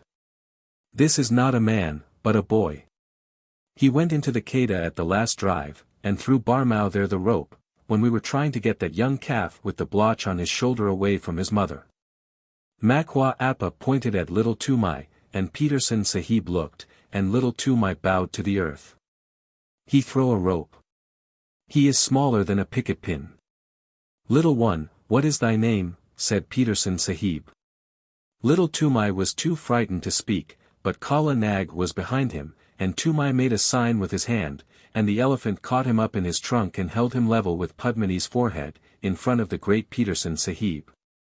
Then Little Toomai covered his face with his hands, for he was only a child, and except where elephants were concerned, he was just as bashful as a child could be. "Oh ho!" said Peterson Sahib, smiling underneath his mustache, "and why didst thou teach thy elephant that trick? Was it to help thee steal green corn from the roofs of the houses when the ears are put out to dry?" "Not green corn, protector of the poor, melons," said Little Toomai, and all the men sitting about broke into a roar of laughter. Most of them had taught their elephants that trick when they were boys. Little Toomai was hanging 8 feet up in the air, and he wished very much that he were 8 feet underground. "He is Toomai, my son, Sahib," said Big Toomai, scowling. "He is a very bad boy, and he will end in a jail, Sahib." "Of that I have my doubts," said Peterson Sahib. "A boy who can face a full Queda at his age does not end in jails. See, little one, here are 4 annas to spend in sweetmeats because thou hast a little head under that great thatch of hair. In time thou mayest become a hunter too." Big Toomai scowled more than ever. "Remember, though, that Quedas are not good for children to play in," Peterson Sahib went on. "Must I never go there, Sahib?" asked Little Toomai with a big gasp. "Yes." Peterson Sahib smiled again. "When thou hast seen the elephants dance. That is the proper time. Come to me when thou hast seen the elephants dance, and then I will let thee go into all the Quedas." There was another roar of laughter, for that is an old joke among elephant catchers, and it means just never. There are great cleared flat places hidden away in the forests that are called elephants' ballrooms, but even these are only found by accident, and no man has ever seen the elephants dance. When a driver boasts of his skill and bravery, the other drivers say, "And when didst thou see the elephants dance?" Kala Nag put Little Toomai down, and he bowed to the earth again and went away with his father, and gave the silver 4 anna piece to his mother, who was nursing his baby brother, and they all were put up on Kala Nag's back. And the line of grunting, squealing elephants rolled down the hill path to the plains. It was a very lively march on account of the new elephants, who gave trouble at every ford, and needed coaxing or beating every other minute. Big Toomai prodded Kala Nag spitefully, for he was very angry, but Little Toomai was too happy to speak. Peterson Sahib had noticed him, and given him money, so he felt as a private soldier would feel if he had been called out of the ranks and praised by his commander-in-chief. What did Peterson Sahib mean by the elephant dance? He said, at last, softly to his mother. Big Toomai heard him and grunted. That thou shouldst never be one of these hill buffaloes of trackers. That was what he meant. Oh, you in front, what is blocking the way?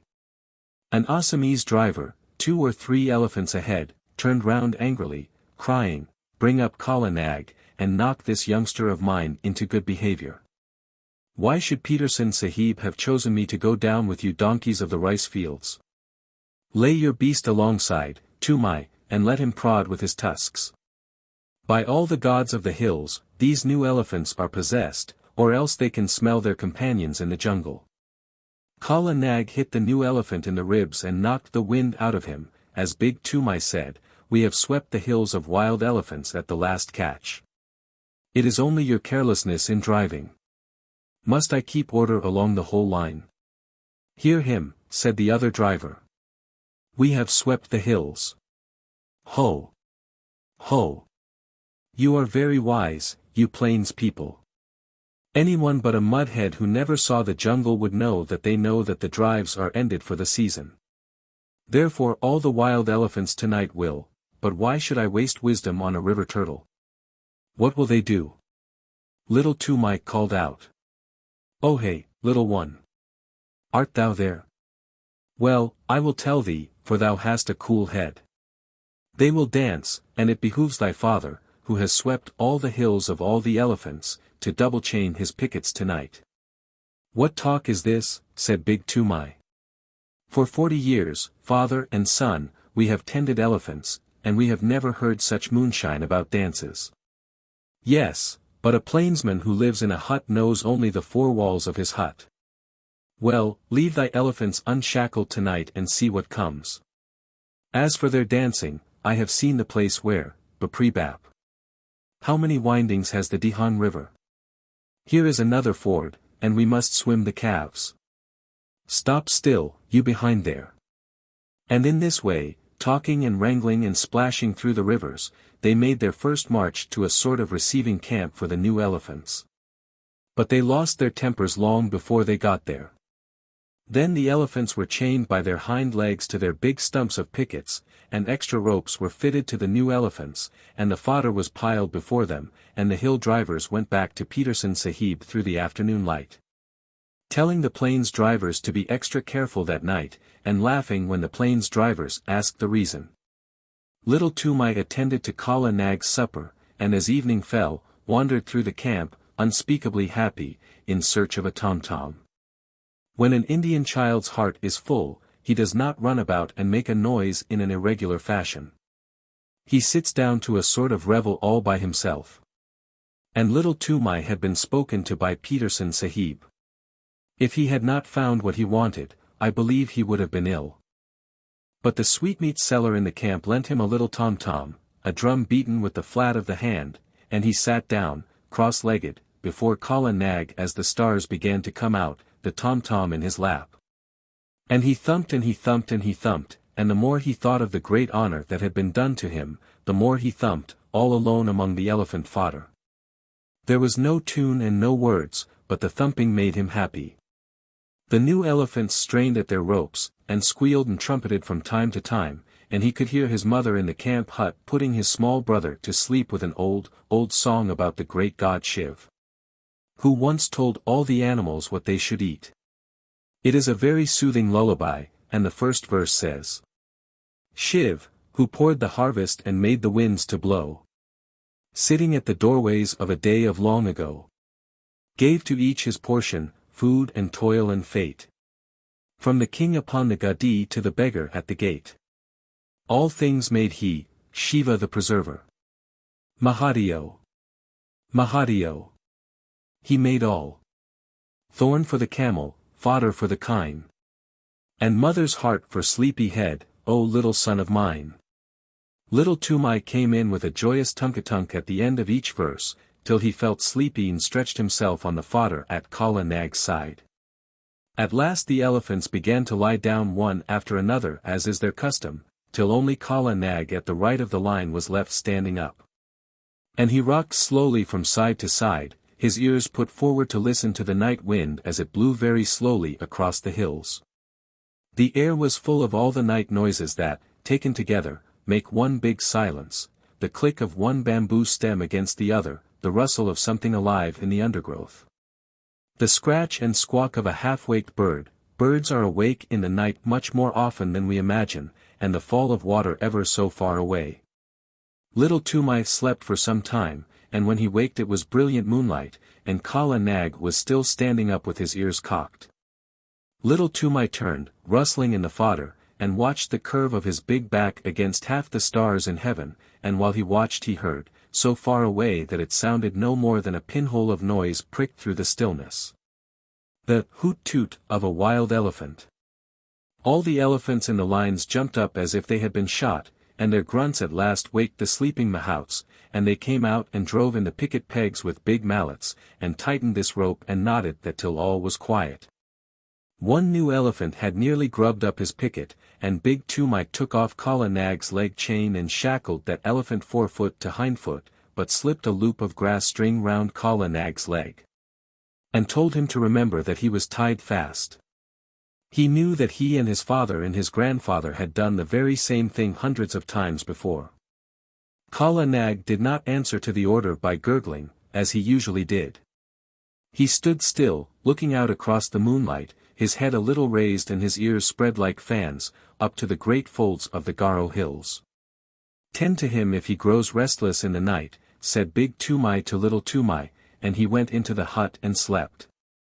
Little Toomai was just going to sleep, too, when he heard the coir string snap with a little tang, and Kala Nag rolled out of his pickets as slowly and as silently as a cloud rolls out of the mouth of a valley. Little Toomai pattered after him, barefooted, down the road in the moonlight, calling under his breath, "Kala Nag! Kala Nag! Take me with you, O Kala Nag!" The elephant turned, without a sound, took 3 strides back to the boy in the moonlight, put down his trunk, swung him up to his neck, and almost before Little Toomai had settled his knees, slipped into the forest. There was one blast of furious trumpeting from the lines, and then the silence shut down on everything, and Kala Nag began to move. Sometimes a tuft of high grass washed along his sides as a wave washes along the sides of a ship, and sometimes a cluster of wild pepper vines would scrape along his back, or a bamboo would creak where his shoulder touched it. But between those times he moved absolutely without any sound, drifting through the thick Garo forest as though it had been smoke. He was going uphill, but though Little Toomai watched the stars in the rifts of the trees, he could not tell in what direction. Then Kala Nag reached the crest of the ascent and stopped for a minute, and Little Toomai could see the tops of the trees lying all speckled and furry under the moonlight for miles and miles, and the blue-white mist over the river in the hollow.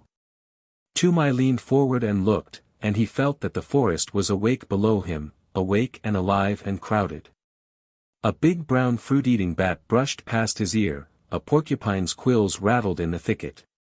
And in the darkness between the tree stems he heard a hog-bear digging hard in the moist warm earth, and snuffing as it digged. Then the branches closed over his head again, and Kala Nag began to go down into the valley, not quietly this time, but as a runaway gun goes down a steep bank, in one rush. The huge limbs moved as steadily as pistons, 8 feet to each stride, and the wrinkled skin of the elbow points rustled. The undergrowth on either side of him ripped with a noise like torn canvas, and the saplings that he heaved away right and left with his shoulders sprang back again and banged him on the flank, and great trails of creepers, all matted together, hung from his tusks as he threw his head from side to side and ploughed out his pathway. Then Little Toomai laid himself down close to the great neck lest a swinging bough should sweep him to the ground, and he wished that he were back in the lines again. The grass began to get squashy, and Kala Nag's feet sucked and squelched as he put them down, and the night mist at the bottom of the valley chilled Little Toomai. There was a splash and a trample, and the rush of running water, and Kala Nag strode through the bed of a river, feeling his way at each step. Above the noise of the water, as it swirled round the elephant's legs, Little Toomai could hear more splashing and some trumpeting both upstream and down, great grunts and angry snortings, and all the mist about him seemed to be full of rolling, wavy shadows. "Ai," he said, half aloud, his teeth chattering. "The elephant folk are out tonight. It is the dance, then." Kala Nag swashed out of the water, blew his trunk clear, and began another climb. But this time he was not alone, and he had not to make his path. That was made already, 6 feet wide, in front of him, where the bent jungle grass was trying to recover itself and stand up. Many elephants must have gone that way only a few minutes before. Little Toomai looked back, and behind him a great wild tusker with his little pig's eyes glowing like hot coals was just lifting himself out of the misty river. Then the trees closed up again, and they went on and up, with trumpetings and crashings, and the sound of breaking branches on every side of them. At last Kala Nag stood still between 2 tree trunks at the very top of the hill.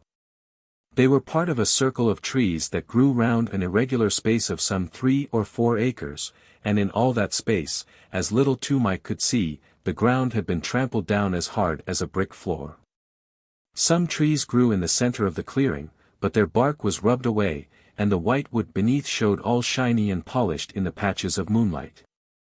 There were creepers hanging from the upper branches, and the bells of the flowers of the creepers, great waxy white things like convolvuluses, hung down fast asleep.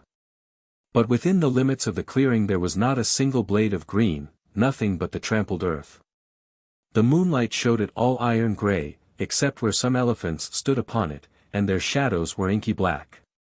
Little Toomai looked, holding his breath, with his eyes starting out of his head, and as he looked, more and more elephants swung out into the open from between the tree trunks. Little Toomai could only count up to 10, and he counted again and again on his fingers till he lost count of the tens, and his head began to swim.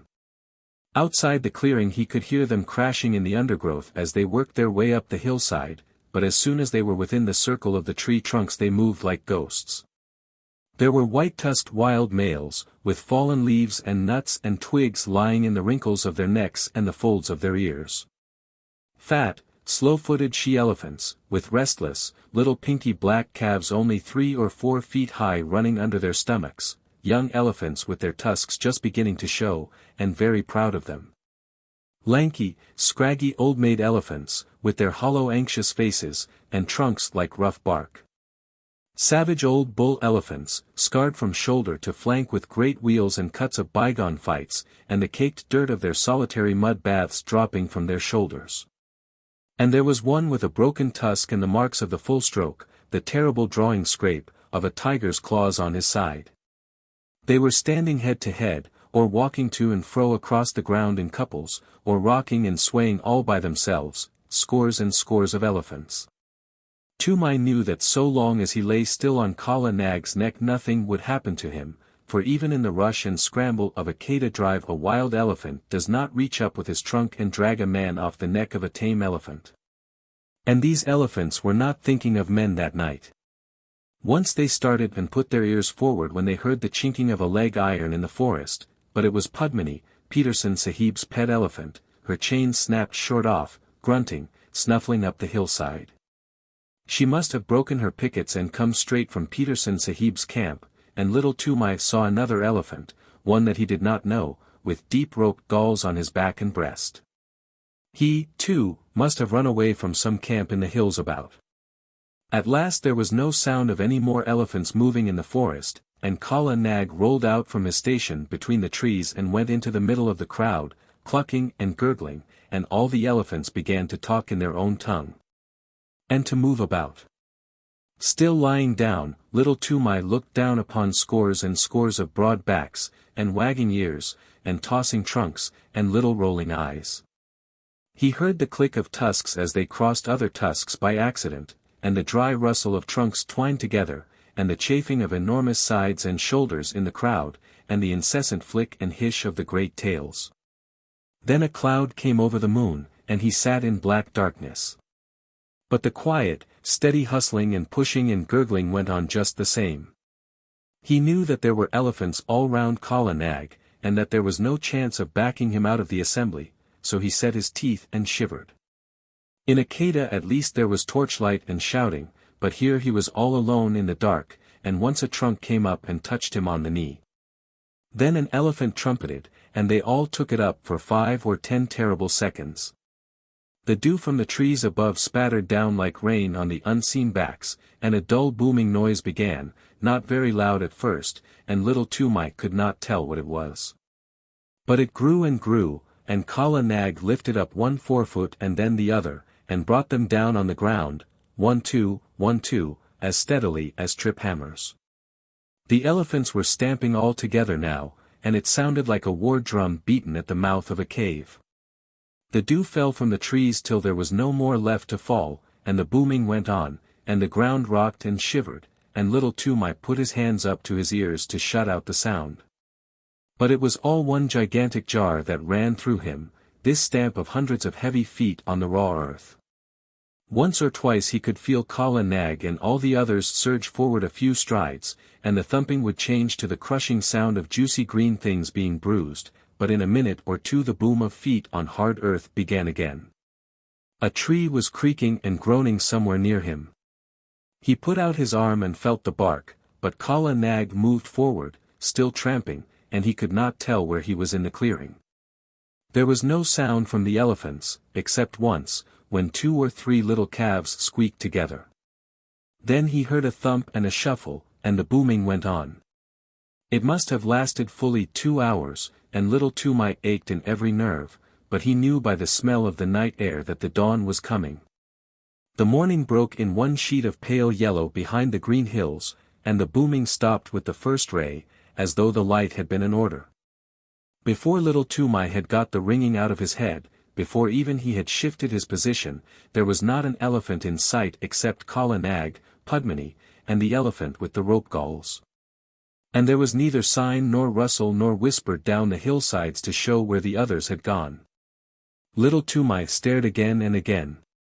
The clearing, as he remembered it, had grown in the night. More trees stood in the middle of it, but the undergrowth and the jungle grass at the sides had been rolled back. Little Toomai stared once more. Now he understood the trampling. The elephants had stamped out more room, had stamped the thick grass and juicy cane to trash, the trash into slivers, the slivers into tiny fibers, and the fibers into hard earth. "Wah!" said little Toomai, and his eyes were very heavy. "Kala Nag, my lord, let us keep by Padmini and go to Peterson Sahib's camp, or I shall drop from thy neck." The third elephant watched the two go away, snorted, wheeled round, and took his own path. He may have belonged to some little native king's establishment, 50 or 60 or 100 miles away. 2 hours later, as Peterson Sahib was eating early breakfast, his elephants, who had been double-chained that night, began to trumpet, and Padmini, mired to the shoulders, with Kala Nag, very footsore, shambled into the camp. Little Toomai's face was grey and pinched, and his hair was full of leaves and drenched with dew, but he tried to salute Peterson Sahib, and cried faintly, "The dance, the elephant dance. I have seen it, and I die." As Kala Nag sat down, he slid off his neck in a dead faint.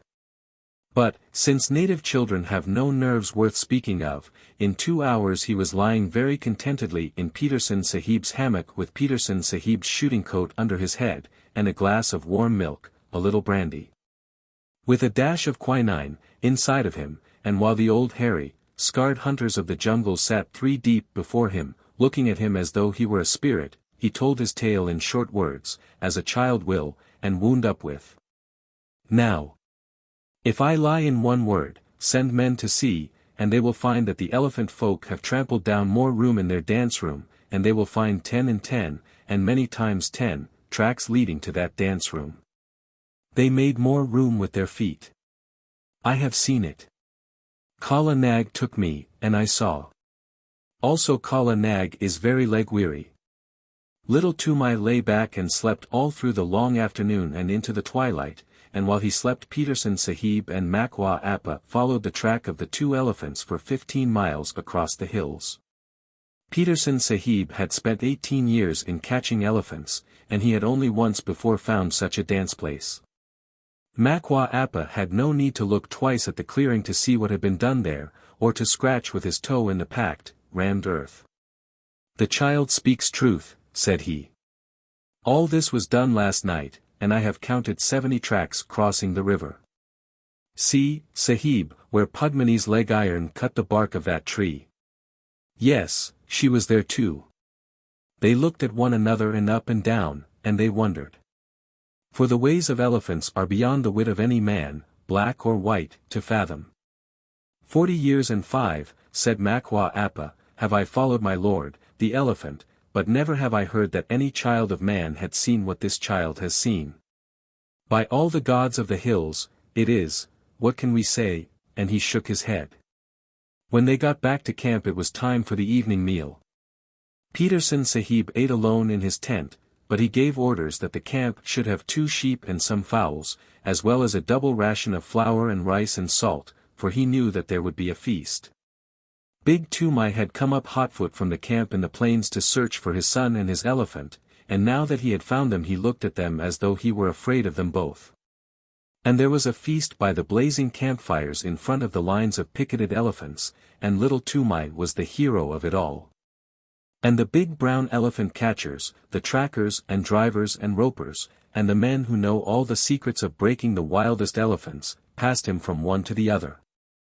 And they marked his forehead with blood from the breast of a newly killed jungle cock, to show that he was a forester, initiated and free of all the jungles.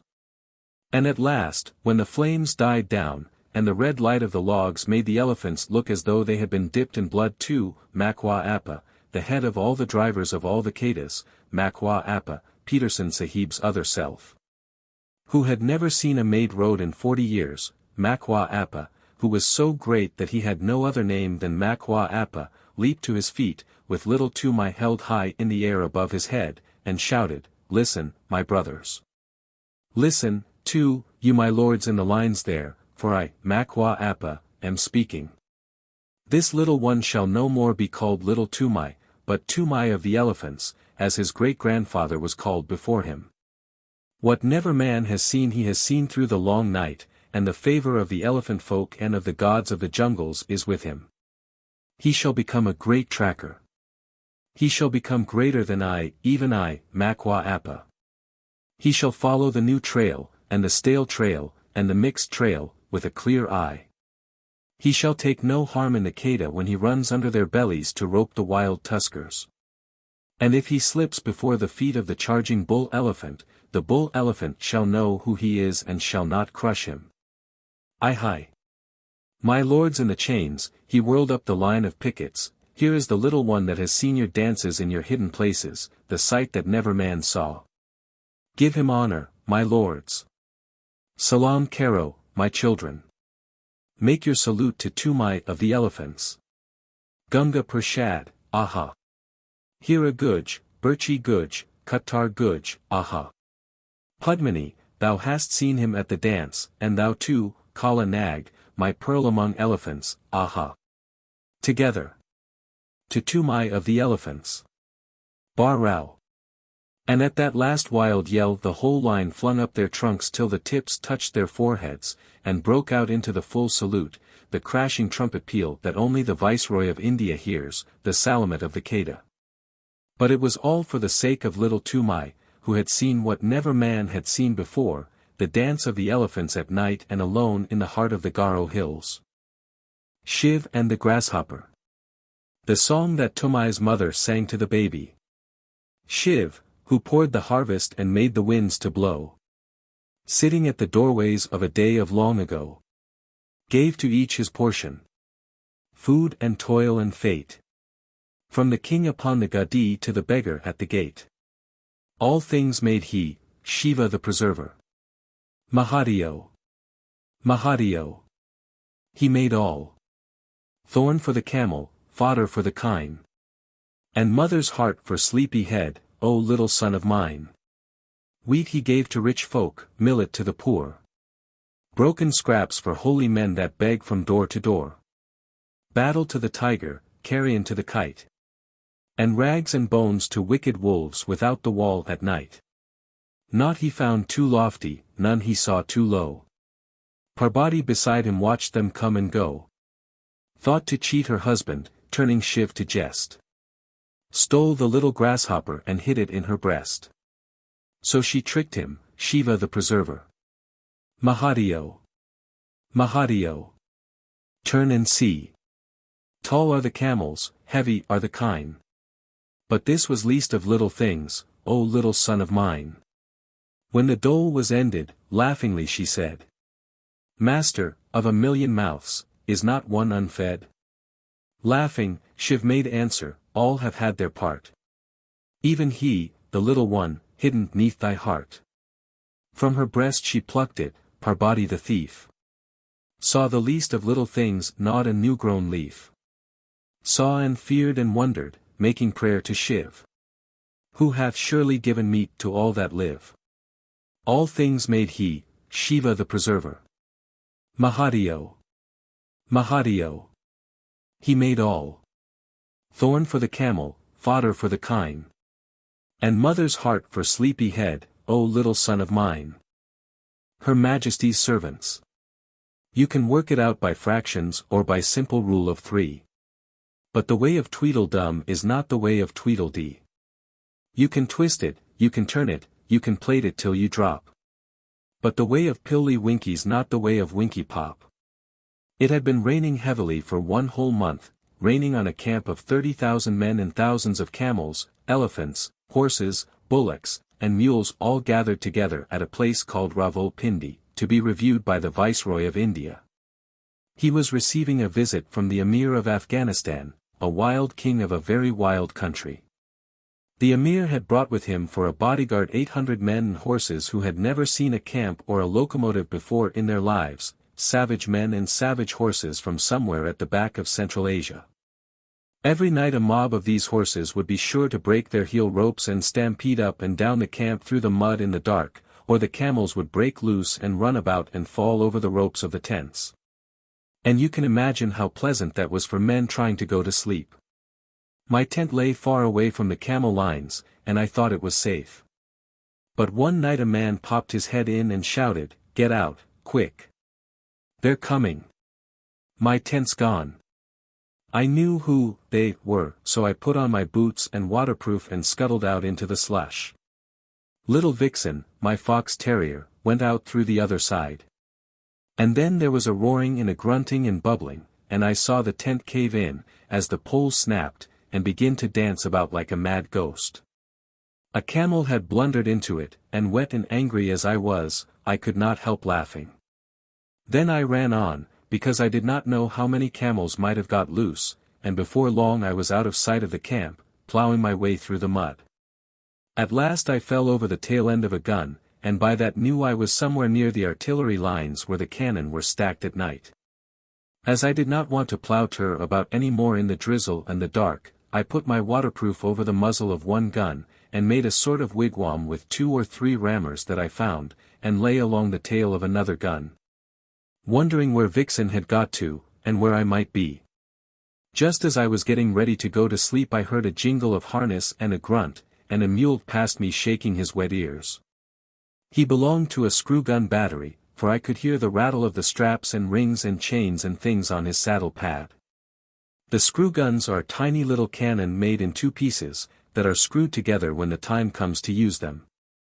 They are taken up mountains, anywhere that a mule can find a road, and they are very useful for fighting in rocky country.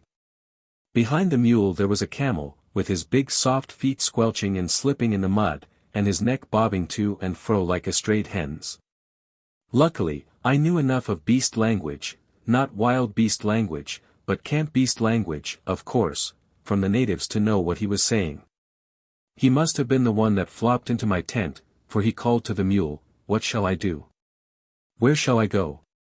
I have fought with a white thing that waved, and it took a stick and hit me on the neck. That was my broken tent pole, and I was very glad to know it. Shall we run on?" "Oh, it was you," said the mule, "you and your friends, that have been disturbing the camp.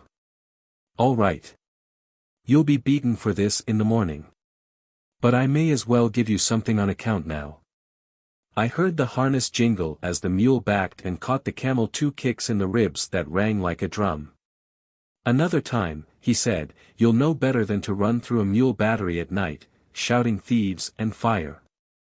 Sit down, and keep your silly neck quiet." The camel doubled up camel fashion, like a 2-foot rule, and sat down whimpering. There was a regular beat of hoofs in the darkness, and a big troop horse cantered up as steadily as though he were on parade, jumped a gun tail, and landed close to the mule. "It's disgraceful," he said, blowing out his nostrils. "Those camels have racket through our lines again, the 3rd time this week. How's a horse to keep his condition if he isn't allowed to sleep?" "Who's here?" "I'm the breech-piece mule of number 2 gun of the 1st screw battery," said the mule, "and the other's one of your friends. He's wake me up too." "Who are you?" "Number 15, E Troop, 9th Lancers, Dick Cunliffe's horse." "Stand over a little, there." "Oh, beg your pardon," said the mule. "It's too dark to see much. Aren't these camels too sickening for anything? I walked out of my lines to get a little peace and quiet here."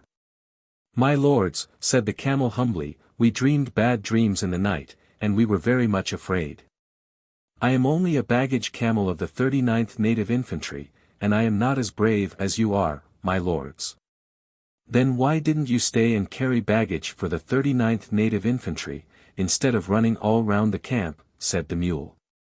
"They were such very bad dreams," said the camel. "I am sorry. Listen.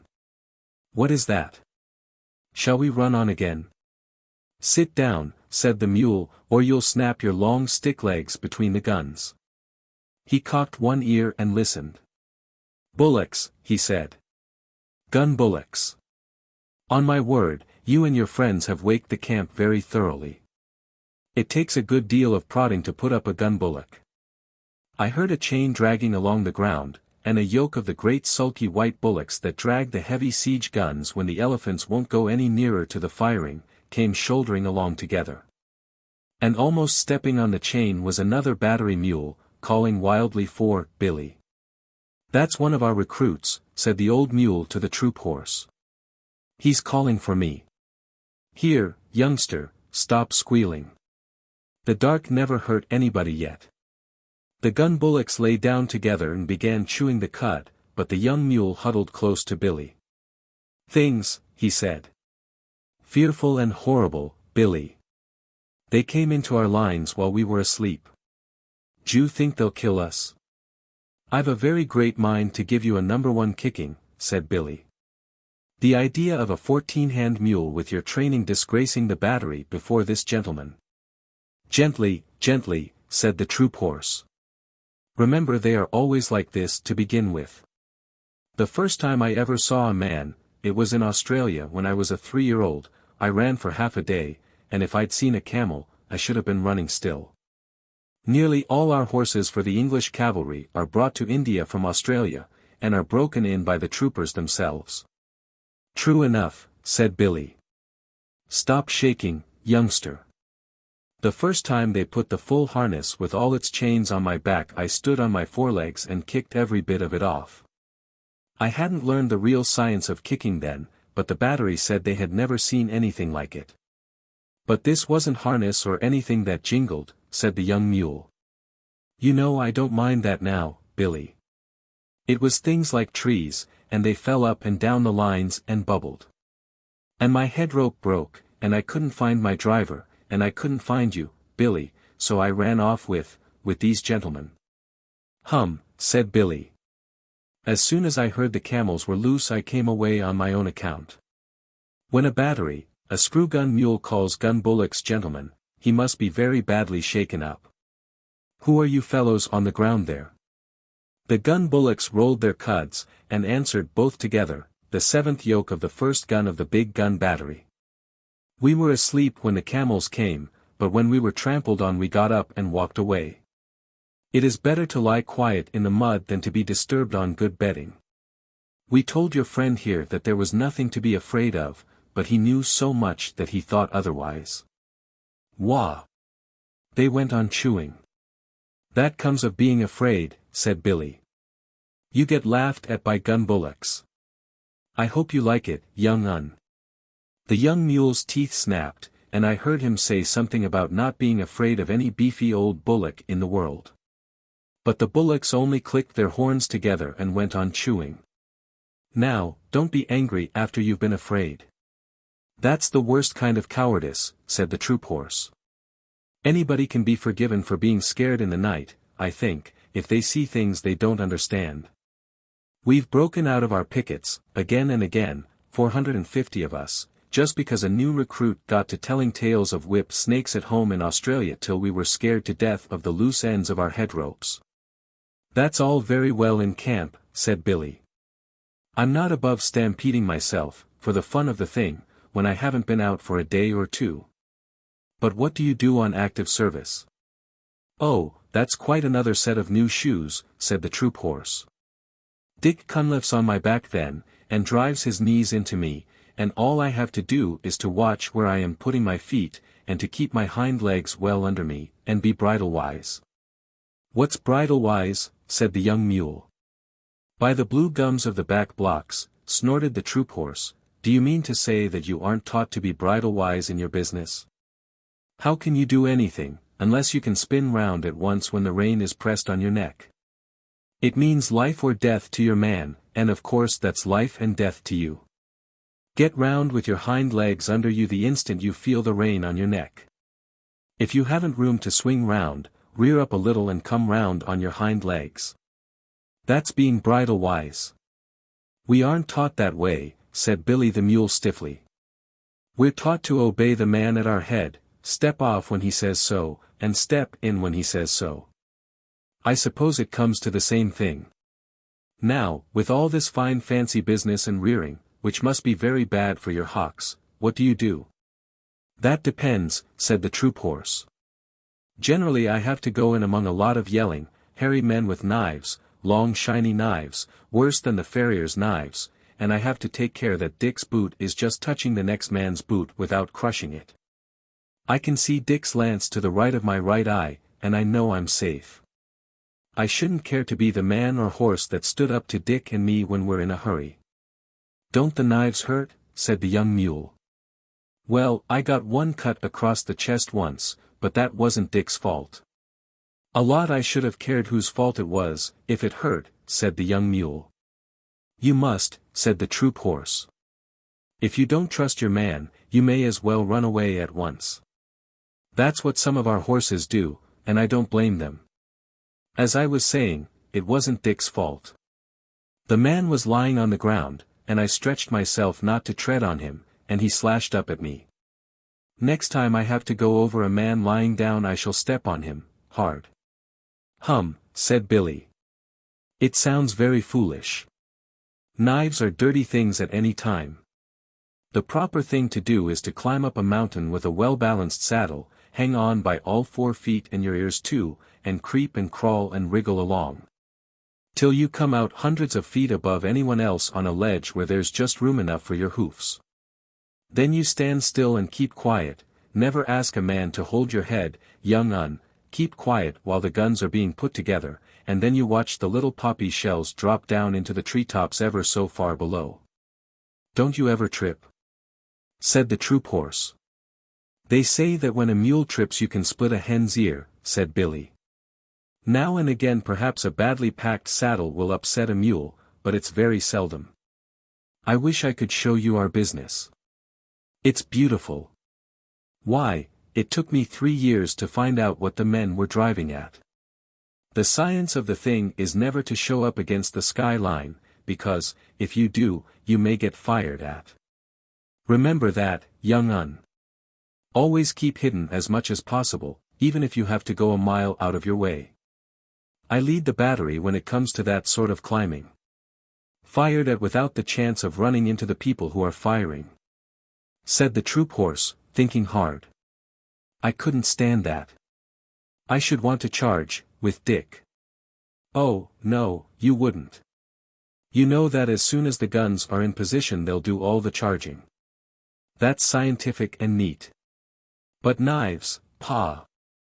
The baggage camel had been bobbing his head to and fro for some time past, anxious to get a word in edgewise. Then I heard him say, as he cleared his throat, nervously. I have fought a little, but not in that climbing way or that running way. No. Now you mention it, said Billy, you don't look as though you were made for climbing or running, much. Well, how was it, old hay bales? The proper way, said the camel. We all sat down. Oh, my crupper and breastplate, said the troop horse under his breath. Sat down. We sat down, 100 of us, the camel went on, in a big square, and the men piled our packs and saddles, outside the square, and they fired over our backs, the men did, on all sides of the square. What sort of men? Any men that came along, said the troop horse. They teach us in riding school to lie down and let our masters fire across us, but Dick Cunliffe is the only man I'd trust to do that. It tickles my girths, and, besides, I can't see with my head on the ground. What does it matter who fires across you, said the camel. There are plenty of men and plenty of other camels close by, and a great many clouds of smoke. I am not frightened then. I sit still and wait. And yet, said Billy, you dream bad dreams and upset the camp at night. Well, well. Before I'd lie down, not to speak of sitting down, and let a man fire across me, my heels and his head would have something to say to each other. Did you ever hear anything so awful as that? There was a long silence, and then one of the gun bullocks lifted up his big head and said, "This is very foolish indeed. There is only one way of fighting." "Oh, go on," said Billy. "Please don't mind me. I suppose you fellows fight standing on your tails." "Only one way," said the two together. They must have been twins. "This is that way. To put all 20 yoke of us to the big gun as soon as Two Tails trumpets." Two Tails is camp slang for the elephant. "What does Two Tails trumpet for?" said the young mule. "To show that he is not going any nearer to the smoke on the other side. Two Tails is a great coward." Then we tug the big gun all together, heya, hulla. He-ya. Hulla. We do not climb like cats nor run like calves. We go across the level plain, 20 yoke of us, till we are unyoked again, and we graze while the big guns talk across the plain to some town with mud walls, and pieces of the wall fall out. And the dust goes up as though many cattle were coming home. "Oh. And you choose that time for grazing," said the young mule. "That time or any other. Eating is always good. We eat till we are yoked up again and tug the gun back to where Two Tails is waiting for it. Sometimes there are big guns in the city that speak back, and some of us are killed, and then there is all the more grazing for those that are left. This is fate. None the less, Two Tails is a great coward. That is the proper way to fight. We are brothers from Hupwer. Our father was a sacred bull of Shiva. We have spoken. Well, I've certainly learned something tonight," said the troop horse. "Do you gentlemen of the screw-gun battery feel inclined to eat when you are being fired at with big guns, and Two Tails is behind you?" "About as much as we feel inclined to sit down and let men sprawl all over us, or run into people with knives." "I never heard such stuff. A mountain ledge, a well-balanced load, a driver you can trust to let you pick your own way, and I'm your mule." "But, the other things, no," said Billy, with a stamp of his foot. "Of course," said the troop horse, "everyone is not made in the same way, and I can quite see that your family, on your father's side, would fail to understand a great many things." "Never you mind my family on my father's side," said Billy angrily, for every mule hates to be reminded that his father was a donkey. "My father was a southern gentleman, and he could pull down and bite and kick into rags every horse he came across. Remember that, you big brown Brumby." Brumby means wild horse without any breeding. Imagine the feelings of Sonol if a car horse called her a skate, and you can imagine how the Australian horse felt. I saw the white of his eye glitter in the dark. "See here, you son of an imported Malaga jackass," he said between his teeth, "I'd have you know that I'm related on my mother's side to Carbine, winner of the Melbourne Cup. And where I come from we aren't accustomed to being ridden over roughshod by any parrot-mouthed, pig-headed mule in a pop-gun pea-shooter battery. Are you ready?" "On your hind legs," squealed Billy. They both reared up facing each other, and I was expecting a furious fight, when a gurgly, rumbly voice called out of the darkness to the right, "Children, what are you fighting about there? Be quiet." Both beasts dropped down with a snort of disgust, for neither horse nor mule can bear to listen to an elephant's voice. "It's Two Tails," said the troop horse. "I can't stand him. A tail at each end isn't fair." "My feelings exactly," said Billy, crowding into the troop horse for company. "We're very alike in some things. I suppose we've inherited them from our mothers," said the troop horse. "It's not worth quarreling about. Hi. Two Tails, are you tied up?" "Yes," said Two Tails, with a laugh all up his trunk. "I'm picketed for the night. I've heard what you fellows have been saying. But don't be afraid. I'm not coming over." The bullocks and the camel said, half aloud, "Afraid of Two Tails, what nonsense." And the bullocks went on, "We are sorry that you heard, but it is true. Two Tails, why are you afraid of the guns when they fire?" "Well," said Two Tails, rubbing one hind leg against the other, exactly like a little boy saying a poem, "I don't quite know whether you'd understand." "We don't, but we have to pull the guns," said the bullocks. "I know it, and I know you are a good deal braver than you think you are. But it's different with me. My battery captain called me a pachydermatous anachronism the other day." "That's another way of fighting, I suppose," said Billy, who was recovering his spirits. "You don't know what that means, of course, but I do. It means betwixt and between, and that is just where I am. I can see inside my head what will happen when a shell bursts, and you bullocks can't." "I can," said the troop horse. "At least a little bit. I try not to think about it. I can see more than you, and I do think about it. I know there's a great deal of me to take care of, and I know that nobody knows how to cure me when I'm sick. All they can do is to stop my driver's pay till I get well, and I can't trust my driver." "Ah," said the troop horse. "That explains it. I can trust Dick. You could put a whole regiment of Dicks on my back without making me feel any better. I know just enough to be uncomfortable, and not enough to go on in spite of it." "We do not understand," said the bullocks. "I know you don't. I'm not talking to you. You don't know what blood is." "We do," said the bullocks. "It is red stuff that soaks into the ground and smells." The troop horse gave a kick and a bound and a snort. "Don't talk of it," he said. "I can smell it now, just thinking of it. It makes me want to run, when I haven't Dick on my back." "But it is not here," said the camel and the bullocks.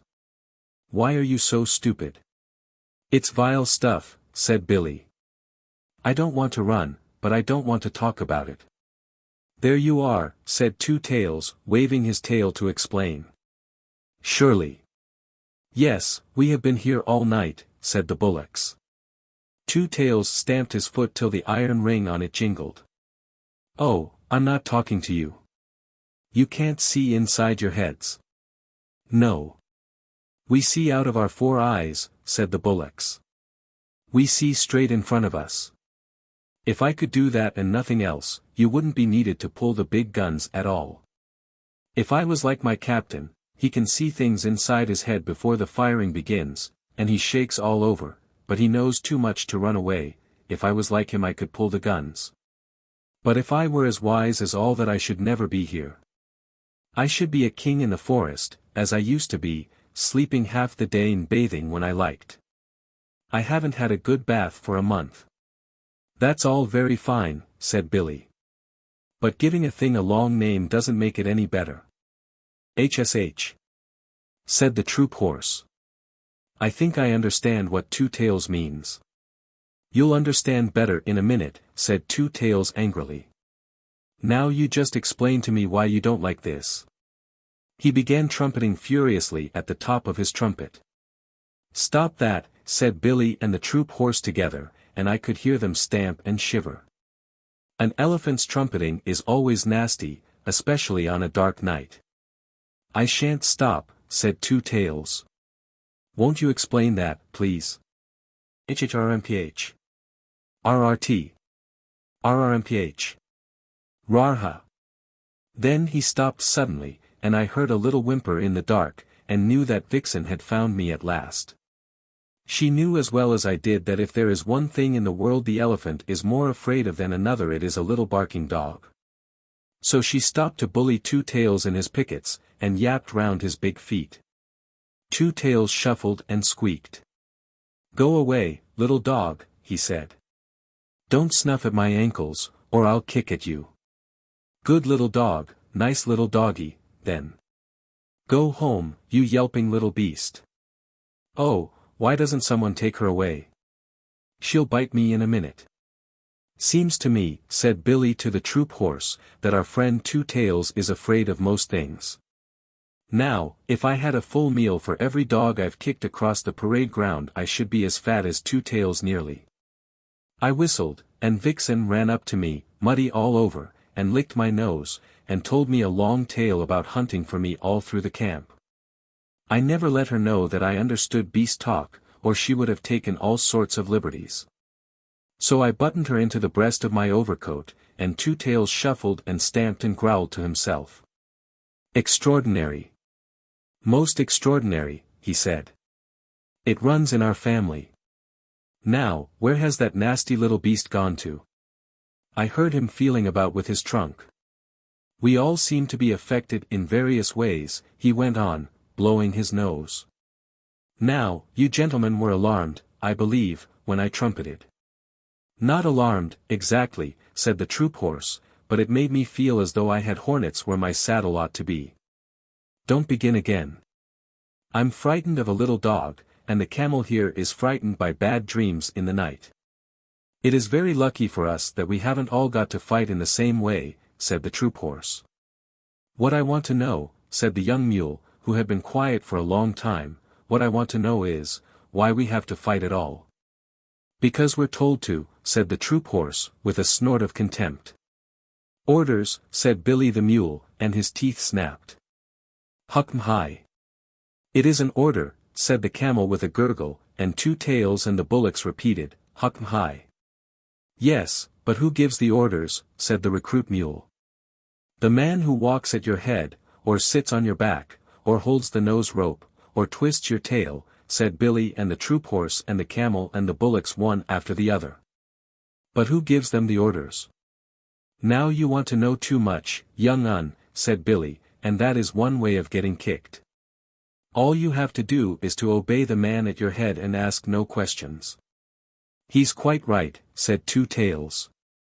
"I can't always obey, because I'm betwixt and between." "But Billy's right.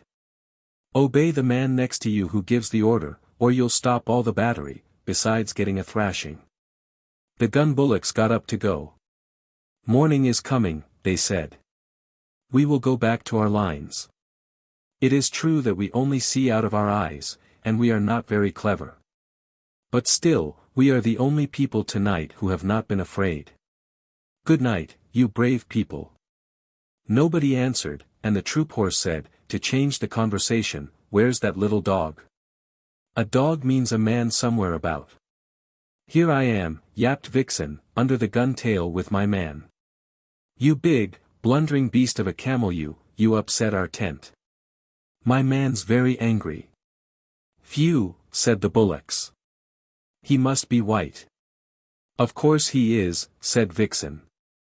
"Do you suppose I'm looked after by a black bullock driver?" "Hua! Watch!" "Ugh!" said the bullocks. "Let us get away quickly." They plunged forward in the mud, and managed somehow to run their yoke on the pole of an ammunition wagon, where it jammed. "Now you have done it," said Billy calmly. "Don't struggle. You're hung up till daylight. What on earth's the matter?" The bullocks went off into the long hissing snorts that Indian cattle give, and pushed and crowded and slewed and stamped and slipped and nearly fell down in the mud, grunting savagely. "You'll break your necks in a minute," said the troop horse. "What's the matter with white men? I live with them. They eat us." "Pull," said the near bullock. The yoke snapped with a twang, and they lumbered off together. I never knew before what made Indian cattle so scared of Englishmen. We eat beef, a thing that no cattle driver touches, and of course the cattle do not like it. May I be flogged with my own pad chains. Who'd have thought of two big lumps like those losing their heads, said Billy. Never mind. I'm going to look at this man. Most of the white men, I know, have things in their pockets, said the troop horse. I'll leave you, then. I can't say I'm over fond of them myself. Besides, white men who haven't a place to sleep in are more than likely to be thieves, and I've a good deal of government property on my back. Come along, young un, and we'll go back to our lines. Good night, Australia. See you on parade tomorrow, I suppose. Good night, old hay bale, try to control your feelings, won't you? Good night, Two Tails. If you pass us on the ground tomorrow, don't trumpet. It spoils our formation. Billy the mule stumped off with the swaggering limp of an old campaigner, as the troop horse's head came nuzzling into my breast, and I gave him biscuits, while Vixen, who is a most conceited little dog, told him fibs about the scores of horses that she and I kept. I'm coming to the parade tomorrow in my dog-cart, she said. Where will you be? On the left hand of the 2nd Squadron. I set the time for all my troop, little lady, he said politely. Now I must go back to Dick. My tail's all muddy, and he'll have 2 hours hard work dressing me for parade. The big parade of all the 30,000 men was held that afternoon, and Vixen and I had a good place close to the Viceroy and the Emir of Afghanistan, with high, big black hat of Astrakhan wool and the great diamond star in the center. The first part of the review was all sunshine, and the regiments went by in wave upon wave of legs all moving together, and guns all in a line, till our eyes grew dizzy. Then the cavalry came up, to the beautiful cavalry canter of Bonnie Dundee, and Vixen cocked her ear where she sat on the dog-cart. The 2nd Squadron of the Lancers shot by, and there was the troop horse, with his tail like spun silk, his head pulled into his breast, one ear forward and one back, setting the time for all his squadron, his legs going as smoothly as waltz music. Then the big guns came by, and I saw Two Tails and 2 other elephants harnessed in line to a 40-pounder siege gun, while 20 yoke of oxen walked behind. The 7th pair had a new yoke, and they looked rather stiff and tired.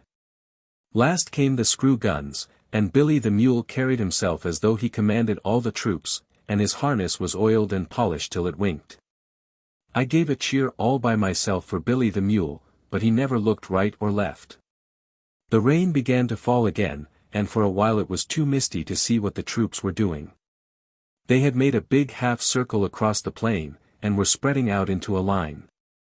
That line grew and grew and grew till it was 3/4 of a mile long from wing to wing, one solid wall of men, horses, and guns. Then it came on straight toward the Viceroy and the Emir, and as it got nearer the ground began to shake, like the deck of a steamer when the engines are going fast. Unless you have been there you cannot imagine what a frightening effect this steady come-down of troops has on the spectators, even when they know it is only a review.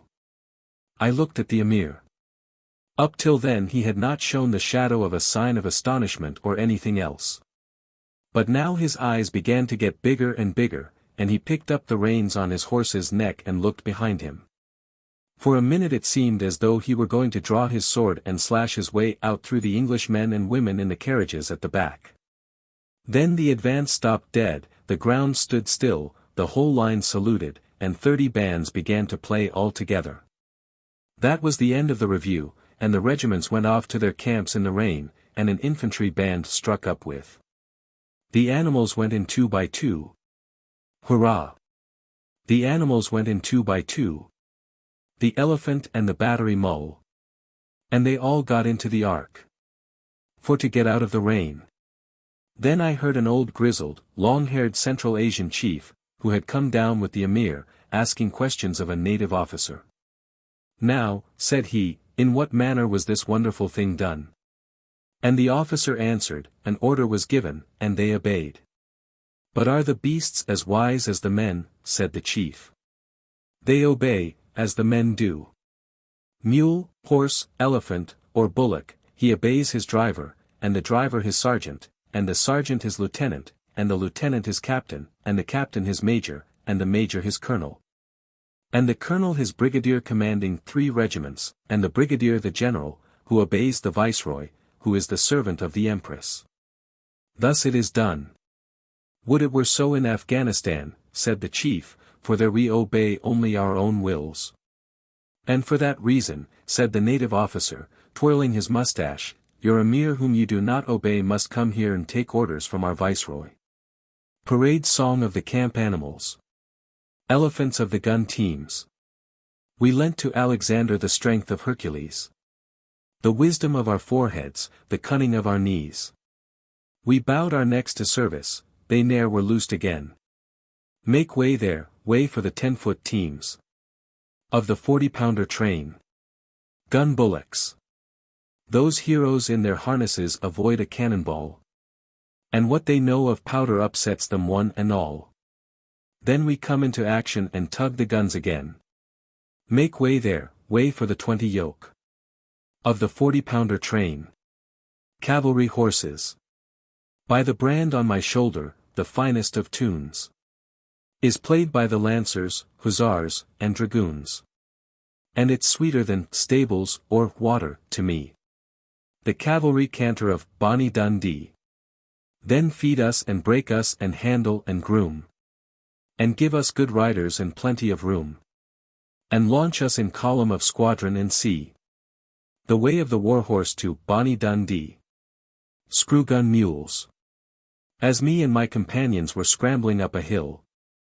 The path was lost in rolling stones, but we went forward still. For we can wriggle and climb, my lads, and turn up everywhere.